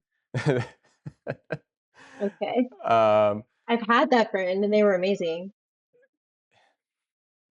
yeah, yeah. I had a friend like that recently, um, and, they described their situation, and I just started immediately driving to their place, mid-phone call. I didn't even let them finish the phone call. I'm just like, "I'm on my way." Like, No, that's uh awesome. Like, that's the whole wanting wanting the community or wanting the deeper friendships. I want to be that for someone. I just don't mhm. feel like I have that right now in my friendships. Like we don't get to the point where they're telling me that things are going through anymore, or Yeah, where I'm yeah, telling them. totally, and you don't wanna overstep, and then there's this whole, like, kinda stigma with trauma and overstepping and over-relating. Overstepping. Yeah, Dr. Owen Yes. was mentioning trying to quote unquote relate, Mhm. do you have you earned that, for example? That trust, Right. you know? Like with this friend I'm And it's thinking, even in friendships yeah, where we had it in the past, but if you yeah, haven't done it in so long, it feels like you have to re-earn it and you haven't. totally. Yeah, yeah, yeah. The friend I'm thinking, like, I'm there for them, like, there's no question about it, like, we have earned each other's trust many times over. I've been to the hospital with them multiple times. I picked them up from the hospital, like, it's don't worry, we've seen it all, I'm on Yes. my way, and I've earned this. It's like, yeah, that's actually an interesting thought. Yeah, like it's like a protector comes out almost. Like, Very family. yeah, you're like, it's like a really different headspace. You're like, I don't care whether or not you're ready. I'm on my way. I had someone do that for me and I got really mad in the Mhm. moment, Yeah, yeah, but yeah. I was really grateful afterwards. But I was not having it in the moment. And they did anyways. And it was more of a hindsight 2020 kind of thing. Mm,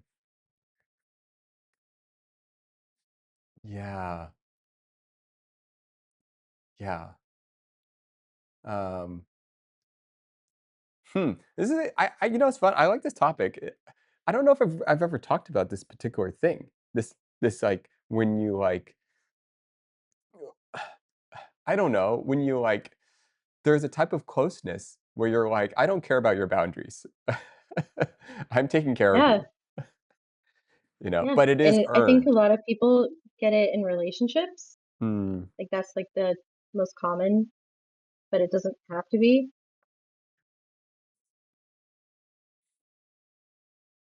And maybe that's just me. Yeah, yeah, yeah, yeah. I know you no, no, no, I know you mean. Um,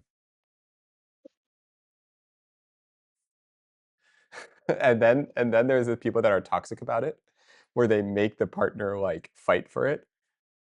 They're like, "I'm fine." They keep telling the partner, "I'm fine," and then they make the partner, like what's an example of this? Like, I Literally kick the door down. yeah, yeah, yeah, exactly. Like, I feel like I had a friend where their partner would, like, they would put themselves in a dangerous scenario, like, they would get in an argument in the car, and then their partner would just, like, pout. They would, like, leave the car and, quote, unquote, "start walking home."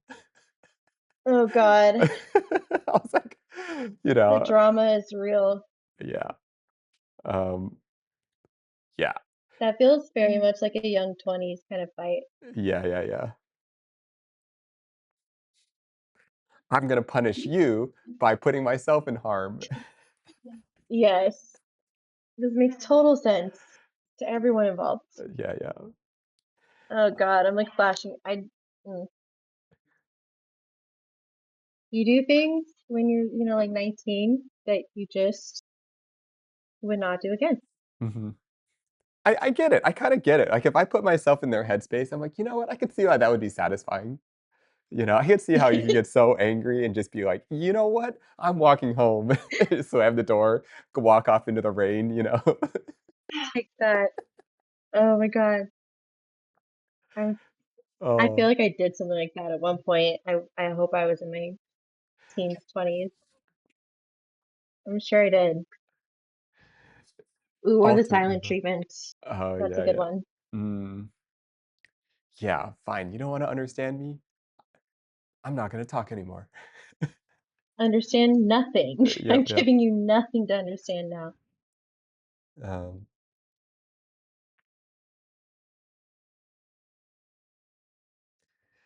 um, I'm so curious. Uh, wait, Dr. Owen, do we know what Dr. Owen does? Are they a doctor? Do we talk about this? Are they a therapist? I don't think I've seen it. Um, I had a friend who lost her mother. Not a doctor. Okay, okay.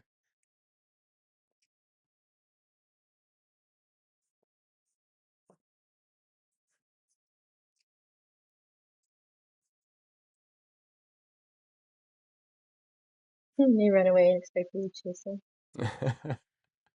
What would you do? Man, if someone did that to me, I might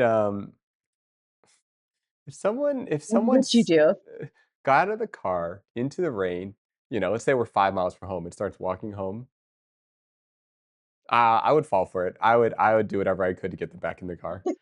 That would totally work on me. I would literally drag them back in the car and do whatever. That would totally work on me. I mean, there is like this level of like, how much am I responsible for this if I made them so upset to get out of the car Mhm. and I don't want them to get hurt or anything. Yeah. But oh It would man, only I work don't on me know. once, though. I'd probably just, yeah, one time. Yeah, they get one of those. You do it a second time, it depends if it's raining or not. If it's not raining and, like, I think that the path is, like, semi-safe, you know? Enjoy your walk. As long as they know they have their phone on Just them and they can enjoy your call walk. their I don't know if I could. Yeah, all safety things are considered. Uh, I would probably stay in the car exactly where they left me, wait for them to come back. Just not leave, but I'm not chasing your butt either. Stay in the Yeah. stay in the Ok nice dry car.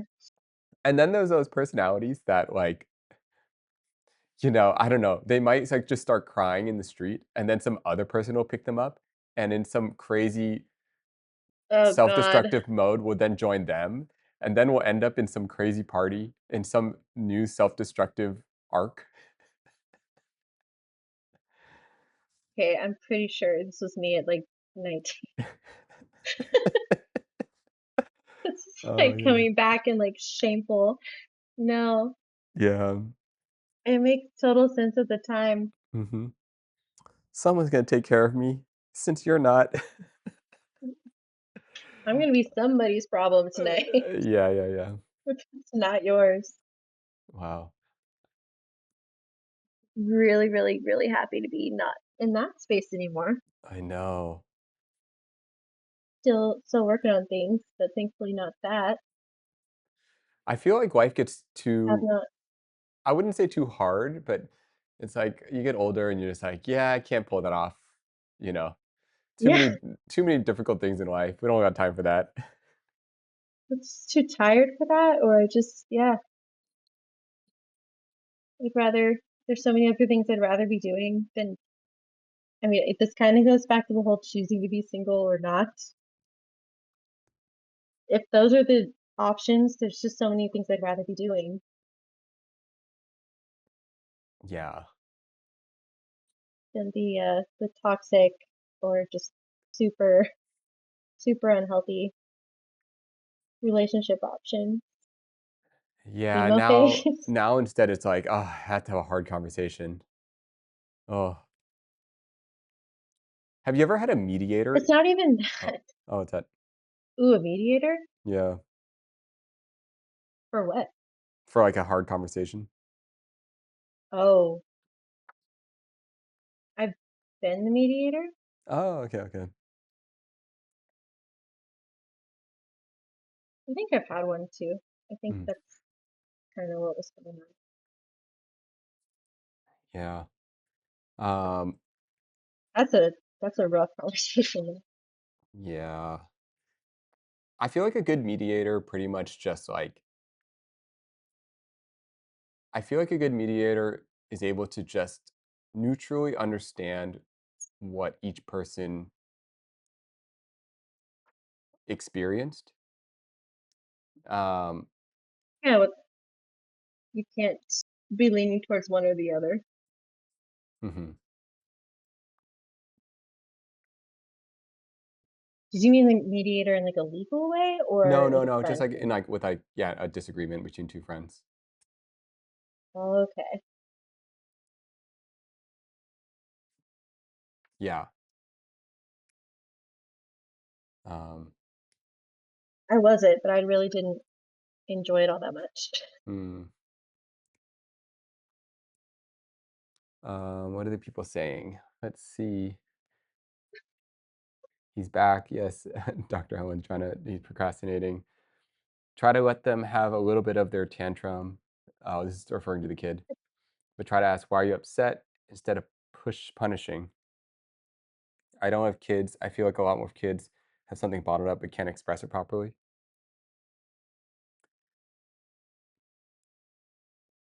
Yeah, I don't even know. Kids, that's a whole nother thing. Um, I have them and I still don't know. hmm,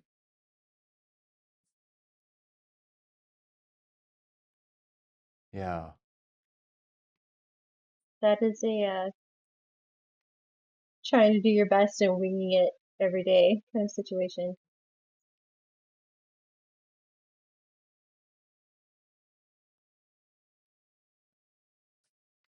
Yeah, I wonder. I I feel like it's I don't know. I think like yeah, I can't imagine like the mind of a kid is so different. Their comprehension, understanding, the level of emotions that they feel. Um, Point of view. yep. Basically do the opposite of what my parents did. That's kind of what I'm going Mm. for the most part, not Yeah, yeah, always. yeah. I get it. I get it. Um,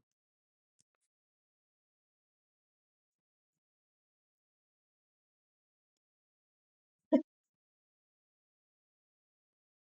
will not do this to my own kid. Man, it sucks when you realize that though. yeah. Yeah, that like I sound like my mother moment Mm, in not a good way. yeah. That gets Um, brought up in therapy. how'd you end up with a therapist? How did I what? How did you have you always kind of had therapists throughout your life, or is it a more recent thing? I like consistently like this. It's a recent thing. Mm, But I did try earlier on several times, just never found a good fit and really stuck with it. yeah, yeah. So this is the first time I'm getting to see more of like the long term kind of helping it do. They were always more like in the moment, going through something, getting to talk to somebody about it kind of things. And this is like my therapist knows me really well. She can call me shit Yeah, yeah. and kind of really get into deeper stuff. And it's been pretty interesting. Not always fun, but interesting. Yeah, yeah. Hmm. Do you do therapy? Uh, not right now. Um, I do think if I were to start a therapist again, I would probably wanna find one that's a little bit more like I don't know how to say this, but, like, I wouldn't mind if they cut me off a little bit and just, like, kept me more accountable. Yeah. You know how, like, sometimes you feel like you can spend the whole session just explaining the problem to them or Yes. explaining what happened, and then you feel like it's 50 minutes, and you're like, "Okay, well, we'll finish up that story next Time's time." up. You know? And then you, like, maybe made a couple of realizations throughout the conversation, but for the most part, you're like, "Well, I just pretty much explained it to you." And I know, like, you were able to go And deep then it was into over. yeah, and part of me is like, can you just cut me off when you sense there's some BS going on, and can we just, like, go into that real quick? No, that's what I'm getting to do for the first time with this one. Is Mm, I'll start down something and she's like, "No, we don't need to go there. You don't need to go there. Let's get that's what back I to this." want. And it's I'm like, like "Oh shoot, okay." Like I was actually trying to not go there because that doesn't feel nice, but sure. yeah. Yeah, yeah, yeah. They Go just ahead I and can do your job then, I guess. yeah, yeah, yeah. No, that sounds great. Um, It also is my first time seeing one closer to my age and mm, just closer to my experiences. I'd yeah, always yeah. seen like much older therapists and Mhm. they had a lot of wisdom, but they couldn't relate. I And that see. was missing, I think. Yeah, yeah, yeah. I think that makes sense. Having someone that's not too far off from your shared experience. Right. Um, I kinda just want a really mean therapist. Random question for both you guys. Do you prefer male or female therapists? I prefer a female therapist, but I intuitively feel like a male therapist would be more helpful for me. You know why you prefer a female? It's actually I Does it feel make a you little bit of comfortable? s I feel a little bit of safety that they, like, don't know my physiology. So, there's, like, a disconnect where I'm Interesting. like I feel like, well, versus I don't know, Oh, that's kind of not fair. I know, I know, I know, I know. Interesting. I think everyone has like preferences what they're more comfortable with, but I never thought of it that way. It's kind of like a little cheat code. Like you don't know me. Yeah, yeah, yeah, so there's always a Like you can't, safety. you You're like can't know me. Huh. I should have been seeing male therapists. you know what I mean, though? It's like, I don't know. I feel like, I'm not sure what it is. What about you? Did you have a preference? It's always been female, but I would be open to seeing a male therapist. Just different point of view would be nice. It would be cool to go to like a couple or like they don't have to be in a relationship, but like a duo. I feel like whenever I do something new, I kind of need, like, baby steps. Like, I don't do that well. Like, for example, like, I'm trying to get in better shape. I'm not trying to go to some CrossFit gym, and get yelled at. Like, I wanna Just go to pay them someone, to do like it. yeah, like, nicer at first, just so I don't, like, get discouraged.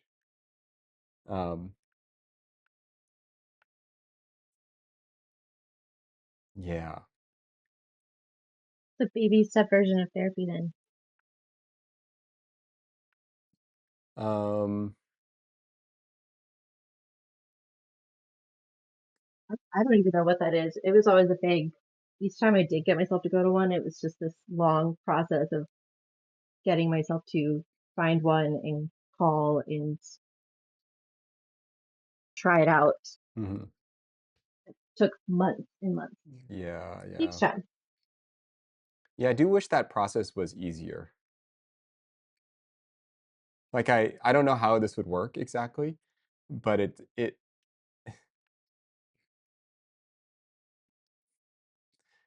it's almost like, it would be fun to, like, scroll through a TikTok of different therapists just talking, and then you could kinda get their vibe just from how they talk. I wish there was a better way to like shop Yeah, or yeah. What's the vibe? Can I just not scroll just through the that. vibe?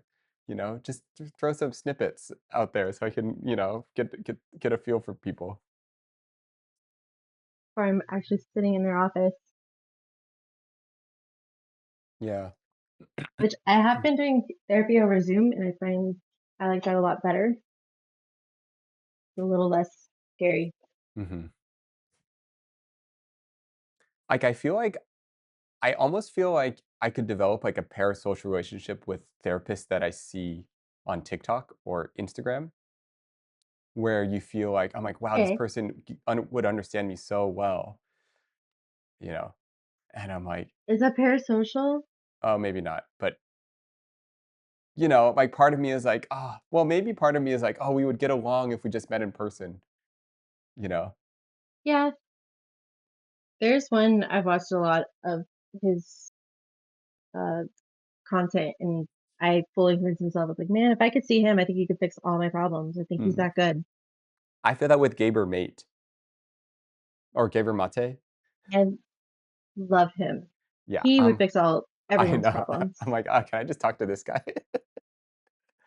And he just Uh, talked to everyone. I know. Every time I hear him talk, I'm like, "Wow, he said it so well." So if okay, he's the type of person who, like, like, sometimes I'll see an interview with him, and he'll almost, like, cut someone off and point straight at the problem. But in like the most peaceful way. Totally. Yes, Like, exactly. It's, like, in such a but he still does kind it. way. Yeah, yeah, yeah, and I'm like, "Oh, man." It's just so to the point, but, like, in a way that's like, "Look, you're struggling with some that all humans are struggling with." Like, it's this compassionate thing. Dr. Gabermead, I think, yeah. He, he always finds the thing behind what they think it is. Mhm. Totally. By the way, just checking Like in, I thought how's I was your really, really angry. yeah, yeah, I'm just checking in, Oh, how's your sorry. energy level? Or I know, like, talking about heavy stuff is more mentally draining. Um, we can, like, take a break at any point too, you know? Um, I'm I'm where are good you with at right now? whatever. This is your stream. I'm just so art. Oh, yeah, what happened to the art call? So art. Um, yeah, about the art.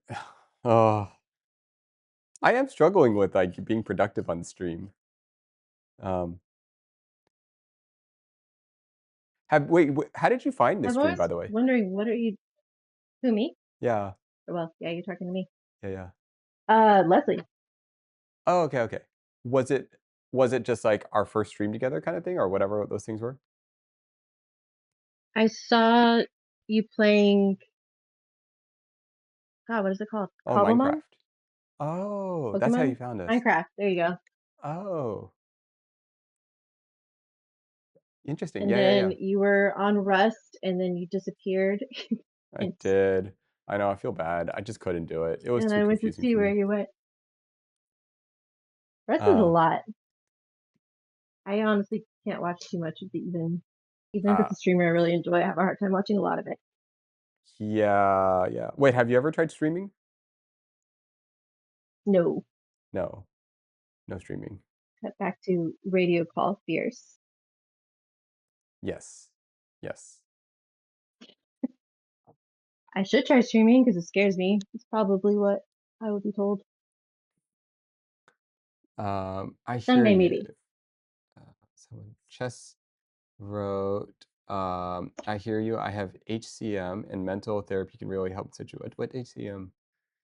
Um, I encourage you to reach out to a doctor of recommendation, especially help folks with medical issues.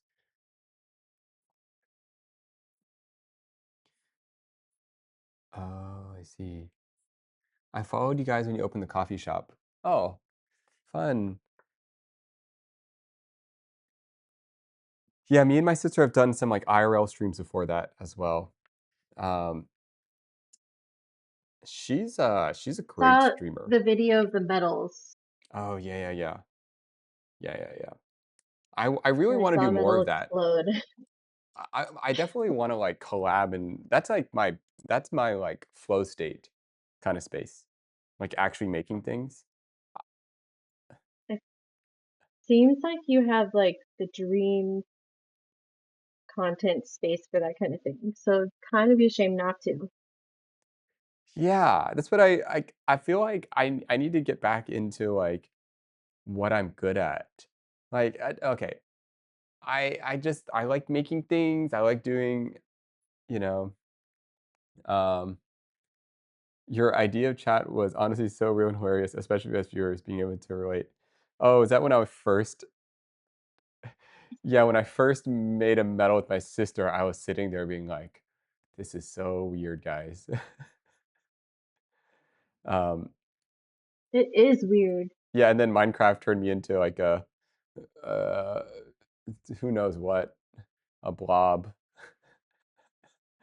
I gotta make sure I don't Blob. I fight that though. Okay, um, because I have a thought in my mind. Um, you What's the don't thought? want to you never wanna, like you don't really wanna lose your individuality. I don't know how to say this. Like, I genuinely do like baking things. I think, like I think I'm a little bit self-conscious of, like, how hard it is to make things and engage with chat simultaneously, and I think when I first started, my sister can engage with the chat, and I can make the thing. You weren't like So stressing over the other half of it. yeah, so I feel like I need to collab or co-stream with a streamer that can kind of, like, quote, unquote, "talk to the chat." That To helps me. me, it would be fun What's that? just just the stream, like the metal stream. That's what I go back to 'cause that's what I saw. But if you had someone come in and they just never like a lot of people don't get to make things ever. Yeah, They don't yeah. have the tools to make it. They don't know how to make it. They, you know what I mean? Mhm. You just have somebody come in and show them how to make something. It's that would be fun. Yeah, and it's fun to show someone like, I have Patty with me, but she knows how to do most of these things, you know? So, it's that the energy doesn't exist between us, um, but Yeah, that's what it having is. Like the someone like clueless my and the one who sister. knows. Yeah, yeah, my sister doesn't know anything, so it's kind of funny, and vice versa, like, I didn't know anything about Cobblemon, so it's kind of funny when one person, like, doesn't know anything. Right. Um, I think that's where like the fun part of it is. yeah. At least to me, that's what I enjoy. You should do a collab with a streamer you've met and teach them something, and they can talk to chat as well while you're in alone, like Blau, Drew, or Me Young. Yeah, Blau would be great. Um, Drew, does he live in LA? That could be fun. Me Young. Have you ever watched Me Young stream? I have. I like Mia. I want to hang out with Me Young because she's got that mysterious vibe where I'm like, I I was don't. gonna say when I've watched it, you don't know what's gonna happen on her streams. So So that's I'm why it's fun like, to click. yeah, yeah, yeah. I get this mysterious vibe where I don't know what's going through her head. So yeah. Um, um, yeah, she's pretty good at that. Um, have any of you guys had a therapist that's just straight up actually mean to you guys? Like where they've gone too far in the confronting? Has anyone had just like a really bad therapist that's just like totally just trying to trash you? Because that would be kind of funny. I mean, it wouldn't be funny, but I feel like I don't know. Could you go too far? Maybe you need that supportive therapist and instead you get the therapist that just roasts you.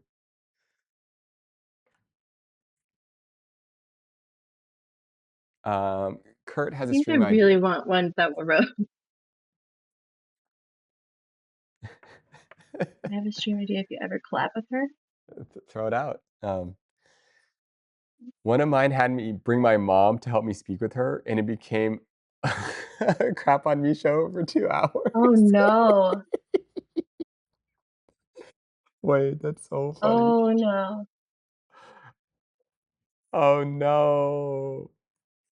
You think they're on your side, and then they switch on you right as the mom shows up. Like nightmare. Like get me out of here. The closest thing a therapist I had was a high school teacher who told me to get over my stress and negative thoughts.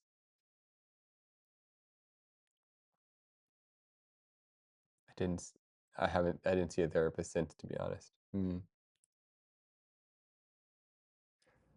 feel like that's a little Something fair. that was interesting is, um, when I was when I had a therapist, a lot of, um a lot of where the themes would kind of come back to would be sometimes, like, I would have a pretty good understanding of my mind and mental space. And then it was like trying to like make it present and connected to my body. Like sometimes almost too safe or I live too much in my own head. And so in that pursuit, I actually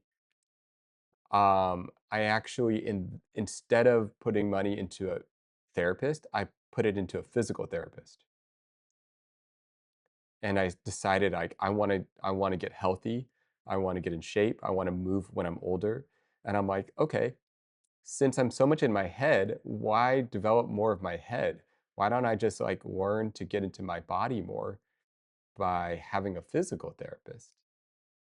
And so that's kind of how what happened to me. So, And yeah, I think it worked out. did you see an actual physical therapist, Yeah, I'm or still did you seeing go to one. like the gym and have like a trainer? No, I saw a physical therapist and I told them my goal is to like move well when I'm 70 and like just have a better connection to my mind and body.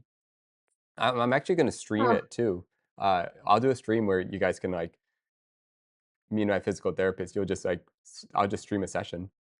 Um, that would be that would be interesting. yeah. Um, Mine's always trying to connect me to what I'm feeling in my body when I talk about things, and it throws me every freaking time. exactly. So that's why I'm like, I don't know. and that's why I was like, well, then I'm gonna go and get a physical therapist. If I'm always trying to figure out what's fueling my body, then let me work with someone that's a specialist in mind body connection. That's fair, honestly. You know? Huh, I haven't thought of that. Do you do okay, when you're going through something, do you show it through your body?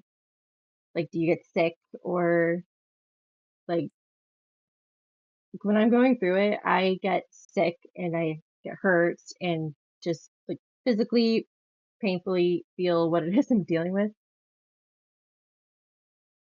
Hmm. Um, it's more subtle for me. Maybe a little bit, but it's not like I don't have like symptoms like that. To like really be going through it. Hmm. Yeah, yeah. Yeah, that's really going for it. To feel like I can't get out of my bed, that requires an immense amount of well, only a couple events in my life have ever pushed me to that state.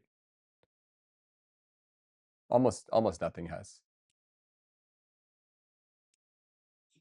Had a couple. Yeah. Um, I have um, a okay. just I have like therapist trauma that Ooh.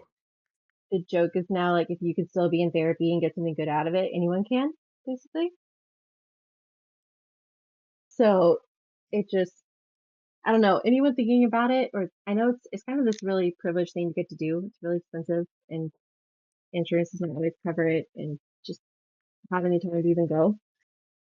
But if you can, if there is any kind of possible way, don't give up just because of one bad experience or two or three. Yeah. Yeah, yeah, yeah. Um,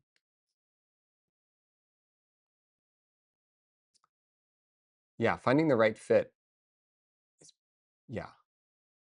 Um, if you can there it is possible to find someone with such incredible language abilities or listening abilities or compassion abilities that they can like change your life.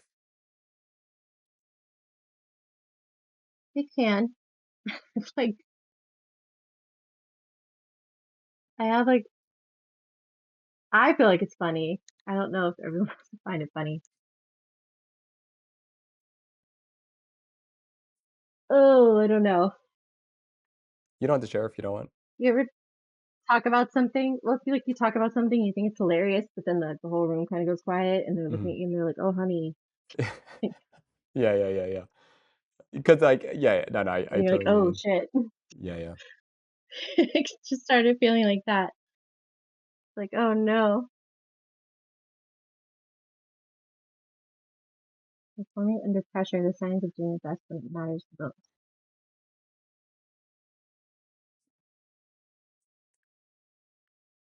It is annoying that you said physical therapist because every single therapist I've ever seen has told me that exercise is like basically the thing that fix all my problems, mental health problems.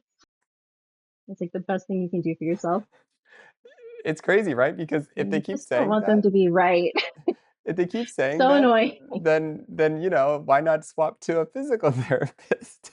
It was just, I like, know. it was so logical to me. I'm like, "How come I keep hearing this? Okay, easy." And I think, like, literally, like, one of those sessions, I was like, "You know what? I think I'm good." And then I got a physical therapist, and it's been great.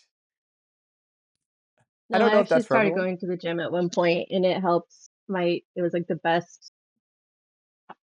my mental state had been in a long time and I was like, damn it. No.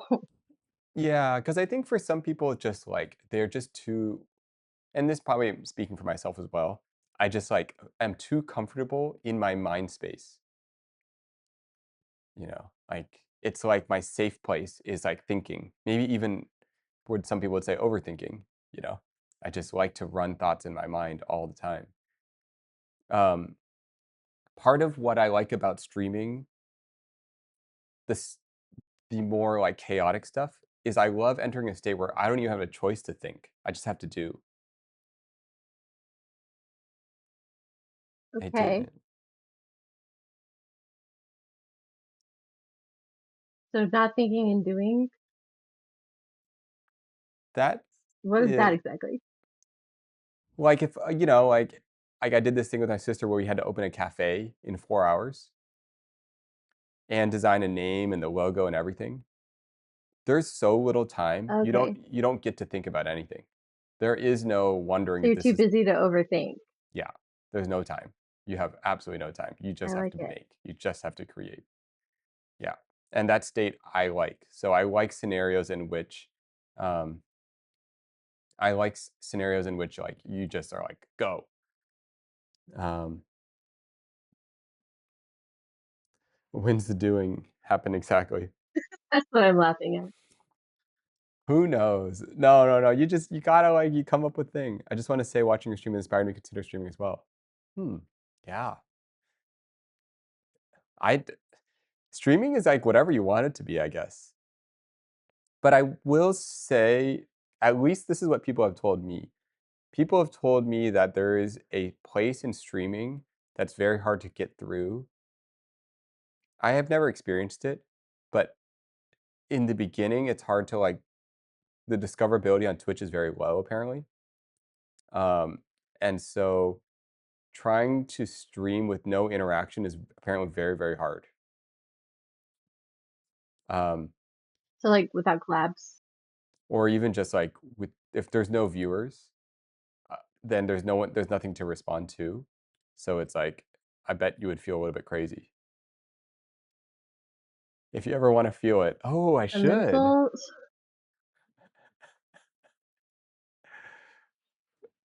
Just create a burner account. Okay, that's a good idea.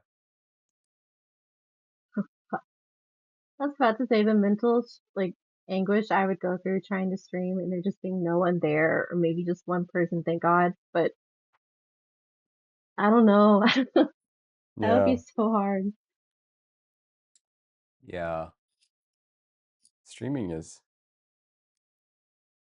yeah. Just create a burner account. There's so many states of streaming that would be, like, difficult. If you wanna shoot random ideas, you could visit the boys of Safety Third with Nigel, William, Backyard Scientist, Alan Pan, and sometimes Michael.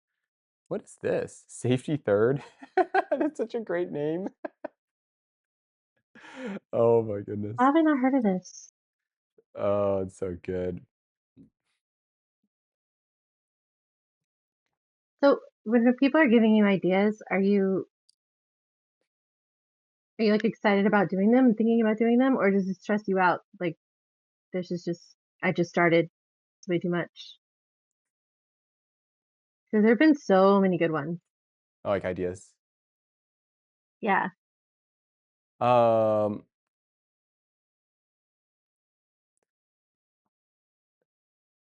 I do, I do how do I say this? I do. Yeah, I do need to feel. I do need to move in. Uh, I do feel like I'm procrastinating on doing a lot of the things that I want to do. Um, I don't know why. Scary. It's like a lot of effort. Um, no one really starts from zero though. At least you would tell a few friends. That's true. Oh yeah, Sample, you've done streaming.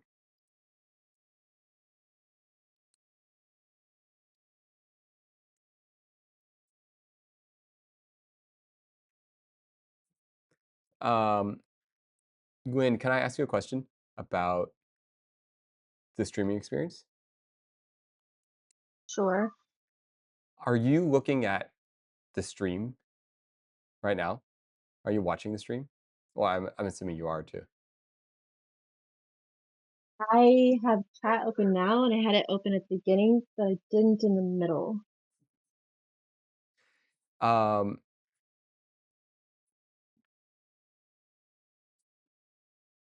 I guess I'm curious. Okay, I guess I have a couple of questions. Um, um,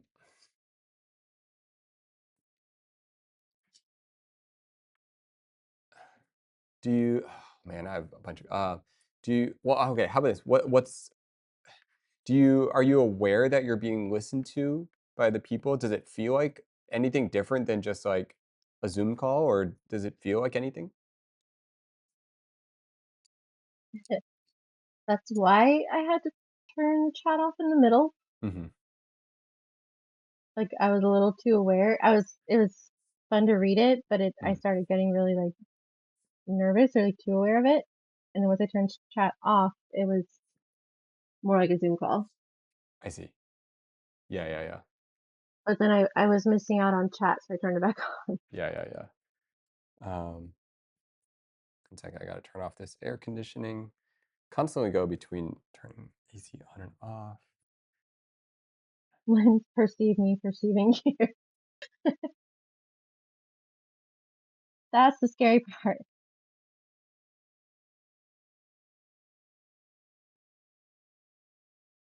Yeah, I need a snack. What is your physical state right now, Lynn? Are you hungry? Are you tired? Where are you at right now? I'm pretty sure I need water in a desperate way. Yeah,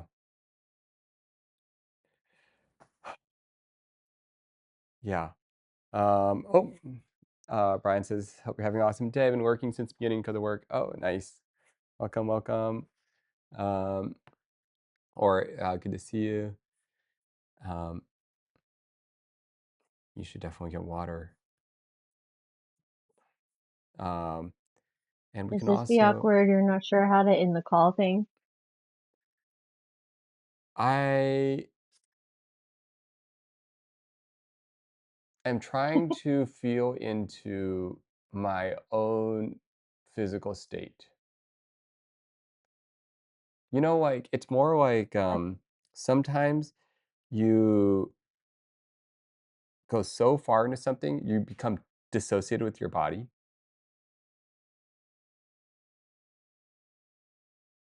Does that make sense?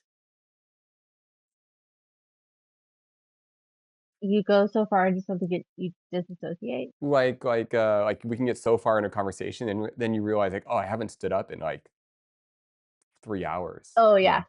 Or just even where am I in the Exactly. Like, have I stood up? Have how did I I get here? Yeah, yeah, and then I think while streaming, while chatting is an extra layer to that because we're being present for each other while simultaneously being present for the chat while, it's just like a lot. So your like your bandwidth is so high that you almost like dissociate a little, and you're like, wow, I haven't stood up in like 3 hours. Um, so I'm more just observing like, where is my body at? What am I feeling right now? What is it that I really want? Yeah, I really, really suck at that, so it's good for you to say that. Yeah. I'm just kind of I will eat observing. nothing, drink nothing, not move all day working on something and realize it's been 8 hours, 9 hours, and I haven't looked up. And Dr. Owen said, honestly, if you weren't reading chat, would you also pace around? Yes. If I wasn't reading chat, I would not be sitting down. If I I wasn't, was pacing around. oh, if I wasn't reading chat, I would be walking. I would have been outside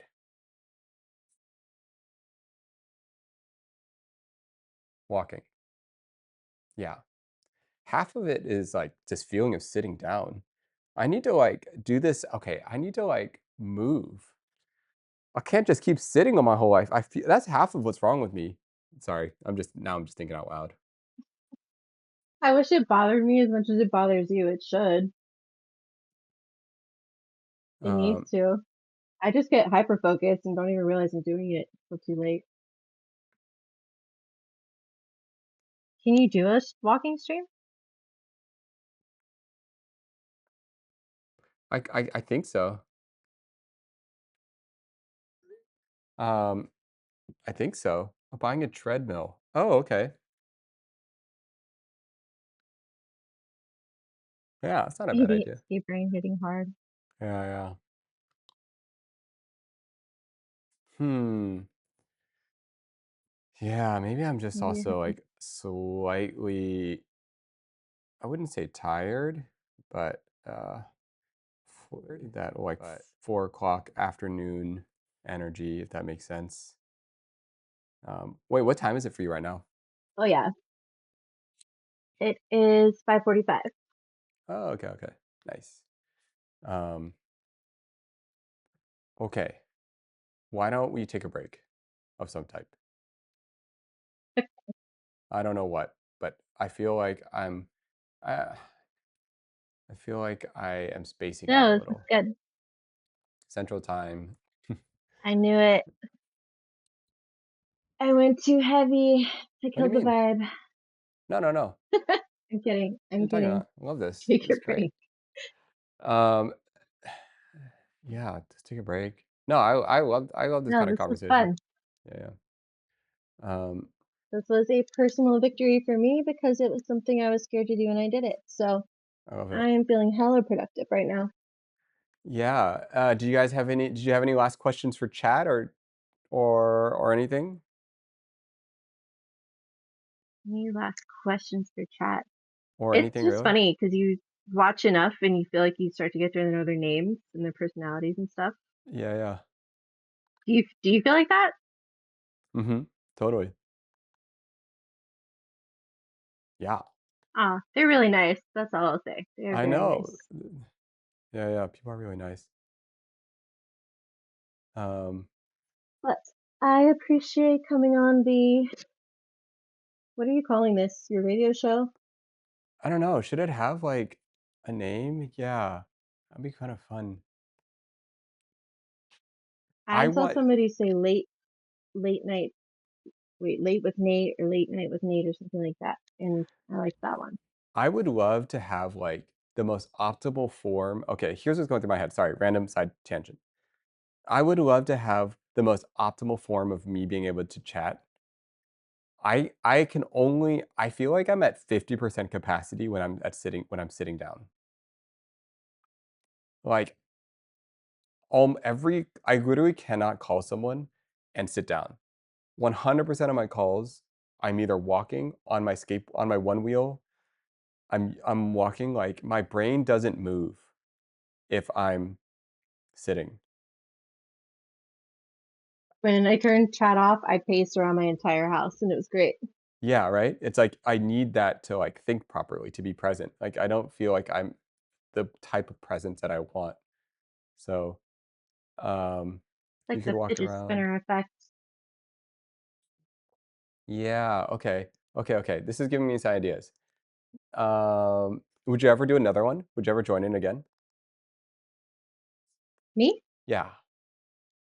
I don't know why I keep saying that. I'm the only one on the call right now. Yes, Okay, okay. That'd be fun. I would like to do that as a little No pressure. personal goal thing. That would be cool. Yeah, yeah, no pressure. Just curious. Um, No, I'm um, just gonna very purposefully not go back and listen to any of this so I don't pick it apart and we're good to go. Yeah, yeah, yeah. Just don't worry, we're just talking about life and, um, yeah, you're great at conversation. It's very easy. Um, I just wish I wish I was more focused or present. Man, I've become really aware, like you said, going back, I feel like I'm very aware that I suck at okay, how do I say this? I feel like I'm very aware that I'm not good at conversation while streaming. What? Are you serious? Yeah, it feels I, like, watch it, I'm Like, like, "I cannot find it." I like, "What's wrong with me?" Like, I hear it, I'm I'm like, "Oh, okay, what's wrong try with not to me?" just, like, invalidate that because I felt that, but it's just funny. I I would not get, like, think of how do you say this? The nervous person that I am would not just jump on a conversation with somebody if they were perceived to be bad at conversation. That is hell. If I thought I had to jump on here and carry it in any kind of way, that would have Mm. been a hell to the no Mm. kind of thing. It's just interesting hearing you say that. Our own perceptions of ourselves, it's they're just not right Yeah, half of it is that, majority like of the time. okay, conversations, Kurt was saying conversation without being recorded is better. Yeah. I think a lot of I think a lot like, for example, if you and I were not being recorded right now, even, like, there's, like, subtle things that could, like, be easier to flow with. You know, like, for Yeah, example, I feel that. maybe each of us could share, like, deeply personal things if we wanted to. Um, Or just like the double thinking of how it's gonna sound or yes. exactly. Like, if are we talking to each other? Are we talking to chat? Or I and half of it for me is, like, I just don't feel like m if I don't move my body, I can't think. It's like that whole, like, the shark needs to move to breathe, you know? Um, This is why you yeah. didn't choose a desk job. I have to move. I, like, have to move. Okay, I'm gonna figure this out. I am going to get a movement. I'm gonna walk around somehow. Okay, this is it's totally making me realize this because I wanna be more present and I wanna, like yeah, IRL streaming. Yeah. Or I could just yeah, anyways. Okay, this is super helpful. Um, You have a huge warehouse, do you not? no, it's tiny. Is it tiny? It looks Yeah. huge in the metal making videos. Yeah. I say you probably have internet in that whole thing. You can walk around it, and That's that can be like a baby step into IRL. yeah, yeah, yeah, that's You're not true. actually Um, walking your neighborhood. yeah. Um By the way, Nate, I'm going to be a speaker at the brunch for work on Wednesday about my work experience with the disability. Ooh. Is it just curious, is it something that will be online or is it just going to be at the just going to be at a brunch? Just I'm guessing it's just going to be for your work. Um huge to us and tiny for him. Mhm.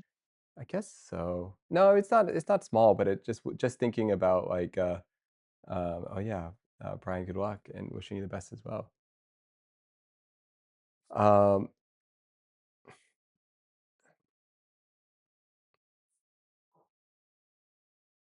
I watched oh. the Microsoft stream. You have a pond. Oh, yeah, we do. There's a pond well, it's like a little fountain. Okay, so It's like a maybe not a little pond. yeah, yeah, I just called it a pond. I was being vague, but I'm like, it's a little Okay. fountain. I was like, that sounds so nice. They're just walking out and it's so quickly able to get to N a pond. no, no, it's not how you think. You could also have a co-working stream. It's a category on Twitch, you set up your cameras around your work area. Whoa! Wait, that's cool. Um, Wait, okay. oh, it's Curtis. That's what Curtis and I were talking about earlier. Yeah, yeah. Okay. I used to I actually work with those a lot. the co-working streams? Mhm. Yeah, yeah. Um, okay. So I'm also okay, I have to go to the bathroom as well. Um, so Oh, let's see. you go. Let's see. I'm probably gonna take it over. Okay, okay. So I think I'm just gonna take a break from the stream. So maybe we can both sign off at the same time, and I I can will just sign off and no, no, no. I'm just gonna take a break, and then oh, I don't know. It's like the temperature's off. I'm just out of it. Um, um, how long yeah. have you been streaming, honestly? I feel like I've Oh been shoot. streaming a long time today. Yeah, maybe that's it. 6 I'm just hours. like, yeah, yeah, 6 hours of streaming. Um, okay. Why don't we call it? Um, I need food. I'm just I out of had it. fun. Thank y'all Yes. chat. Okay. That Yeah. was a good time. Lynn, thank you for joining. I'll see you in the chat, and then I'm gonna try to figure out what I need to have uh more of these Discord hangs. Sounds good. All right. Thanks again, Thank and come visit more.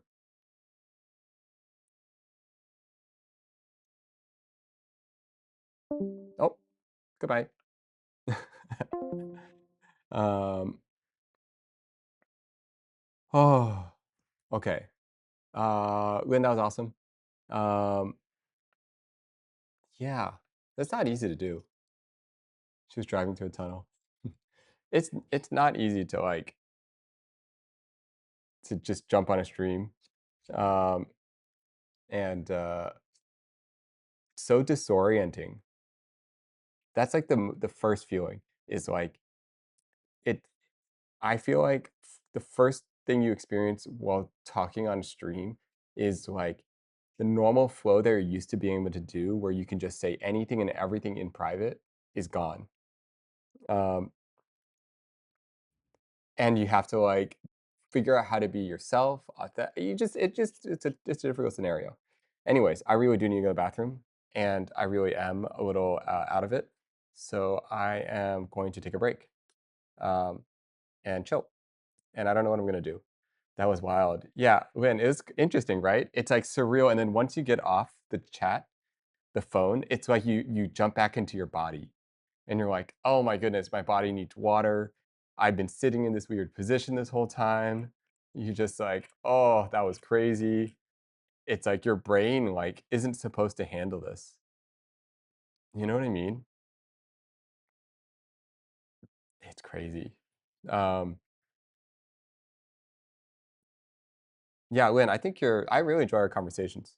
Um, I I think it's just fun to go deep into things, like, um, figure out your dinner plans. The president of the company asked me to represent the company on Wednesday. That's awesome. Dinner ready? I feel like you just ate lunch. I did. I do feel like I just ate lunch. Okay, for real. I actually do need to go to the bathroom. Okay. Okay, guys. I'm gonna call it. Lynn, thank you so much for the conversation. Uh, I know, uh, I know in the moment it feels like just having a conversation, but like when you're done, the weight of it all, uh, it's a lot. So yeah, thanks again. Thanks for saying yes to that. Flip, thanks for hanging out this whole time, and AKA Seven and Brian. Um, Dr. Owen, thanks for all your insight, and you've been procrastinating for 4 hours, so we're gonna stop, and now you can actually get your work done. Sample, um, also great to hear your insights into things, and Kurt, and uh, Iceland as well. Well, I mean, there's a lot of people. July in Spanish, and Connor, and oh my goodness. Actually, now that I think about it, a lot of you guys, like, it's great when you guys are like talking, like adding things into the chat while we're talking. Um, it's just really nice. Um, um, yeah, Lynn, that was awesome. Thank you for joining that, and I will see you guys. Time to take a break.